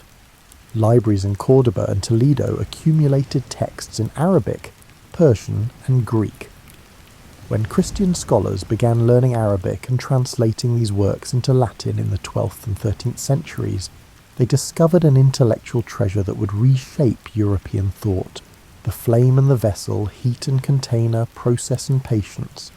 These became the fundamental tools of transformation. The alchemist learned to work with nature's timing rather than against it, understanding that some changes couldn't be rushed. You couldn't hurry the maturation of gold any more than you could hurry the growth of an oak tree from an acorn. Both required proper conditions and sufficient time. Now let's turn our attention to what might be alchemy's most famous quest, the search for the elixir of life, the substance that could cure all diseases, restore youth, and grant immortality itself. This wasn't a side project or a fantasy addition to serious alchemical work. For many practitioners, it was the ultimate goal. More important even than transmuting base metals into gold, the logic within their framework was compelling. If substances could be purified and perfected, lead into gold, crude ore into gleaming metal, why couldn't the human body be similarly transformed? If alchemy was about understanding and working with nature's principles of transformation, surely the ultimate transformation would be conquering death itself. Chinese alchemists pursued this goal with particular intensity, and their work influenced practices across Asia and eventually reached the Islamic world and Europe. In China, the quest for immortality connected deeply with Taoist philosophy, which saw the human body as a microcosm of the universe. If you could achieve perfect internal balance, harmonizing the body's energies with cosmic forces, you might transcend ordinary mortality. The legendary elixir took many forms in different traditions. Sometimes it was described as a liquid, clear as water or golden as honey. Other accounts spoke of it as a powder or stone, something solid that could be dissolved in wine or water. The Chinese termed it the pill of immortality, while Islamic and European alchemists called it the elixir, from the Arabic elixir, meaning the substance itself, or perhaps a powder for making solutions. What's fascinating as you settle deeper into your pillows is that the search for this elixir led to genuine medical advances. Alchemists experimenting with mineral and plant substances discovered compounds that actually worked as medicines. The distillation processes they developed for purifying the elixir gave us stronger, more reliable medicines. Their careful observations of how substances affected the body contributed to understanding physiology and pharmacology. Paracelsus, a Swiss physician and alchemist of the 16th century, revolutionized medicine by treating diseases with carefully prepared chemical medicines rather than relying solely on herbs. He believed the body was essentially a chemical system, and diseases were chemical imbalances that required chemical corrections. This was radical thinking that earned him both devoted followers and fierce critics. His approach, though sometimes spectacularly wrong in details, pointed toward modern pharmaceutical chemistry. The preparation of the elixir supposedly required the same patience and spiritual preparation as creating the philosopher's stone, the substance that could transform lead into gold. Many texts suggested they were actually the same thing or intimately related. The stone that perfected metals would also perfect the human body, making sense within the alchemical worldview where microcosm and macrocosm reflected each other. Recipes for the elixir varied wildly, partly because alchemical texts deliberately obscured their methods with symbolic language. One 14th century European text describes a process involving repeated distillations of wine, mixed with various herbs, minerals, and even gold itself, the entire operation conducted according to astrological timing. The final product was supposedly a clear liquid that glowed faintly in darkness and smelled of roses and something indefinable. Whether anyone ever produced such a substance is doubtful. What we know is that the quest led practitioners to develop increasingly sophisticated techniques for purification and concentration. They learned to extract the quintessence, literally the fifth essence beyond the four elements from plants and minerals. These concentrated extracts were often genuinely potent, though not in the magical ways practitioners hoped. The elixir wasn't just about physical immortality. In Chinese alchemy particularly, and increasingly in Islamic and European traditions, it represented spiritual transformation. The process of creating the elixir mirrored the process of spiritual refinement.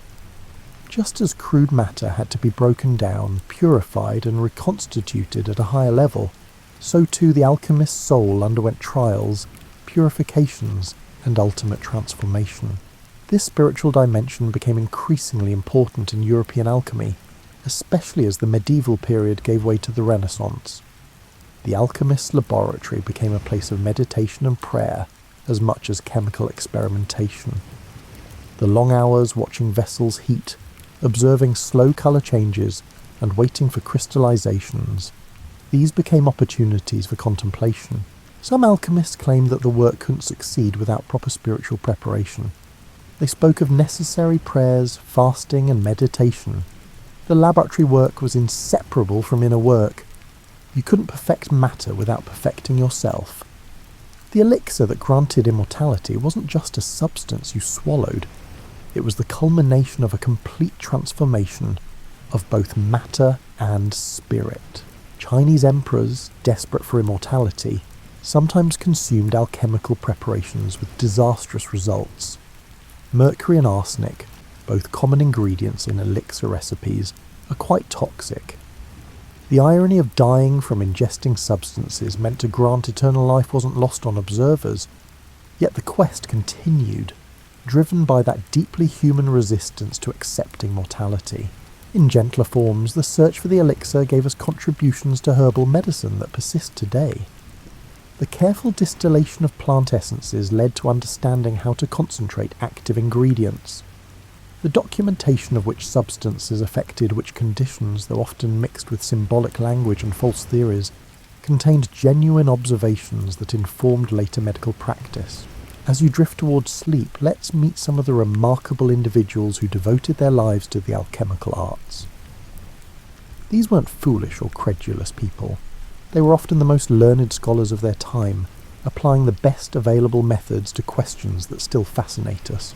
In medieval Europe, Albertus Magnus, Albert the Great, was a Dominican friar whose interests ranged across all available knowledge. Born around 1200, he wrote extensively on logic, theology, mathematics, and natural philosophy. His works on minerals and metals show careful observation mixed with alchemical theory. He described how to test whether metals were pure, catalogued their properties, and discussed various attempts at transmutation he had witnessed or heard about. His student Thomas Aquinas would become more famous for theology, but both teacher and student saw no contradiction between faith and investigating nature's secrets. Roger Bacon, an English Franciscan friar of the 13th century, advocated for experimental methods and mathematical analysis in studying nature.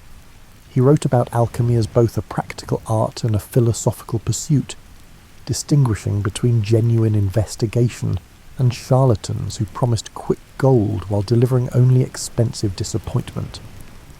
Bacon understood that real knowledge required patient observation and careful testing. Principles that seem obvious now but were revolutionary for his time. Let's visit the laboratory of a 15th century alchemist, perhaps in Prague or Florence. The room occupies the top floor of a comfortable house. Alchemists needed privacy and good ventilation for their work. Morning light streams through tall windows, illuminating floating dust motes and catching the glass vessels arranged on shelves. The furnace, carefully built of brick and clay, occupies one corner, its fire carefully banked overnight, but now being coaxed back to working heat. Our alchemist, let's imagine her, since women did practice alchemy despite rarely receiving credit, begins her day by checking the various operations in progress. One flask contains a solution that's been slowly evaporating for 2 weeks, with crystalline formations just beginning to appear at the edges. Another holds a substance undergoing digestion, sealed and kept at body temperature in a bath of warm water and sand. A third sits in a sunny window, where sunlight gradually works its transformative effect on the prepared materials within. She makes careful notes in her journal, using the elaborate symbolic language that protects alchemical secrets from the uninitiated. A circle with a dot represents gold and the sun. A crescent is silver and the moon. Various animals, the green lion, the red dragon, and the white swan, symbolize specific substances and stages of the work. To the untrained eye, her notes look like mystical gibberish. To another practitioner, they're a precise recipe and progress report. By the 16th century, European courts often employed alchemists, sometimes multiple ones competing for patronage. The Holy Roman Emperor Rudolf II, ruling from Prague, collected alchemists the way some collectors accumulate stamps. His Prague court became a haven for alchemical investigation, attracting practitioners from across Europe. Some were genuine researchers, others were impressive con artists, and most were probably something in between. One of the most intriguing figures was John Dee, advisor to Queen Elizabeth Thurcer of England. Dee was a mathematician, astronomer, and alchemist who served as a kind of chief science officer to the English court. His library was among the finest in Europe, and his interests range from practical navigation problems, crucial for England's growing maritime power, to attempting communication with angels through elaborate symbolic systems. He represents that characteristic Renaissance blending of what we'd now consider science, magic and religion into a unified pursuit of knowledge. The boundary between alchemy and medicine remained fluid. Physician alchemists like Paracelsus and his followers treated diseases with carefully prepared mineral and chemical medicines. They developed tinctures, extracts, and compounds that actually worked, though often not for the reasons they believed. The drinkable gold preparations that wealthy patients consumed probably didn't extend their lives, but some of the mercury and antimony compounds prepared by alchemical methods did treat certain conditions, despite being rather toxic by modern standards. Women's role in alchemy deserves more attention than it usually receives. While men dominated public alchemical discourse, women participated in the actual work, particularly in family workshops where husbands and wives often worked together. Some women operated their own laboratories, though they faced the usual obstacles of limited education opportunities and social restrictions. The legendary Maria the Jewess, supposedly working in Alexandria around the 3rd century, is credited with inventing the double boiler, still called a bain-marie in her honour, and improving distillation apparatus. Whether she actually existed is debated, but the equipment attributed to her certainly did.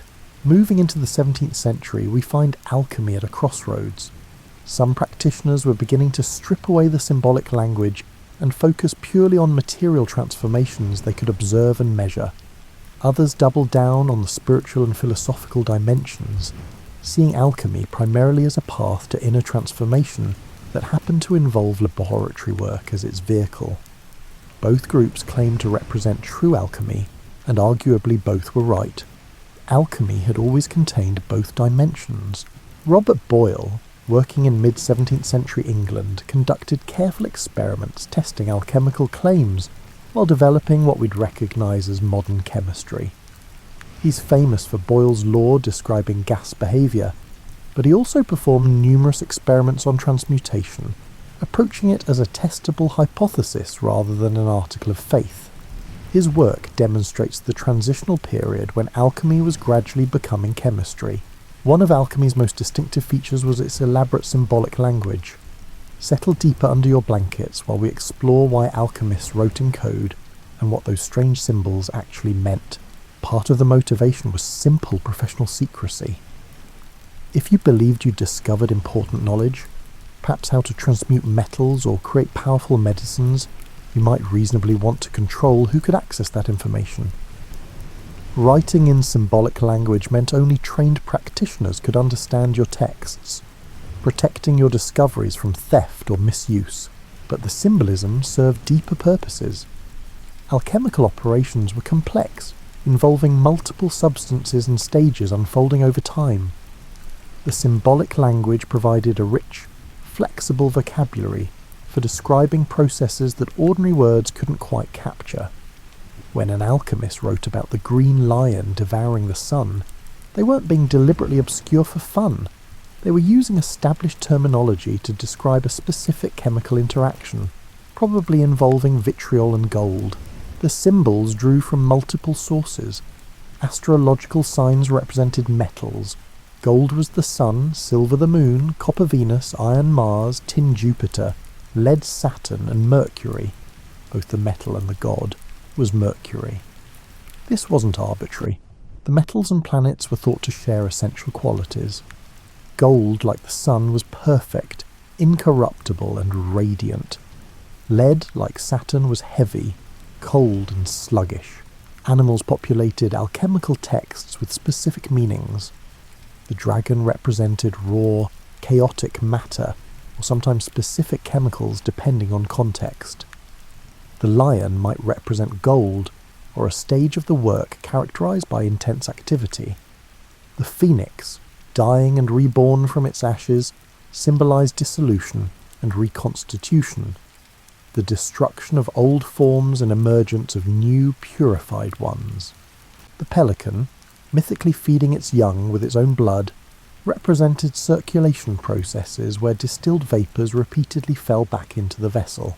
Colours marked crucial transitions. The work typically proceeded through stages identified by colour changes, the nigredo or blackening, when matter broke down into chaos, the albedo or whitening, representing purification, the citrinitas or yellowing, a transitional stage, and finally the rubedo or reddening, marking completion and perfection. These weren't arbitrary labels. Actual colour changes occurred during chemical operations, and practitioners learned to read them as signs of progress or problems. The most famous alchemical symbol was probably the Ouroboros, the serpent eating its own tail, forming a circle. It represented cyclic processes, the unity of beginning and end, and the principle that transformations were fundamentally circular rather than linear.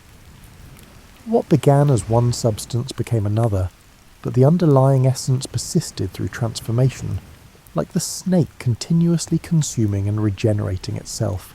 Encoded in the symbolic language was often genuine chemical knowledge.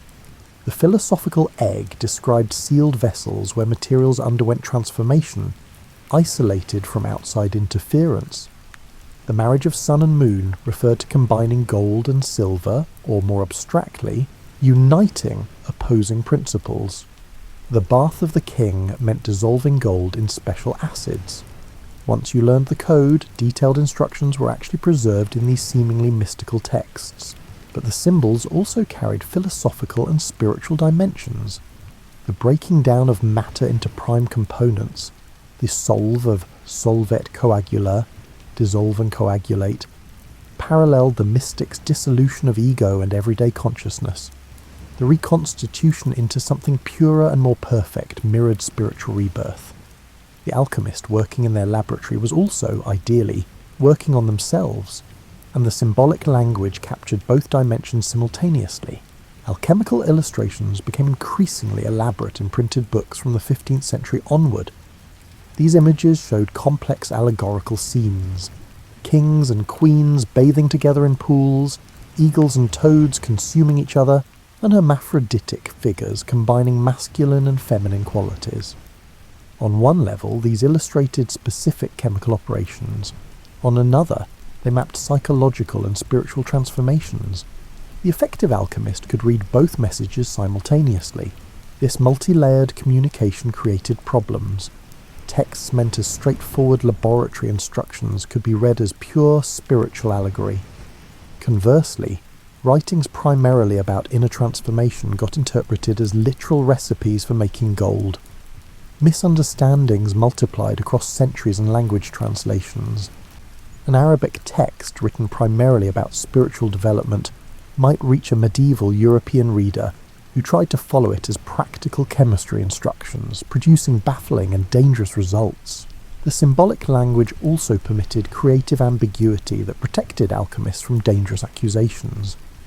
During periods of religious intolerance, writing that could be read multiple ways provided safety.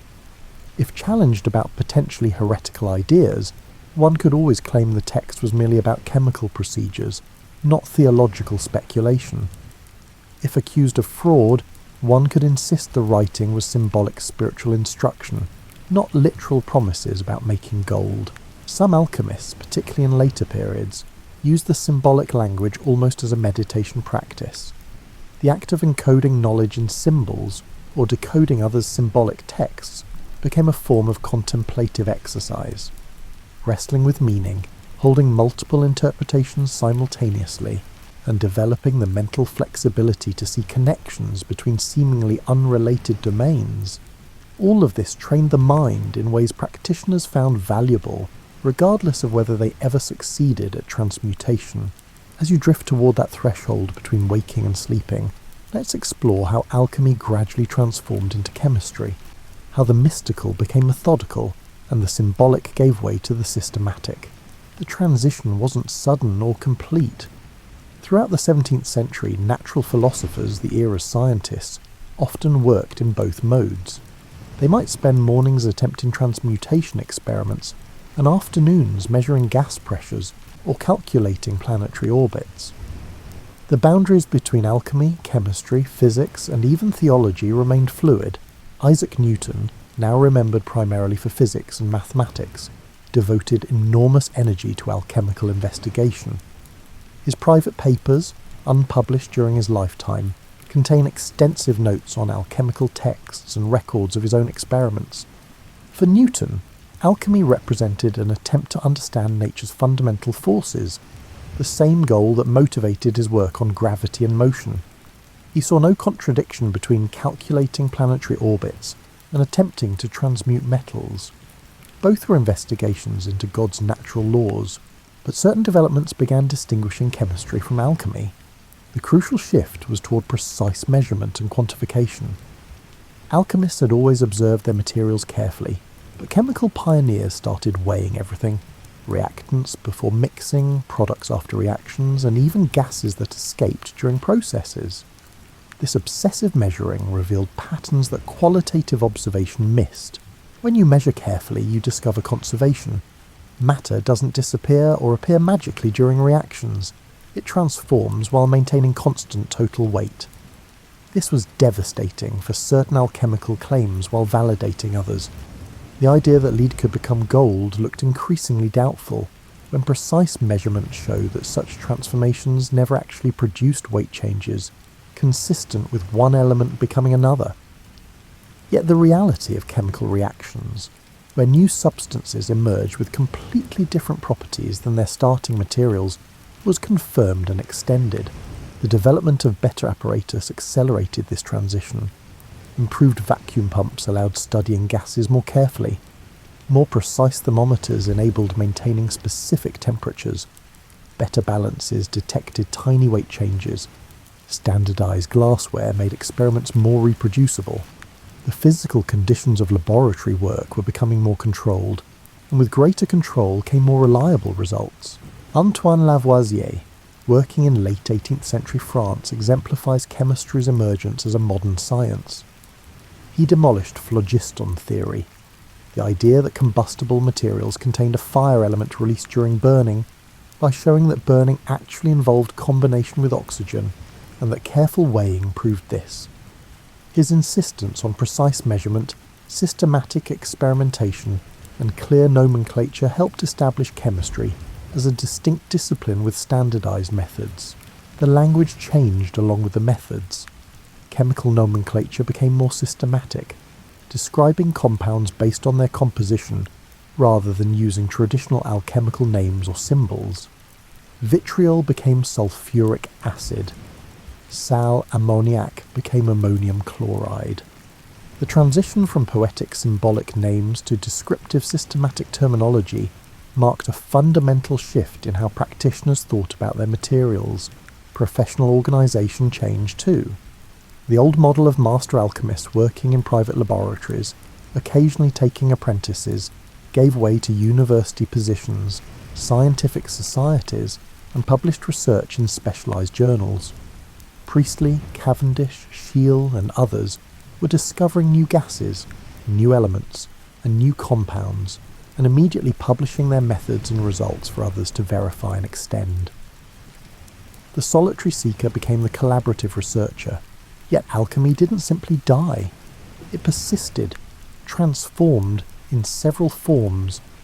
Some practitioners continued traditional alchemical work, seeing themselves as guardians of ancient wisdom that modern materialist science had abandoned. Organisations like the Rosicrucians and various Hermetic societies maintained alchemical traditions, though increasingly emphasising spiritual rather than material aspects. Meanwhile, chemistry absorbed alchemy's techniques and questions while discarding its theoretical framework. The careful distillations, the specialised apparatus, the patient observation of material transformations, all of this persisted and developed further. What changed was the explanatory framework, the theoretical understanding of what was actually happening during chemical reactions.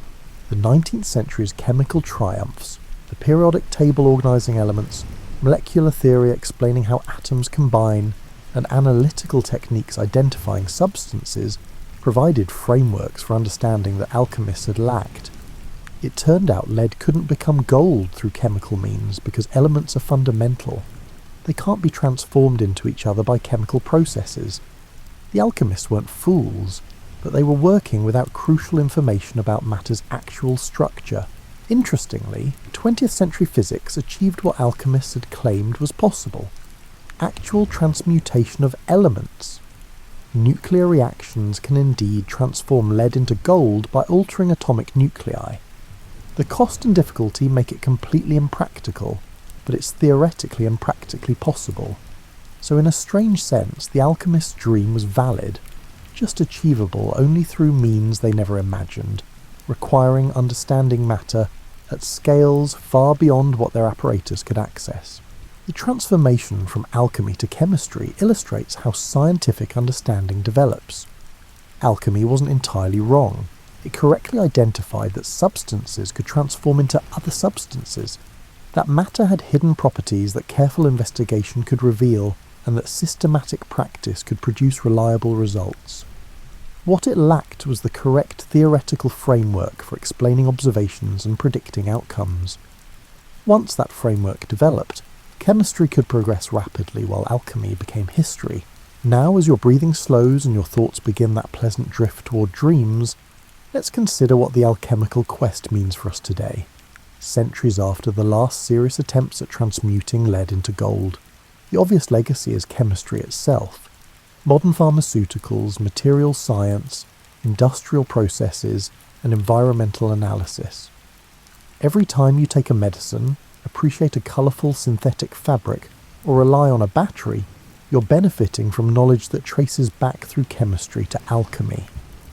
Techniques developed by those patient practitioners, watching their vessels and tending their furnaces, evolved into methods that shape contemporary life, but something deeper persists too. The alchemical quest was ultimately about transformation, and that remains profoundly human. We still seek ways to transform ourselves through education, therapy, spiritual practices, and physical training. We pursue transformations of our societies through political movements, technological innovation, and cultural evolution.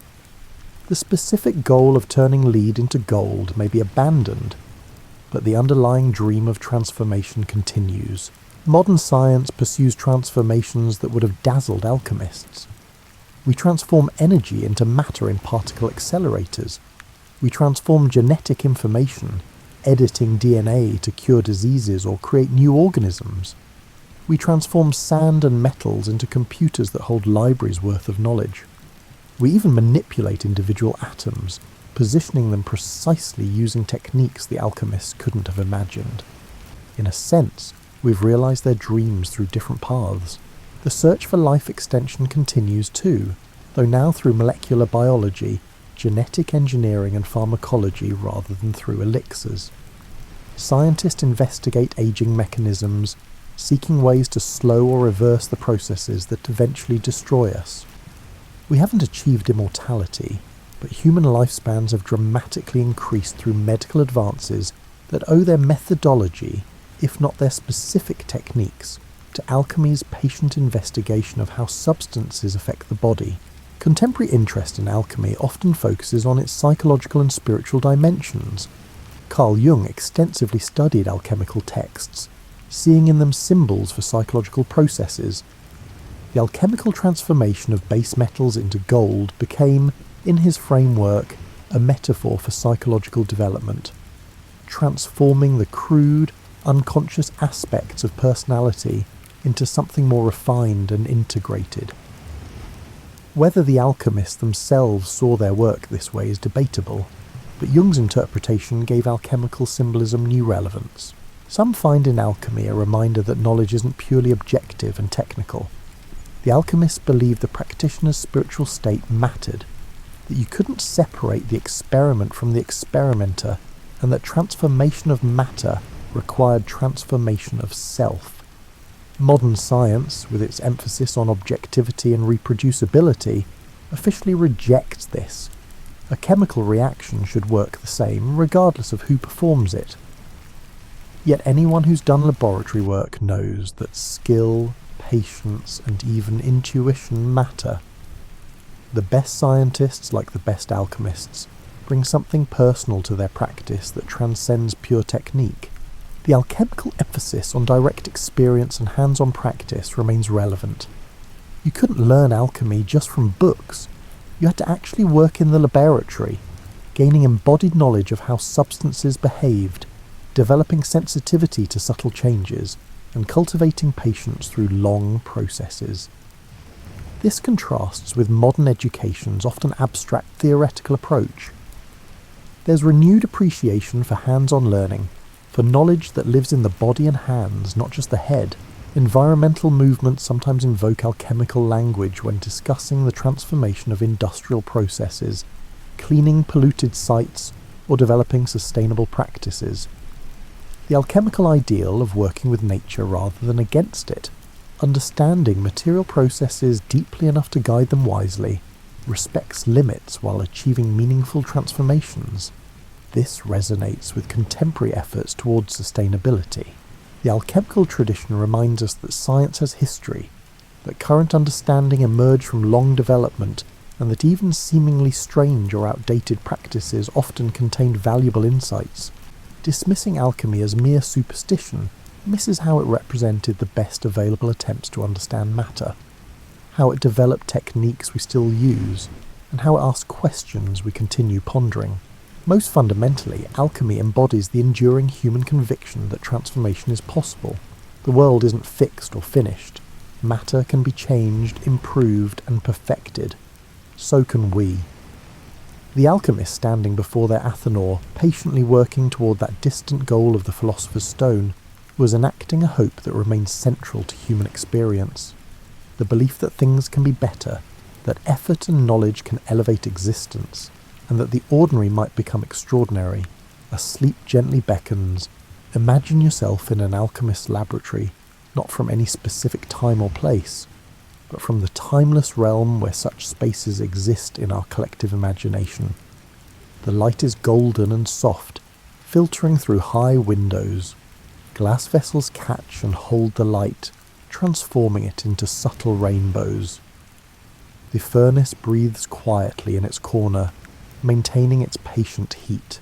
The air here smells of mysteries, incense and minerals, aged parchment and growing things, and the metallic tang of transformation. Nothing feels rushed. Time moves differently in this space, following its own rhythms. A slow drip of distillation, the gradual shift of colour in a sealed flask, the almost imperceptible growth of crystals. These define the pace. On the workbench lie open books with hand-drawn illustrations, symbolic animals, elaborate diagrams, and careful notations in languages you half recognise. The symbols seem to shift slightly when you're not looking directly at them, as though they contain meanings that can't be fixed in place but must be approached sideways, through peripheral vision and intuition. The laboratory is also a garden. Herbs grow in terracotta pots on windowsills, each plant selected for specific virtues.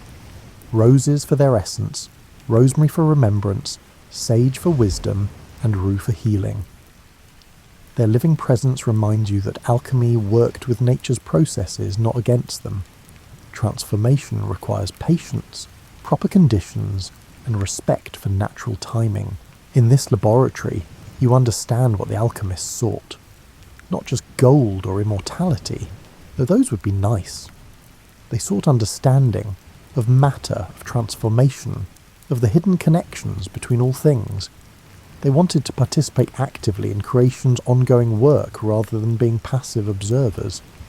They believed humans could collaborate with nature's processes, guiding transformations that elevated both matter and spirit. The vessels on the shelves represent stages of the great work, each containing its own lesson.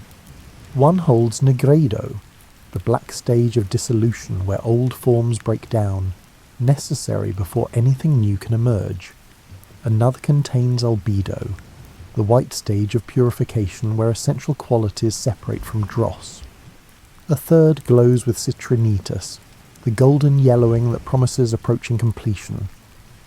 And somewhere, perhaps still in process, the Rubedo awaits, the red of perfection, of transformation completed.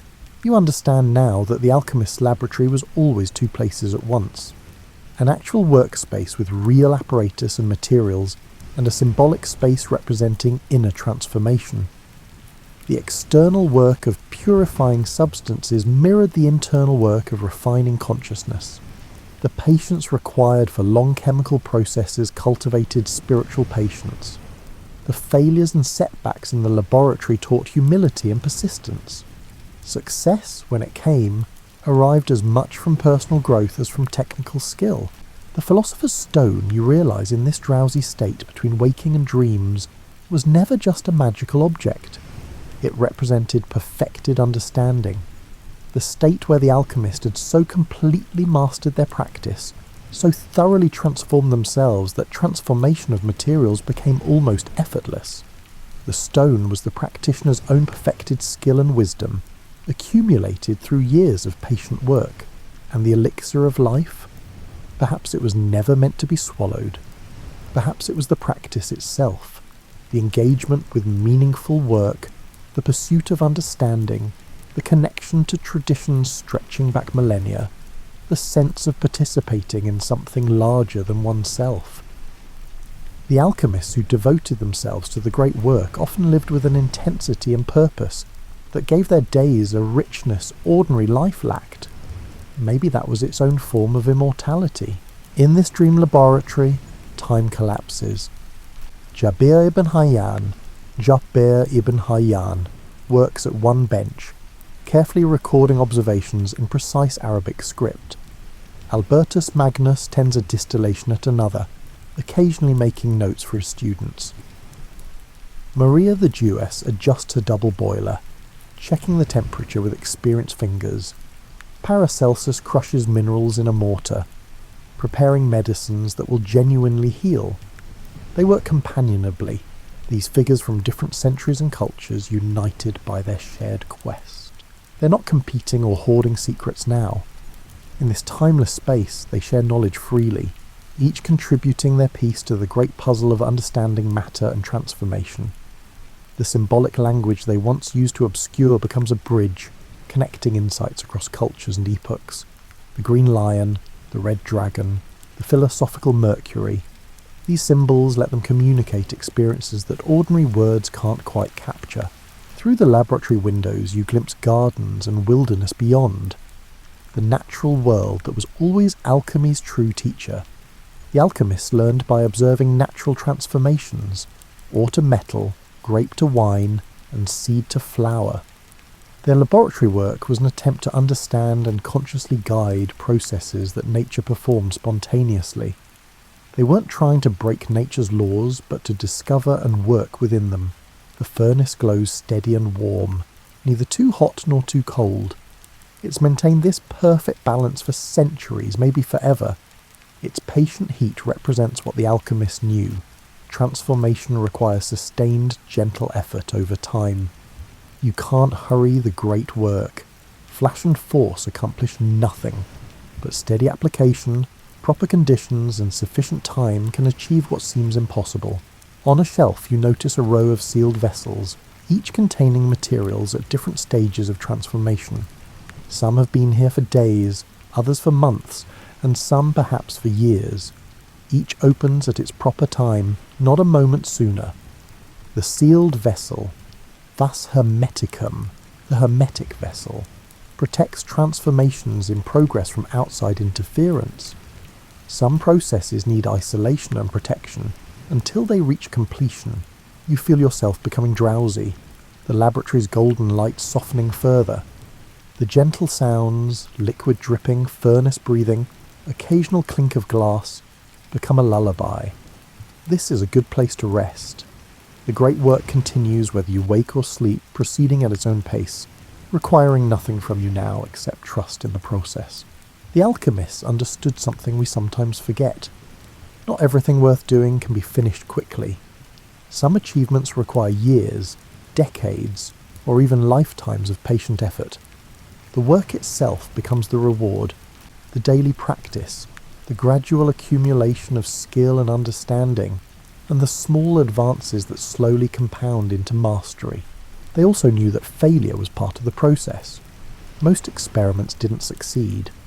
Most attempts to create the Philosopher's Stone or the Elixir of Life produced only colourful disasters, expensive messes, or nothing at all. But each failure taught something.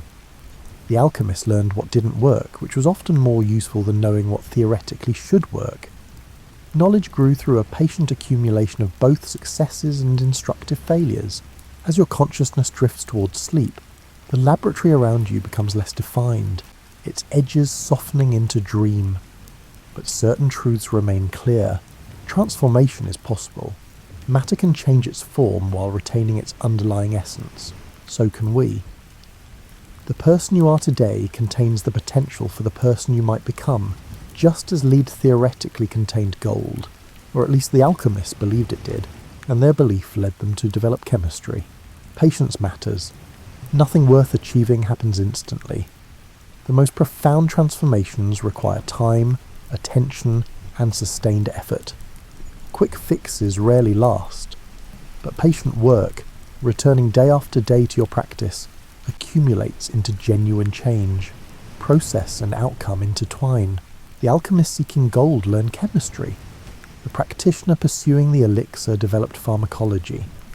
The mystic investigating symbolic transformations gained psychological insight.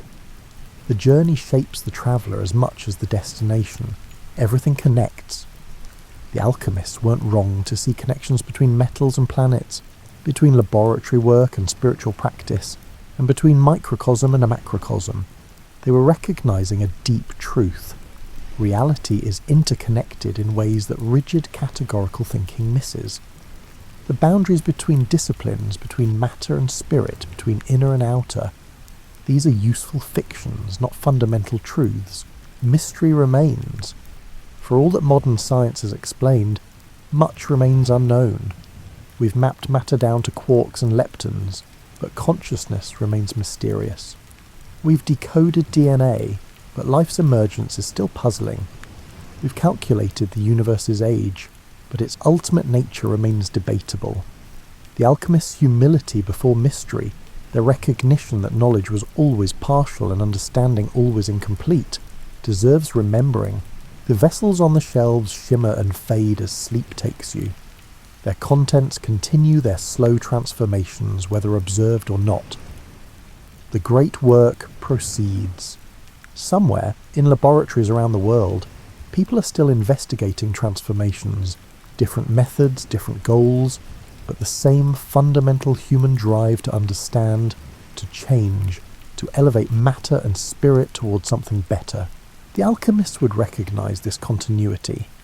They understood that knowledge was collective and cumulative, that each generation built on previous work, and that today's impossible might become tomorrow's routine. They stood in a tradition that stretched behind them to Egyptian temples and ahead to laboratories they couldn't imagine. We stand in that same tradition, connecting past and future through present practice. As you finally slip into sleep, a last image, that ancient symbol, the Ouroboros, the serpent eating its own tail, beginning and end meet. Transformation is circular, not linear. What dissolves will reconstitute. What breaks down will rebuild. What seems like an ending is really another beginning. The great work never truly finishes. It just continues in new forms, new context, and new practitioners taking up tools their predecessors laid down. Sleep now. Dream of furnaces and vessels, of patient transformations, of substances changing their nature while retaining their essence. Dream of the long chain of seekers stretching back through centuries, each contributing their piece to understanding. Dream of gardens where herbs grow under careful tending, of libraries where ancient texts preserve hard-won wisdom, of laboratories where careful observation reveals nature's patterns. The alchemists are sleeping too, those patient workers of transformation. But their work continues in every chemistry lab, every pharmaceutical company, and every materials science experiment.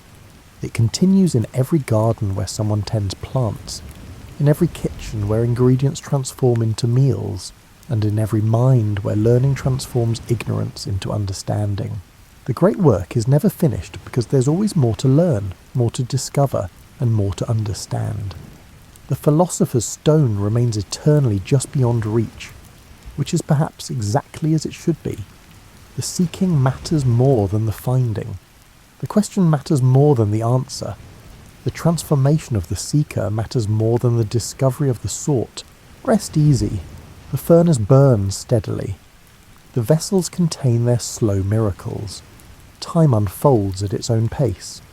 All is well in this laboratory between waking and dreams, where ancient wisdom meets eternal questions, where the possible and impossible blur together, and where transformation is always just beginning.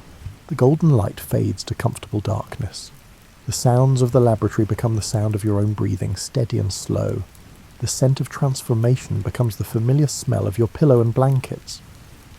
But somewhere in your sleeping mind, the laboratory remains, always accessible, always inviting, always offering the promise that transformation, of matter, of spirit, of understanding, remains possible. The alchemists knew this truth. We are all works in progress, materials being slowly refined, moving through our own stages from nigrido through albedo to rubedo, from dissolution through purification to perfection. The great work applies to substances in vessels and to consciousness itself.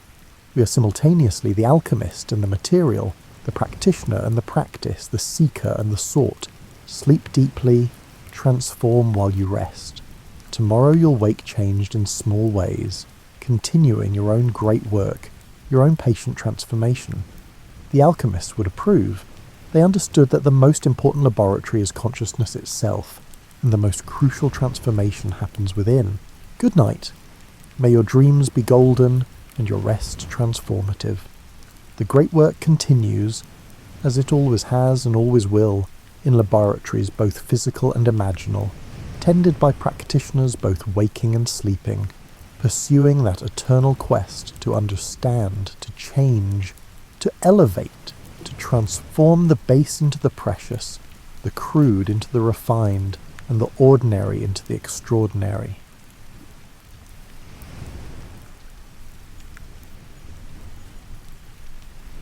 In the hushed darkness of a 13th century manor house, as the last embers in the central hearth faded to soft orange glows, the lord of the manor would not retire alone. Around him, in the enormous hall, lay his household staff, family members, and perhaps even trusted servants, all arranged in a careful choreography of medieval sleep. This collective slumber, so foreign to our modern sensibilities, represents one of history's most misunderstood phenomena, the medieval relationship with sleep. Contrary to popular assumptions about the discomforts of pre-industrial life, medieval Europeans may have enjoyed sleep patterns more aligned with human biology than our current regimens. The sleep of the Middle Ages wasn't merely a functional necessity squeezed between brutal days of toil. It was an elaborate practice infused with ritual, social significance, and a profound understanding of human needs that modern science is only now rediscovering. The medieval night began not with the flick of a light switch, but with the gradual recession of daylight. As twilight descended across Europe's countryside and burgs, a natural wind-down period commenced. Without the harsh blue light of electronic devices to disrupt melatonin production, medieval bodies responded naturally to environmental cues. The dimming of the day triggered sleep hormones in perfect synchronicity with the body's circadian rhythm. Evidence from medieval household accounts, monastic records, and medical manuscripts reveals that medieval people practiced what sleep researchers now call sleep hygiene, not through scientific understanding, but through customs evolved over centuries. Families would gather around fires in the hours before bed, engaging in what one 14th century English text called the gentle telling of tales. This storytelling tradition served multiple purposes, reinforcing community bonds, passing down cultural knowledge, and, crucially, allowing the brain to transition from the active demands of daytime to the receptive state conducive to sleep. Inventories from noble households across Europe list specialized items for sleep comfort that defy our image of medieval discomfort. While commoners might sleep on straw-filled mattresses, regularly refreshed with aromatic herbs like lavender and chamomile, natural sleep aids, the wealthy invested heavily in sleep quality. Featherbeds, documented in the 1380s household accounts of John of Gaunt, could contain up to 60 pounds of down. These were topped with linen sheets, woolen blankets in winter, and lightweight coverlets in summer, seasonal adaptations showing a sophisticated understanding of sleep temperature regulation. The medieval bed itself evolved into an architectural feature in its own right. Far from a simple platform, the bed became what historian Sasha Handley calls a micro-environment for sleep. High bedsteads kept sleepers above drafts, while bed curtains created microclimates that preserved body heat. Particularly in northern regions, these enclosed bed spaces maintained optimal sleeping temperatures through bitter winters without central heating. Perhaps most notably, medieval people organised their sleep around natural human ultradian rhythms.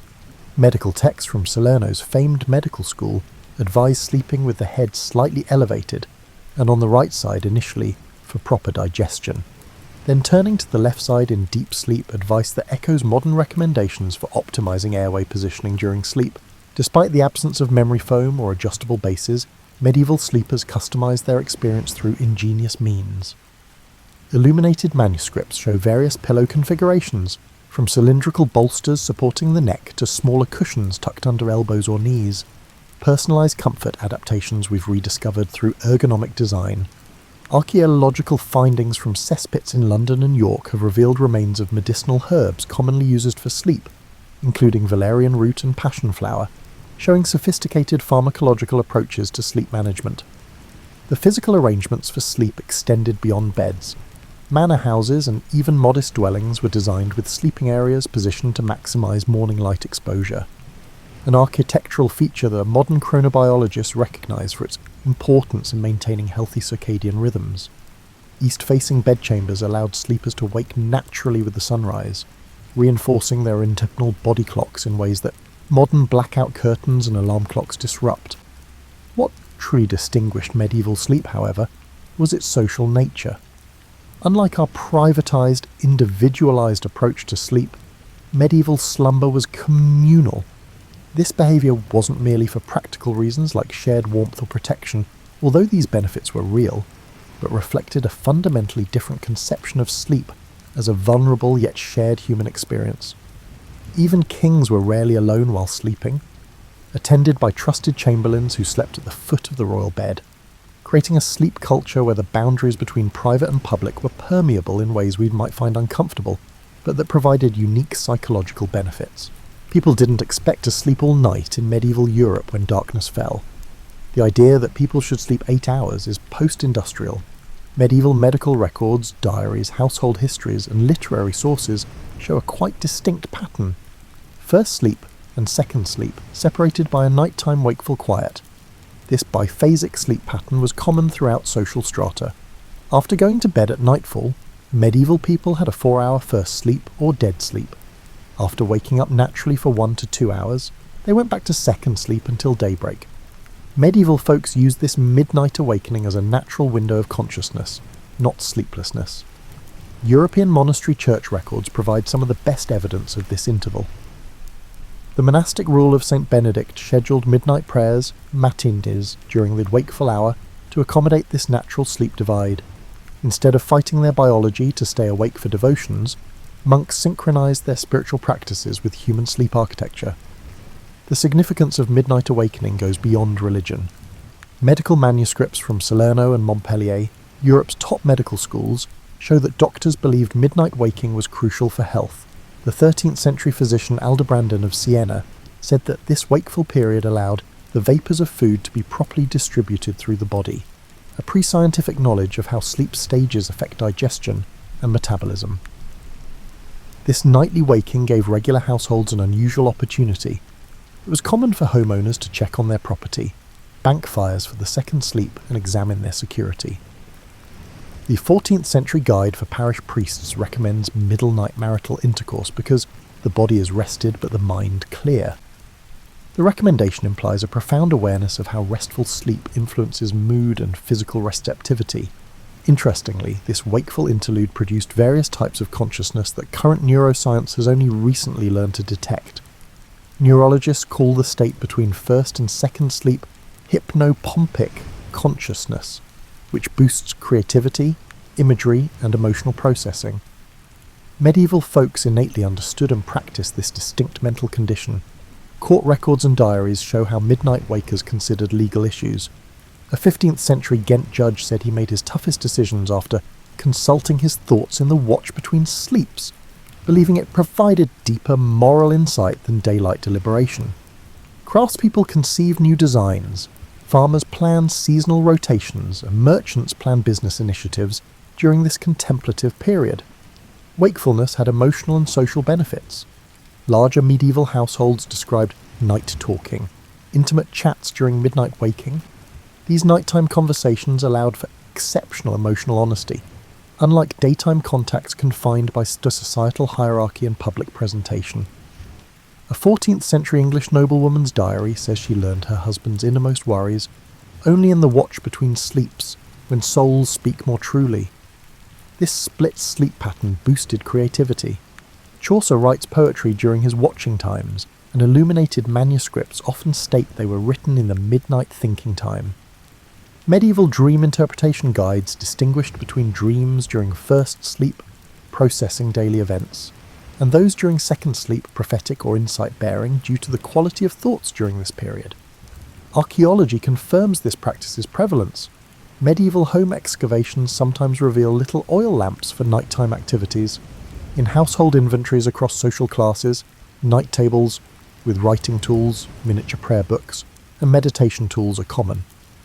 When modern researchers removed artificial light from test subject settings for several weeks, they automatically reverted to biphasic sleep. Strong proof that segmented sleep is our biological rhythm.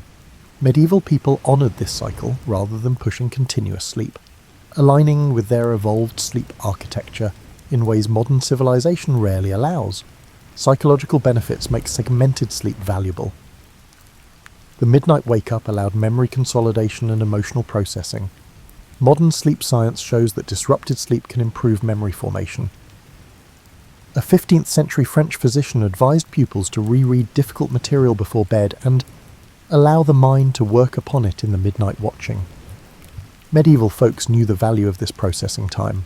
Medieval sleep environments were more complex and deliberate than popular belief.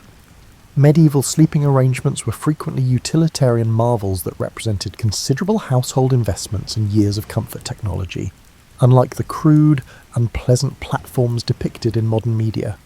Archaeology from intact medieval households shows that sleep quality was important.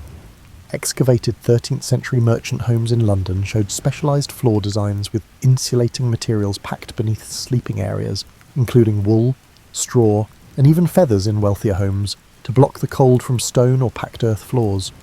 This intelligent underfloor insulation shows heat transmission concepts that affect sleep quality.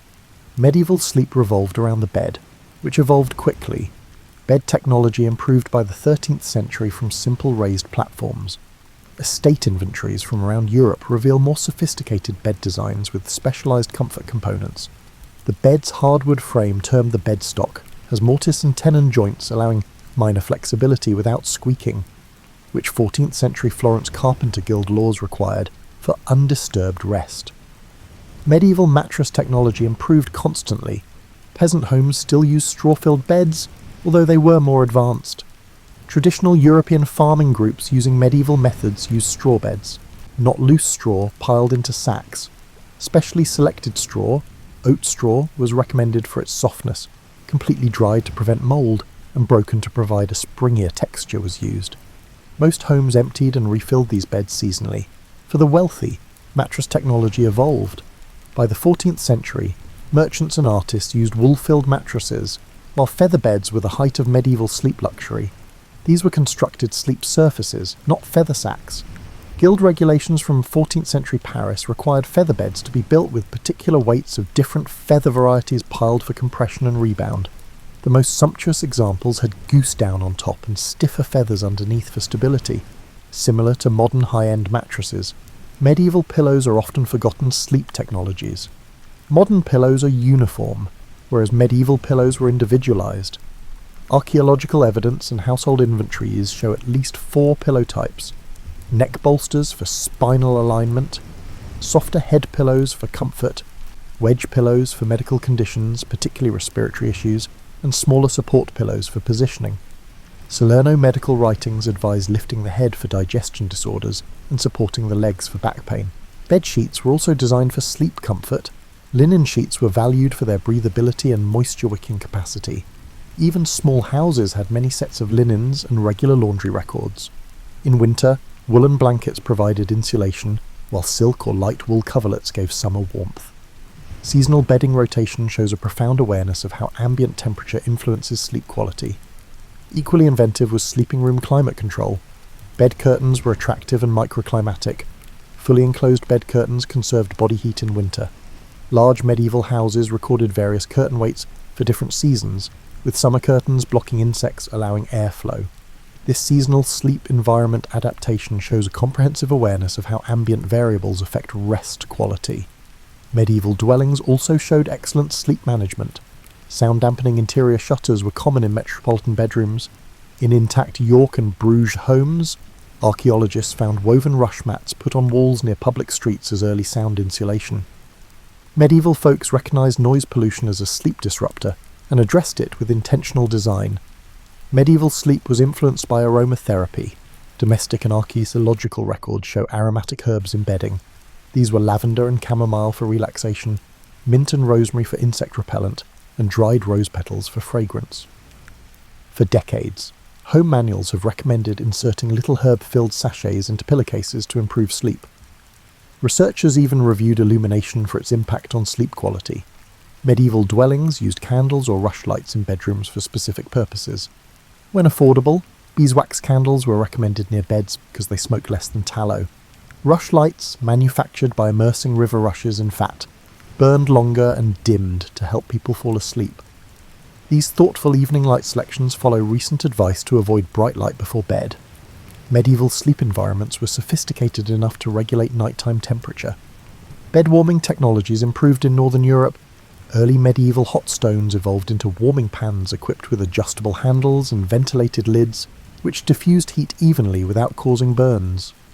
These gadgets were used in houses of all social strata, demonstrating the importance of ideal sleeping temperatures. Medieval Europe saw a number of systematic sleep hygiene activities when the sun set. These were centuries-old practices that prepared body and mind for repose. The intricacy of these pre-sleep practices undermines the idea that scientific sleep optimization is new. The transition to night began with day-shutting rituals that separated waking and sleeping. Closing shutters or drawing curtains were symbolic thresholds. Even humble 14th century French households had practices for closing the day, typically with brief spoken phrases or prayers to signal that labour was over and rest could begin. Medieval Europeans intuitively knew the necessity of light reduction before sleep, according to archaeology. Medieval dwelling excavations reveal clever shutter designs that blocked light more completely. Rich urban homes had exterior shutters for security and inside fabric hangings to exclude remaining light by the 15th century. These dark generation investments showed how much society valued sleep. Staged light reduction was notable in medieval times. As darkness approached, homes switched from brilliant central fireplaces to dim lights. Church and monastic records show that different candle types were used for different evening activities, leading to rush dips at bedtime. Our modern abrupt shifts from brightness to darkness impede melatonin production, but this progressive dimming naturally signalled sleep. Evening meals were part of sleep preparation. Despite expectations about primitive medieval diets, household records and medical writings show sophisticated sleep nutrition. Evening meals were eaten at least 2 hours before bed to allow for partial digestion. In the evening, Salerno medical books advise lighter diets like lettuce, almonds, and warm dairy liquids mixed with mildly sedative spices to promote sleep. Physical sleep preparation was also deliberate. Cleaning before bed highlighted psychological shifts as well as cleanliness. Even in simple families without bathing facilities, people washed their hands, face, and feet before bed and for its relaxing benefits, according to housekeeping manuals. Some 15th century manor buildings had evening bathing chambers next to bedrooms for more extensive pre-sleep bathing procedures. Medieval sleep habits for stress reduction and brain clearing were unique. Monastic and household texts suggested evening reflection and concern control that mirrors modern mindfulness. 14th century merchant advice advocated examining the day's transactions and resolving mental issues before bed, since unresolved matters will otherwise disturb rest. The early observation that cognitive stimulation reduces sleep quality is extraordinary psychological insight. Bedtime prayer sequences were both spiritual practice and sleep induction. These were systematic mental activities that diverted attention from daily worries, not just religious observances. Popular nighttime prayers alternated between simple, repetitive elements, relaxing, and brief narrative segments, focusing the attention. This advanced structure naturally induced tiredness from active thought. Even bed-making was ritualized, according to household sources. Medieval folks of all classes made beds each night. It was common to shake and turn mattresses to rejuvenate their loft, arrange bedding for best warmth distribution, and sweep the area around the bed to remove dirt and symbolically clear the space for rest. Social interactions were manipulated to aid sleep transitions. Manorial records required quiet time in the evening. Sleep preparation began with specific phrases or little customs in some households. For quieter, more introspective conversation, a 15th century housekeeping manual encouraged the head of the home to say, "The day is now put away." Most notably, medieval sleep rituals addressed sleep onset insomnia. Medical manuscripts provide advanced sleep treatments. They comprise mental tracing of patterns, rhythmic breathing, and progressive muscle relaxation expressed in language that resembles modern approaches. A 14th century Montpellier medical treatise discusses body scan meditation, similar to that taught in sleep clinics. Medieval sleep literature emphasized posture. Medical texts outlined ideal sleep postures for different body types and health issues. Modern understanding of how body position influences digestive processes during sleep suggests commencing sleep on the right side to help digestion before turning to the left. This was not common wisdom, but scientific observation of sleep quality. Auditory practices helped wakefulness transition. Night watch calls the hours in villages and cities, providing temporal grounding. These repetitive sound patterns may have helped maintain sleep rather than disrupt it. People say the familiar calls comforted and oriented them during brief overnight awakenings without disturbing sleep architecture. The social structure of sleep may be the biggest distinction between medieval and modern sleep. Medieval sleep was a shared, vulnerable state entrenched in well-arranged social ties that offered distinct psychological benefits not found in modern, isolated sleep. European household archaeology shows sleep arrangements that challenge privacy notions. From humble farmhouses to royal palaces, medieval sleeping places were shared. This sharing wasn't just for economic reasons, it represented attitudes about sleep vulnerability and communal protection. It started in childhood. Medieval children slept with family, unlike modern Westerners. Household inventories and architectural evidence demonstrate that wealthy people rarely had separate nurseries until the late medieval period. Young children usually slept on communal beds near parents or caregivers. This arrangement provided physical warmth and safety as well as auditory and olfactory cues from trusted people to promote sleep. Children continued to sleep together as they grew. Household and guild records show service children, apprentices, and biological children sleeping together by age. Young people slept 2 or 3 to a bed, clustered by gender and age, establishing sleep communities, groups that share sleep vulnerability and build sleep standards. The psychological benefits of these arrangements were significant. Medieval medical literature says youngsters who sleep together have fewer night terrors and sleep disturbance. Medieval folks intuitively knew that trusted persons' sensory awareness triggers parasympathetic nerve system reactions that deepen sleep. Modern sleep science has just lately recognized this. Adults slept together beyond family. Medieval residences had a central hall where servants, apprentices, and extended family slept. This setup gave psychological security rather than disrupting sleep. Household accounts provide methods for grouping sleepers to accommodate individual needs and relationships. Even the rich, who could afford separate sleeping chambers by the later medieval period, rarely slept alone. Noble household chamber accounts show that servants lay on pallets at the foot of the bed with their masters. Medieval nobility preferred reliable companions during vulnerable sleep phases over loneliness. This communal sleep design had several psychological benefits that modern sleep experts are now recognizing. Shared sleep rooms corrected sleep patterns, reducing anxiety over perceived sleep anomalies. When brief nightly awakenings occurred, the noises and presence of other sleepers reassured and reduced anxiety-induced sleeplessness. Medieval travel tales show how rooted these communal sleep obligations were. One 15th century merchant called private sleeping unnatural and disquieting to the mind. Inn regulations across Europe required tourists to share beds with strangers of the same gender until the early modern period, demonstrating how common shared sleep vulnerability was deemed. The intimacy of communal sleep areas encouraged unusual social bonds.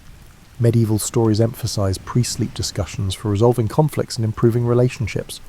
Before bed, a 14th century family manual encourages settling disputes because harmony before rest brings better health to all. This incorporation of dispute resolution into sleep habits provided regular relationship healing that standalone sleep arrangements rarely do. Medieval sleep's communality improved safety. Before modern locks and security measures, numerous sleepers were protected by collective vigilance. Medieval households generally placed younger, lighter sleepers, usually apprentices or younger servants, near doorways, establishing a natural surveillance system. Household accounts recommend having different grades of sleepers with different awakening thresholds across the sleeping area. Social levelling was also achieved through sleep vulnerability.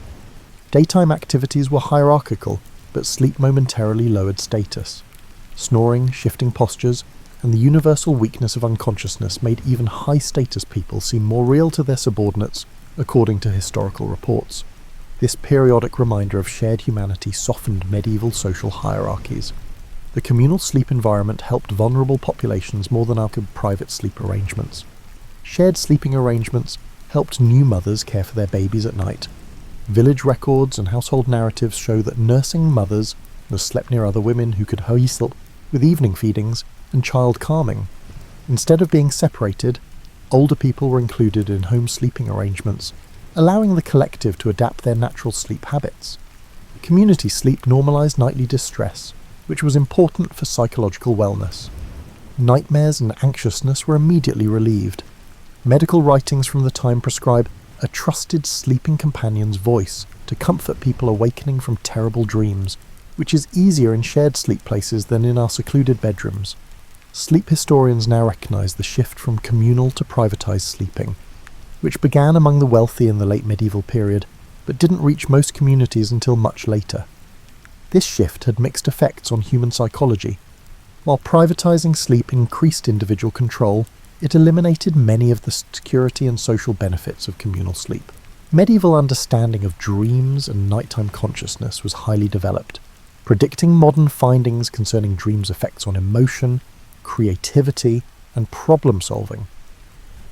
Medieval civilization developed intricate frameworks for identifying dream varieties and promoting positive dream experiences. Medieval dream theory classified dreams by psychological cause and meaning. Medical books from Salerno and Montpellier distinguished digestive dreams, those influenced by nutrition and physical conditions, from spirit dreams, those originating from deeper psychic processes. This distinction acknowledges dreams' psychological purposes and modern awareness of how physical variables affect dream content. Medieval understanding of how sleep absorbed everyday events was sophisticated. The 13th century encyclopedist Bartholomeus Anglicus observed that the mind sorts through the day's events while the body rests, foreshadowing REM sleep memory consolidation research. Household instructions advise quickly revisiting important daily events before bed to aid this processing function, which sleep researchers now know improves memory integration. Medieval dream notebooks show that people actively engaged with their dreams. Several preserved monastic and noble household dream diaries document dream content with attention to repeating themes and emotional patterns. A 14th century Florentine merchant kept a thorough book about how he tracked dream symbols, linking them to his waking concerns and using dreams to make commercial decisions. Medieval dream practice used complex dream incubation techniques to actively influence dream material to answer specific inquiries or difficulties. The monastic records describe focusing on certain questions before sleep and utilizing visualization to bring them into dream consciousness. This goal was practical cognitive training, not just spiritual. Multiple craft guild records mention masters telling trainees to consult their dreams when designing. Archaeology supports medieval dream practice. Excavations found dream-related objects near beds. These include modest religious artifacts, symbolic emblems, and written queries or issues under pillows, physical expressions of medieval belief that sleep consciousness might address waking difficulties. Medieval nightmare treatment was centuries ahead of modern methods. Medieval dream guides advised dealing with nightmares rather than suppressing them. One 14th century physician guide advocates helping patients achieve dream re-entry, returning to terrifying dream scenes while waking and imagining altering them. This method is similar to nightmare disorder treatments that rewrite distressing content. Medieval understanding of dreams and nighttime consciousness was highly developed, predicting modern findings concerning dreams' effects on emotion, creativity, and problem-solving. Medieval civilization developed intricate frameworks for identifying dream varieties and promoting positive dream experiences. Medieval dream theory classified dreams by psychological cause and meaning. Medical books from Salerno and Montpellier distinguished digestive dreams, those influenced by nutrition and physical conditions, from spirit dreams, those originating from deeper psychic processes. This distinction acknowledges dreams' psychological purposes and modern awareness of how physical variables affect dream content. Medieval understanding of how sleep absorbed everyday events was sophisticated. The 13th century encyclopedist Bartholomeus Anglicus observed that the mind sorts through the day's events while the body rests, foreshadowing REM sleep memory consolidation research. Household instructions advise quickly revisiting important daily events before bed to aid this processing function, which sleep researchers now know improves memory integration. Medieval dream notebooks show that people actively engaged with their dreams. Several preserved monastic and noble household dream diaries document dream content with attention to repeating themes and emotional patterns. A 14th century Florentine merchant kept a thorough book about how he tracked dream symbols, linking them to his waking concerns and using dreams to make commercial decisions. Medieval dream practice used complex dream incubation techniques to actively influence dream material to answer specific inquiries or difficulties. The monastic records describe focusing on certain questions before sleep and utilizing visualization to bring them into dream consciousness. This goal was practical cognitive training, not just spiritual. Multiple craft guild records mention masters telling trainees to consult their dreams when designing. Archaeology supports medieval dream practice. Excavations found dream-related objects near beds. These include modest religious artifacts, symbolic emblems, and written queries or issues under pillows, physical expressions of medieval belief that sleep consciousness might address waking difficulties. Medieval nightmare treatment was centuries ahead of modern methods. Medieval dream guides advised dealing with nightmares rather than suppressing them. One 14th century physician guide advocates helping patients achieve dream re-entry, returning to terrifying dream scenes while waking and imagining altering them. This method is similar to nightmare disorder treatments that rewrite distressing content. Due to historical changes in sleep interactions, medieval Europeans' excellent sleep quality slowly declined. Understanding this decline helps us apply medieval sleep advice today. Late medieval European towns installed public mechanical clocks, changing sleep patterns. Early watches didn't affect sleep, but they did change the attention from environmental cues to time. Town records from the 15th century show the gradual adoption of clock time instead of sunrise and sunset as daily reference points, the first step toward divorcing human timetables from natural light cycles. Archaeology shows this window design change. Later medieval homes prioritised privacy and heat retention over natural light, although early medieval bedrooms contained windows that let in morning light. This architectural change devalues sleep-natural light alignment, which is increasingly critical for circadian rhythms. Industrialisation and artificial lighting most affected medieval sleep. Although early 19th century gas illumination extended productive hours into the evening, industry schedules demanded standardised waking times unaffected by seasonal light. Early industrial society documents reveal plant owners fighting inefficient sleep patterns. In 1883, a factory manual warned against workers' persistent habit of night waking between sleep phases due to industrial schedules eliminating biphasic sleep. Sleep conditions changed. The 18th and 19th centuries saw single-family residences and individual beds replace medieval communal slumber. The architectural change increased solitude but removed shared sleep's social security and closeness. Medical records from this transitional era show rising claims of sleep difficulties due to unusual solitude at night from the new sleeping arrangements. Changes in labour habits eroded medieval notions of sleep as a transition. Natural cycles and moderate activity shifts characterised pre-industrial work. Industrial time discipline destroyed the natural wind-down time of medieval sleep patterns. Industrial and office timetables created guillotine waking, sharp, alarm-driven transitions. Many found sleep uncomfortable during this change. Early mass production homogenized sleeping surfaces without regard for comfort. Yet medieval people of all classes had devised sophisticated bedding systems that met bodily demands. Historical records indicate that workshop dwellings had crude beds, unlike medieval peasants. Over centuries, sleep comfort technologies would improve. These changes lead to consolidated sleep culture, the idea that normal sleep is a single, unbroken period rather than the centuries-old biphasic pattern. Medical texts of the late 19th century pathologized nocturnal waking as a disorder. This medical reinterpretation replaced medieval sleep wisdom with modern norms. This historical transformation goes beyond discomfort. Medieval sleep practice was physically and psychologically advantageous, according to modern studies.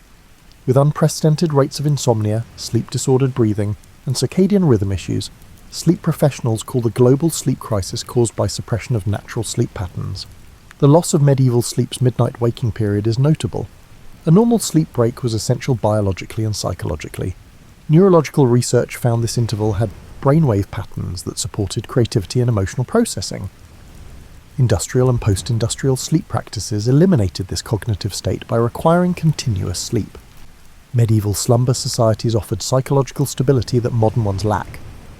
Modern sleep experts have established that trusted people reduce sleep delay and stress hormones. Modern sleep arrangements eliminate these benefits, creating anxiety-related sleep disruptions. Even in medieval times, seasonal sleep duration fluctuations were biologically good. Pre-industrial civilizations and historical sources show that medieval people slept longer in winter due to natural melatonin synthesis. Modern sleep schedules ignore seasonal changes, creating winter circadian misalignment. Medieval and pre-industrial sleep traditions are being rediscovered despite these losses. Sleep medicine now admits that medieval sleep practice was sophisticated and biologically sound, so we should revisit it. New sleep transition. Understanding is the best rehabilitation. After centuries of alarm clocks disrupting sleep, sleep professionals emphasize pre-sleep wind-down, reclaiming the medieval idea of sleep as a transitional activity. Modern sleep hygiene follows medieval practices of gradually reducing light exposure, quieter evening activities, and systematic pre-sleep routines. Modern technology harms and helps sleep. Screen usage influences melatonin production, yet apps and devices measure sleep and support circadian cycles. There are programs that regulate lighting throughout the day to approximate natural light progression, and alarm systems that pinpoint optimal awakening points throughout sleep cycles to recreate medieval sleep patterns. Architecture honours sleep wisdom. After decades of decreasing natural light in bedrooms, modern sleep-focused architecture prioritizes eastern exposure for morning wake-ups, reverting to medieval design. Some creative neighborhoods are investigating communal sleep solutions for uneasy sleepers. Researchers and sleep experts studied medieval segmented sleep. Biphasic sleep patterns like first and second sleep improve sleep, mood, and cognition in long-term studies. Sleep clinics increasingly recommend this routine for insomniacs who believe their sleep disorder is their body re-establishing its natural cycle. Medieval sleep surroundings were rediscovered. Modern designers emphasize natural materials, temperature regulation, and personalized support similar to those used in medieval bedding systems, following years dominated by artificial sleep environments. Adjustable firmness mattresses and weighted blankets are inadvertent homages to medieval sleepers' custom bedding. Medieval sleep still affects psychology and spirituality. Sleep experts recommend medieval home evening contemplation style mindfulness. Increasing interest in dream work and creative dream engagement rediscovers medieval ideas of dreams as valuable sources of knowledge and creativity. The rising recognition that sleep is a cultural habit motivated by societal values and goals is positive. Medieval people valued sleep quality and built social norms to protect it, unlike modern production cultures. The slow sleep movement promotes workplace and societal practices that respect natural sleep patterns. A key paradigm change is realizing that societal institutions mismatch human nature and create numerous sleep disorders. Modern companies are experimenting with flexible timetables that match natural chronotypes and seasonal changes, like medieval civilizations did. Workers were organized around seasonal light shifts and human energy cycles. These strategies apply medieval wisdom to modern conditions. Medieval sleep reminds current sleepers that many human sleep features are neither infinitely adaptable nor flawless to copy. Human nature operates best when aligned with rhythms our medieval ancestors intuitively recognized and honored.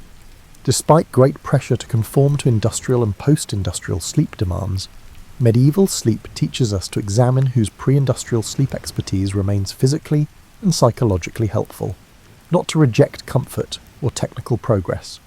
Current knowledge and rediscovered old customs may help us create sleep patterns that match evolutionary and current needs. Researchers say medieval people didn't understand the neurochemistry of sleep, but they recognized its patterns and respected its requirements in ways we're only now beginning to appreciate. That appreciation can solve our sleep crisis without drugs or technology by restoring decades of pre-industrial sleep practice.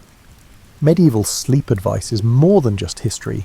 It offers ways to sleep better and honor our natural heritage. As research validates medieval sleep patterns and practices, we may find that rediscovering our ancestors' centuries-old knowledge of natural sleep is the best sleep advancement.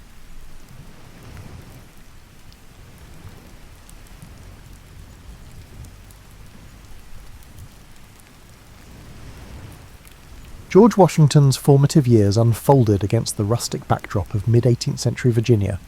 While popular culture might depict him as an almost mythic hero from the start, he was, in reality, shaped by the day-to-day concerns of a frontier society and a family struggling for greater prosperity. Born on February 22nd, 1732, in Westmoreland County, he was part of a sprawling network of half-siblings, uncles, aunts, and cousins who formed a complicated social web in the colony. His father, Augustine, sought to expand the family's holdings through tobacco farming, land speculation, and the occasional foray into iron mining. These early pursuits carved out the environment where young George would learn about risk, reward and the challenges of shaping one's destiny in a new world. Contrary to apocryphal stories, Washington's childhood was not defined by toppling cherry trees or sporting wooden teeth. It was, however, marked by loss. His father died when George was only 11, throwing the family's finances into uncertainty. His half-brother Lawrence, considerably older, stepped in as a paternal figure. It was Lawrence who introduced George to polite society in Virginia and instilled in him an admiration for military achievement. Lawrence had served under the British flag in the Caribbean, a detail that quietly stoked George's aspirations towards soldiering. Through Lawrence, he was exposed to the idea that honour, discipline, and loyalty could earn a young man respect in the British colonies. Despite these influences, necessity often guided Washington's early path. Formal schooling was piecemeal at best, tutors came and went. Young George's mother, Mary Ball Washington, strove to keep the family afloat. But educational opportunities remained sporadic. This patchy instruction did not deter him. It forced him to become largely self-taught, an approach that would define his later life. He was, from his teenage years onward, a voracious note-taker and letter-writer, constantly refining his penmanship, grammar, and mathematical skills. Writing itself became a window into the adult world he hoped to master.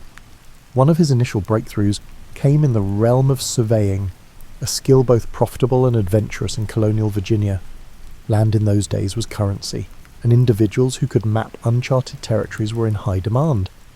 Washington's early forays into the wild frontiers, often in the company of rugged backwoodsmen, introduced him to the complexities of dealing with Native American tribes, unscrupulous land speculators, and the raw challenges of nature. These expeditions were no mere camping trips, nights spent in crude shelters, rainy days measuring difficult terrain, and the ever-present threat of disease built up his resilience. By the time he turned 17, he had already secured appointments to survey large tracts of land in the Shenandoah Valley, a testament to his growing reputation for diligence. During this phase, Washington also observed firsthand the tensions brewing between French, British, and native interests. The Ohio Valley to the west was a patchwork of claims and counterclaims, with British colonists, French trappers, and indigenous peoples all jostling for control. Though Washington was only a teenager, these experiences lit a spark. If he could prove himself an effective leader, especially in regions where boundaries were contested, he might ascend socially and financially. Colonial Virginia had its share of privileged families, but upward mobility was possible for those who possessed skill, connections, and an unrelenting work ethic. Beyond surveying, Washington's adolescent years were also a period of subtle social schooling. He learned the art of conversation and manners, so important in an era governed by strict codes of honour, by memorising the rules of civility and decent behaviour. This pamphlet, copied diligently in his youthful handwriting, offered guidelines for everything from posture in polite company to showing respect for superiors. Though it might seem quaint now, these rules exemplified the polished veneer that colonial society demanded of any young man aiming to rise in rank. By the time Washington approached adulthood, he was neither a wide-eyed farm boy nor a pampered aristocrat. He was a tall, physically strong young man, comfortable on horseback, capable with a musket, adept at mathematics, and cognizant of how crucial alliances could be. He held quiet ambitions that revolved around land, local military distinction, and acceptance among the elite. But events on the horizon, imperial rivalries that would ignite the frontier, would soon catapult him onto a larger stage. In that transitional zone between surveying in the wilderness and attending genteel dances along the Potomac, George Washington was preparing, without fully knowing it, for trials that would define his future and reshape a continent's destiny. Washington's transformation from a surveyor to a soldier was not the result of random events or a meticulously planned strategy. It was, instead, triggered by the turbulent geopolitics of the mid-18th century. At the time, the British and French empires vied for dominance over North America's lucrative territories.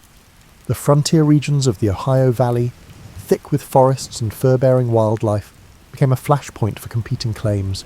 Indigenous nations, far from passive onlookers, leveraged these rivalries in pursuit of their interests, forging and breaking alliances as circumstances demanded.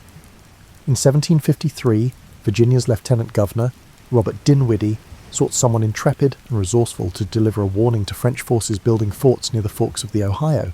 The young George Washington, then just 21, volunteered. This mission would catapult him into international intrigue, for which he had limited formal training. Undeterred, he set off with a small party in wintry conditions, navigating difficult terrain and uncertain receptions. He reached the French outpost and handed over Dinwiddie's demand that they abandon their incursion. The French officers responded politely but refused to budge. Washington's return journey was harrowing. He nearly drowned crossing an icy river, only surviving by grabbing onto a piece of driftwood and hauling himself onto a small island. Yet that near-fatal ordeal did little to shake his resolve. Upon returning to Williamsburg, he penned a report detailing his observations. The account, published and widely distributed, burnished Washington's name. His straightforward prose, describing the hazards of the journey, and the French refusal to retreat, resonated with colonists hungry for news and British officials eager for evidence of French defiance. Washington emerged from anonymity, suddenly recognised as a figure capable of undertaking difficult assignments at the Empire's margins. Not long afterward, Dinwiddie promoted him and dispatched him back to the frontier with a modest force to secure strategic points. In 1754, tensions erupted into outright conflict at a site Washington hastily fortified and named Fort Necessity. An attack by French and indigenous allies forced him to surrender under humiliating conditions. The engagement, while a setback militarily, taught Washington sobering lessons about leadership, discipline, and the unpredictability of war. The British press twisted the episode in contradictory ways. Some painted him as a plucky colonial undone by minimal support, others as a foolhardy officer stumbling into a larger conflict. Amid this swirl of opinions, Washington's internal drive to prove himself only intensified. Soon, the conflict expanded into what Europeans would call the 7 Years' War, and Americans would dub the French and Indian War. Washington served as a provincial officer under General Edward Braddock, a British commander charged with seizing French forts. French troops and their indigenous allies ambushed British forces during the disastrous Braddock expedition near the Monongahela River in 1755, decimating them. In the chaos, Washington distinguished himself by rallying survivors and organising a fighting withdrawal. Though he was beset by illness and almost had multiple horses shot from under him, he emerged from the carnage with a reputation for courage under fire. Yet, for all his valour, Washington grew frustrated with British arrogance toward colonial officers. He witnessed British regulars disregarding local intelligence and ignoring suggestions from men like himself who knew the frontier. This snobbery, combined with logistical incompetence, fueled deep resentments. He realised that colonial troops often received second-class treatment, lesser pay, and fewer provisions. This personal exposure to British condescension would later shape his willingness to challenge imperial authority, though that moment lay years ahead. By the war's end, Washington had resigned his commission and returned to Mount Vernon, the estate he inherited following Lawrence's death.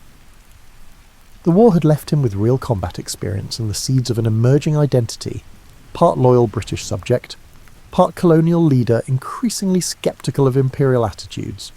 Over the ensuing decade, he would focus on his plantations, dabble in local politics, and marry Martha Dandridge Custis, a wealthy widow whose fortune helped shore up his finances. Washington transformed Mount Vernon into a profitable enterprise, experimenting with new crops, analysing agricultural techniques, and exerting influence in Virginia's House of Burgesses. Yet the memory of the frontier battles never fully dimmed. He had seen how tenuous British authority could be on American soil, how alliances shifted, and how local knowledge often outstripped distant orders. He also observed the subtle changes stirring among colonists, growing populations, expanding commerce, and a sense of collective identity not solely anchored to Britain. While Washington did not yet foresee a complete break with the Crown, the stage was quietly being set for a more profound clash. Looking back, his French and Indian War experiences were something of a dress rehearsal, granting him the on-the-ground insights that would prove indispensable in the larger crisis looming on the horizon. Following the French and Indian War, Washington spent the 1760s and early 1770s deeply immersed in the rhythms of plantation life at Mount Vernon. Managing labour, maintaining his reputation as a local squire, and serving intermittently in the Virginia House of Burgesses occupied much of his time. He meticulously oversaw the cultivation of crops, initially tobacco, later diversifying into wheat and other staples, adapting to market trends and soil conditions, but economic security remained tenuous. British trade regulations, shipping monopolies, and mercantile restrictions often pinched colonial planters. Washington found himself confronting debts, currency shortages, and a constraining imperial bureaucracy that dictated how goods could be exported or imported. Amid these challenges, Washington's perspective on British authority gradually evolved. Early on, he had desired nothing more than to climb in status within the British imperial framework. He had admired British military traditions and social customs, but he began to see the practical constraints that came with living under a distant parliament that issued edicts without consulting colonial assemblies. The Stamp Act of 1765, imposing taxes on printed materials, galvanised discontent among colonists. Washington, who used legal documents frequently for land transactions, saw the act as a direct affront to local autonomy. While not the most fiery rhetorician in Virginia, figures like Patrick Henry captured that honour, Washington expressed measured indignation. He argued that taxation without representation violated the rights of Englishmen, a stance that resonated among fellow planters, merchants, and small farmers alike. In 1769, the Virginia House of Burgesses responded to new British taxes on glass, paper, paint, and tea by passing resolves condemning these impositions. When the royal governor dissolved the assembly, the delegates, Washington included, met informally at the Raleigh Tavern in Williamsburg, drafting non-importation agreements. These pacts vowed not to purchase British goods until colonial grievances were addressed. Though not as flamboyant as protests in Boston, these Virginian measures underscored how deeply resentment had taken root among even the more conservative landholding class. Washington's letters from this period reveal a measured but firm tone. He spoke of the encroachments of Parliament and the need for unity among the colonies. Not one to relish public speaking, he employed his reputation as a balanced, pragmatic figure. People listened when Washington spoke because they trusted his sense of responsibility and fairness. Privately, he worried about violence escalating, yet he also felt that the colonies should not yield to intimidation. This blend of caution and resolve was a hallmark of his character. Tensions escalated to a critical level by 1774. The Boston Tea Party and subsequent punitive British measures prompted the formation of the First Continental Congress. Washington was chosen as one of Virginia's delegates, solidifying his role as a national figure rather than just a regional voice. He travelled to Philadelphia, where representatives from across the colonies debated how far to push back against British encroachments. While radicals like Samuel Adams advocated more extreme measures, others sought a compromise or hoped for a restoration of harmonious relations. Washington's presence signalled that Virginia, the largest and most populous colony, was prepared to stand alongside New England in protesting imperial overreach. Washington's military background was not overlooked during those Congress sessions. He was one of the few delegates with first-hand experience in large-scale combat operations. Though overshadowed by the fiery oratory of John Adams or Patrick Henry, he projected a quiet confidence that could unify disparate factions. He seldom took the floor for dramatic speeches, but in committee meetings, delegates consulted him about potential military scenarios if the standoff with Britain escalated. How might a ragtag colonial militia confront the most formidable army in the world? Events soon compelled everyone to take action. In April 1775, the battles at Lexington and Concord unleashed open conflict. British soldiers and colonial militiamen had exchanged shots, and the war was effectively underway. By the time the Second Continental Congress convened, the question was no longer whether to resist militarily, but how. John Adams, recognising the need to draw the southern colonies more tightly into the cause, nominated Washington to lead the newly formed Continental Army. With reluctance, Washington accepted, declaring he would serve without pay. He stressed that he was neither the most qualified nor seeking personal glory, yet he would do his duty if called upon. In that moment, the diligent Virginia planter and local politician found himself thrust onto a stage with no script. Leading a revolution against the crown seemed audacious, even reckless, but Washington believed the colonies had reached an irreversible point. He saddled his horse and departed for Massachusetts, determined, if unsure, about the trials that lay ahead.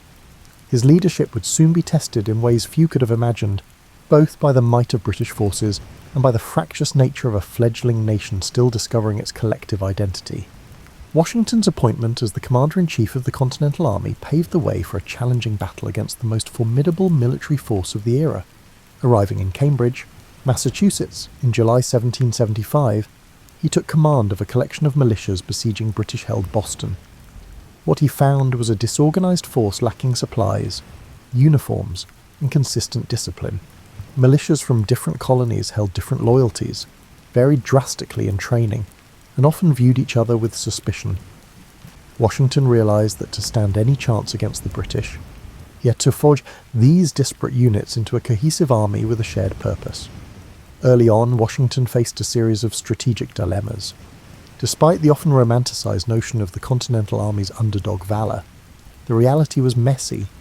Disease, desertions, and short-term enlistments undercut the stable force he desperately needed.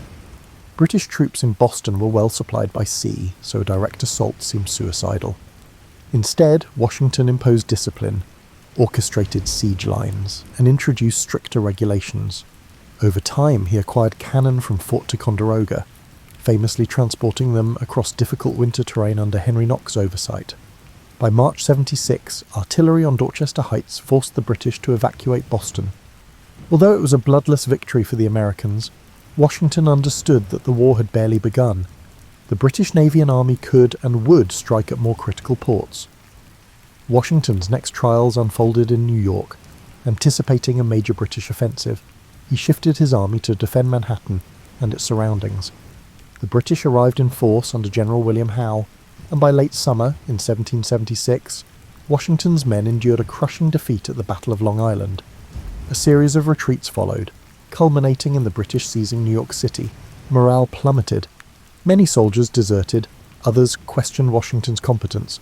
Yet in a bold move, Washington ordered a stealth evacuation across the East River during the night, ferrying thousands of troops and avoiding total annihilation. That partial salvation became an early example of his knack for improvisational retreats, a skill that may lack the glamour of offensive victories, but was crucial for the survival of the cause. In late 1776, with enlistments expiring and temperatures dropping, Washington orchestrated one of the Revolution's most dramatic strokes, crossing the icy Delaware River on Christmas night to surprise Hessian mercenaries at Trenton. The success at Trenton, followed by another victory at Princeton, rejuvenated the Patriot cause. Washington's leadership style in these moments combined meticulous planning with personal bravery. He rode at the front, encouraging his men, proving that cunning and audacity could offset numerical or logistical disadvantages. The morale boost was enormous, coaxing recruits to stay and new volunteers to join. Yet the Continental Army's tribulations remained abundant. The British sought to isolate New England by seizing the Hudson River corridor, while smaller armies skirmished in the interior. Washington clashed repeatedly with delegates in the Continental Congress who provided inconsistent funding and supplies, reflecting the fragile nature of the young Confederation. He wrote endless letters pleading for shoes, blankets, and rations. Meanwhile, British raids and Loyalist sympathisers sowed confusion behind American lines. In 1777, Washington lost a key engagement at Brandywine, allowing the British to capture Philadelphia, the Patriot capital. Another setback at Germantown followed. Critics in Congress grew louder, questioning whether a different general might fare better. Yet Washington retained the loyalty of many officers, forging a sense of unity that transcended local affiliations. At Valley Forge, during the cruel winter of 1777 to 1778, the army endured starvation, disease, and freezing conditions. Thanks to the drilling expertise of Baron von Steuben, an ex-Prussian officer, Washington's troops emerged more disciplined, able to engage British regulars on nearly equal terms. At Valley Forge, the Continental Army underwent a significant transformation, transitioning from an unruly collection of militias to a functional fighting force. Washington also learned the delicate art of balancing alliances. The French, persuaded by the American victory at Saratoga, where Horatio Gates led the effort, not Washington directly, joined the conflict, providing naval strength and additional ground forces. Coordinating with French officers like the Marquis de Lafayette demanded diplomatic finesse. Washington adapted, forging trust with these foreign allies, even as inter-colony tensions threatened to fracture the American side. Through it all, Washington displayed a steadiness that became central to the army's identity. His men might groan about scarce supplies or ragged uniforms, but they trusted their general to hold them together. By the war's midpoint, Washington had solidified his role as the linchpin of American resistance. His direct battlefield successes varied. Some were brilliant, others disappointing, but his unshakable commitment to the cause, combined with an ability to pivot tactics and maintain unity, kept the rebellion alive. Emerging from these years of hardship was a sense that, whether revered or criticised, Washington was indispensable. He was no mere figurehead. The political apparatus and the army itself needed his steady hand at the helm if the revolution was to stand a chance of seeing final victory. As the Revolutionary War entered its later stages, Washington faced a new set of challenges that tested his leadership on multiple fronts. The conflict had become more sprawling, with battles in the south intensifying. British forces, hoping to exploit loyalist sentiment, launched campaigns in Georgia and the Carolinas. Meanwhile, the Continental Army in the north still had to guard against renewed offensives from New York. Washington found himself juggling resource allocations and strategic oversight across a vast territory, all with limited manpower and meagre finances. One of his core strengths lay in understanding that victory did not necessarily require defeating every British unit on the battlefield. Over years of warfare, Washington recognised that prolonging the conflict, making it too costly for Britain to sustain, could be enough to force negotiations. As British public support for the war waned and the conflict strained the Empire's coffers, this strategy of endurance gained traction. He coordinated partisan warfare in the southern states, where generals like Nathaniel Greene used hit-and-run tactics and forced the British to overextend their supply lines. Washington might not have designed every manoeuvre personally, but his overarching directive emphasised wearing down the opponent rather than seeking a single. Grand triumph at all costs. Yet frustration still mounted. The Continental Congress, perennially short on funds, struggled to pay or supply the troops.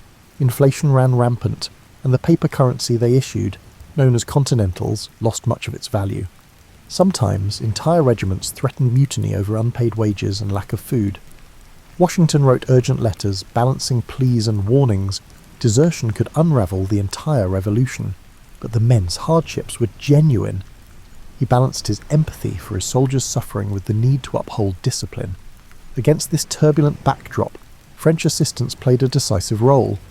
Following France's official entry into the war, Spain and the Dutch Republic also offered varying degrees of support to America, broadening the conflict into a larger global struggle against Britain.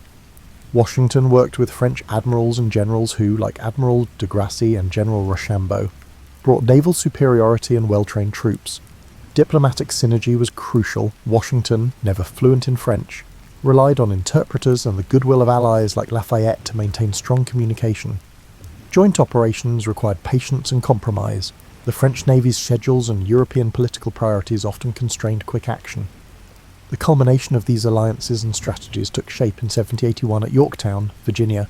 British General Cornwallis had entrenched his forces there, hoping for resupply by sea. Washington seized the moment. He feigned moves toward New York, but then swiftly marched a major portion of his army south. The French fleet under de Grasse blocked the Chesapeake, preventing a British naval evacuation.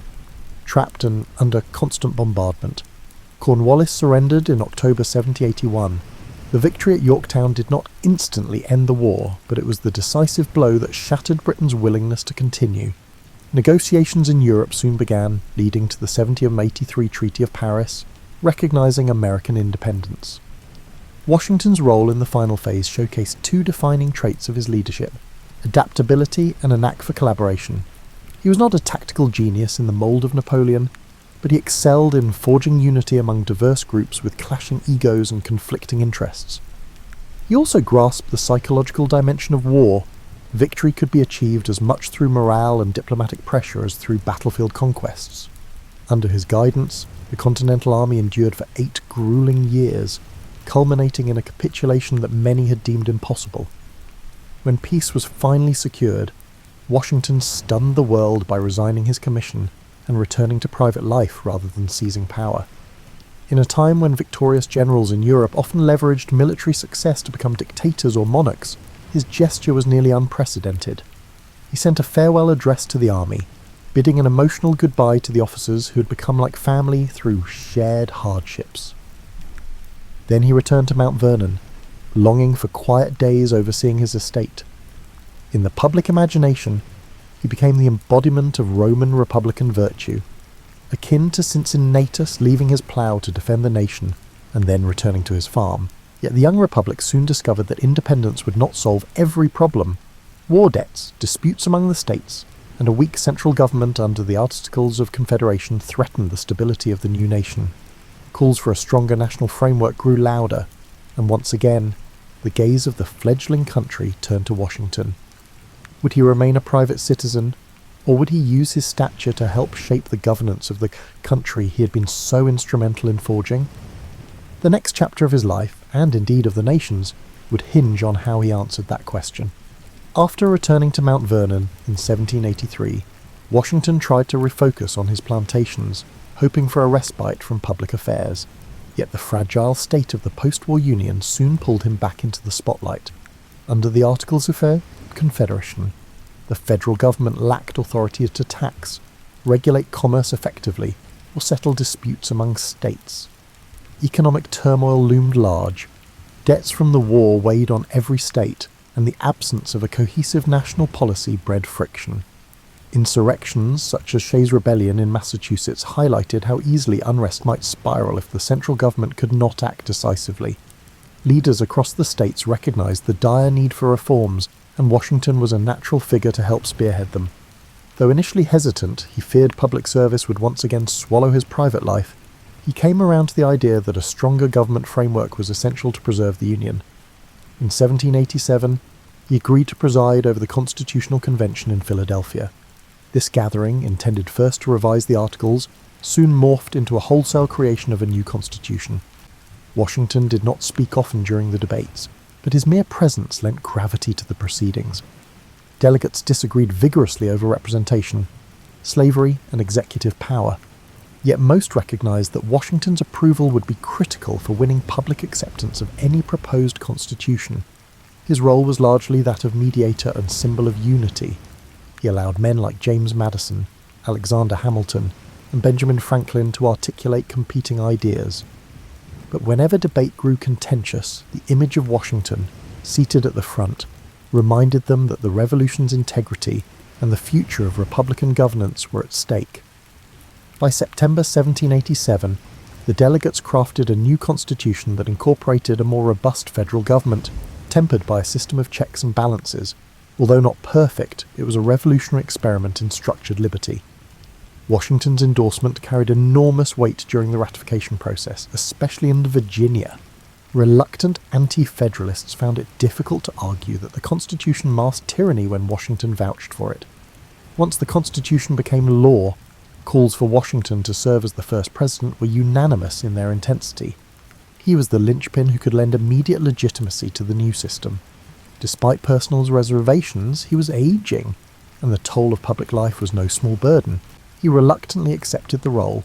The Electoral College elected him unanimously in 1789. In April of that year, he journeyed to New York City, the temporary capital, to take the oath of office. His inauguration was a subdued ceremony, reflecting a new nation's blend of optimism and anxiety. He stood on a balcony overlooking throngs of cheering citizens, placing in his hand on a Bible and swearing to preserve, protect, and defend the Constitution. In shaping the executive branch, Washington faced a blank slate. There was no blueprint for how a president should behave. He believed in setting careful precedents that would guide successors, and this cautious approach coloured his every decision. He formed a cabinet of advisers, including Thomas Jefferson as Secretary of State and Alexander Hamilton as Secretary of the Treasury. The ideological clashes between Jefferson, who championed agrarian democracy, and Hamilton, who pushed for a robust federal government and industrial growth, forced Washington to navigate a delicate balance. Balancing these factions, he aimed to prevent the country from splitting into partisan camps. Still, the seeds of political rivalry were planted, eventually sprouting into the Federalist and Democratic Republican parties. Washington's presidency also navigated foreign policy dilemmas. The young United States was militarily weak, financially indebted, and overshadowed by European powers. When the French Revolution erupted, many Americans felt they owed France a debt of gratitude for its wartime support. Yet Washington believed neutrality was crucial. Entangling the fragile republic in Europe's wars could spell disaster. His proclamation of neutrality in 1793 drew ire from those who wanted to aid France, but it shielded the new nation from a catastrophic conflict it was ill prepared to handle. Domestic issues also tested the new administration. Hamilton's financial plan, which included federal assumption of state debts and the creation of a national bank, sparked fierce debates. Washington backed Hamilton, believing that fiscal stability was essential for national respectability. But Jefferson's faction decried these measures as threats to states' rights. Then, in 1794, the Whiskey Rebellion flared in western Pennsylvania, where farmers violently opposed a federal tax on distilled spirits. Washington, alarmed by the prospect of an armed insurrection, personally led troops to quell the rebellion, an act that showcased federal authority but also raised fears about militarized responses to dissent. Throughout these trials, Washington laboured to maintain a posture above partisan squabbles, though that position grew increasingly difficult. Newspapers, reflecting the rise of party-driven journalism, attacked or praised him depending on editorial leanings. Criticism stung the once revered hero, but he remained steadfast, convinced that the survival of constitutional governance required robust debate, even if it sometimes descended into vitriol. By the end of his second term, he yearned for retirement more earnestly than ever. The question was whether the country could sustain itself without him, or if his moral authority and balanced leadership remained indispensable. By 1796, Washington had served 2 terms as president and felt strongly that rotating leadership was essential to the Republic's health. Unanimously re-elected in 1792, he could likely have secured a 3rd term, but he declined. In doing so, he established a precedent of voluntary executive turnover, later codified by the 22nd Amendment, that would profoundly influence American political culture. Recognizing the young nation's precariousness, he offered parting guidance in his farewell address. Published rather than delivered orally, it warned against the dangers of permanent foreign alliances and excessive partisanship. He urged Americans to cherish unity, keep religion and morality as public pillars, and remain wary of ideological factions that could fracture national cohesion. After leaving office in March 1797, Washington returned to Mount Vernon. A sense of relief washed over him, tempered by ongoing concerns about the fledgling nation's trajectory. He oversaw expansions at his estate, experimented with different crop rotations, and dabbled in various manufacturing ventures on site, such as a grist mill and a distillery. However, retirement did not provide an escape from moral dilemmas. Washington's wealth and plantation lifestyle had always hinged on enslaved labour. While he had privately expressed ambivalence about slavery, calling it repugnant in certain correspondences, he never publicly championed abolition. Only in his will did he arrange for the emancipation of his enslaved people after Martha's death, a move that became one of the most significant private emancipations of that era. But the structural system of slavery continued unabated across the South, highlighting the contradictions embedded in the new republic. Increasingly, foreign tensions threatened to pull Washington back into public life. Relations with revolutionary France deteriorated under John Adams's presidency, culminating in the quasi-war at sea. In 1798, Adams asked Washington to serve as commander of a provisional army should full-scale war break out. Washington agreed, though he delegated most duties to Hamilton. He remained on standby, hoping conflict could be averted. By 1799, the immediate threat passed, and Washington settled again into the routines at Mount Vernon. That same year, on December the 12th, Washington braved a cold, wet ride around his estate, checking fence lines and farmland. Later that evening, he developed a sore throat. Within days, his condition worsened into what many now believe was acute epiglottitis. Medical treatments of the time, bleeding, blistering, and gargling, only weakened him further. On the night of December 14th, 1799, George Washington passed away, surrounded by close friends and family. The news sent shockwaves throughout the country. Bells tolled in distant cities. Eulogies poured in from across political divides, reflecting the universal respect Americans felt for his leadership. Even in Europe, figures like Napoleon ordered tributes. Washington's death brought a collective reckoning. The man who had guided the nation through revolution, constitutional formation, and early governance was gone. But his legacy was already enshrined. Over subsequent decades and centuries, Americans would build monuments, mint coins, and compose hagiographic stories that sometimes obscured the complexity of his life. Myths multiplied. The cherry tree legend by Parson Weems became a fixture in school primers, overshadowing the more instructive lessons of Washington's real struggles and ethical dilemmas. The wooden teeth trope overshadowed the details of his expensive, painful dental apparatus made from various materials, including human or animal teeth and metal. Yet behind the shining marble statues stands a more nuanced figure. Washington was a man of his times, shaped by its limitations, particularly regarding slavery and class structures, but also capable of transcending narrow self-interest. He recognised the fragility of the American experiment and acted repeatedly to keep it intact, resigning his military commission in 1783, presiding over the Constitution's drafting in 1787, and stepping down as president after 2 terms. Each decision sent an unmistakable message that the Republic's longevity depended on checks against personal ambition. Washington's example stood out for a nation still refining its democratic values. He was neither a flamboyant speaker or a philosophical theorist, but he possessed a calm gravitas that could unify quarrelsome states. He understood how to maintain moral legitimacy in the eyes of both elites and ordinary citizens, and though he was not without flaws, the ownership of enslaved individuals being chief among them, he helped lay the groundwork for a political system capable of evolving beyond its founders' limitations. Today, more than 2 centuries after his passing, George Washington remains an essential symbol for an America that struggles with its historical contradictions. If we look beyond the simplified schoolbook portrayals, we find a person who navigated immense pressures with perseverance and humility, whose quiet strength and deliberate choice to relinquish power set a tone for Republican governance. The complexity of his legacy invites us to reflect on both the grand achievements and the unresolved tensions that were woven into the nation's birth.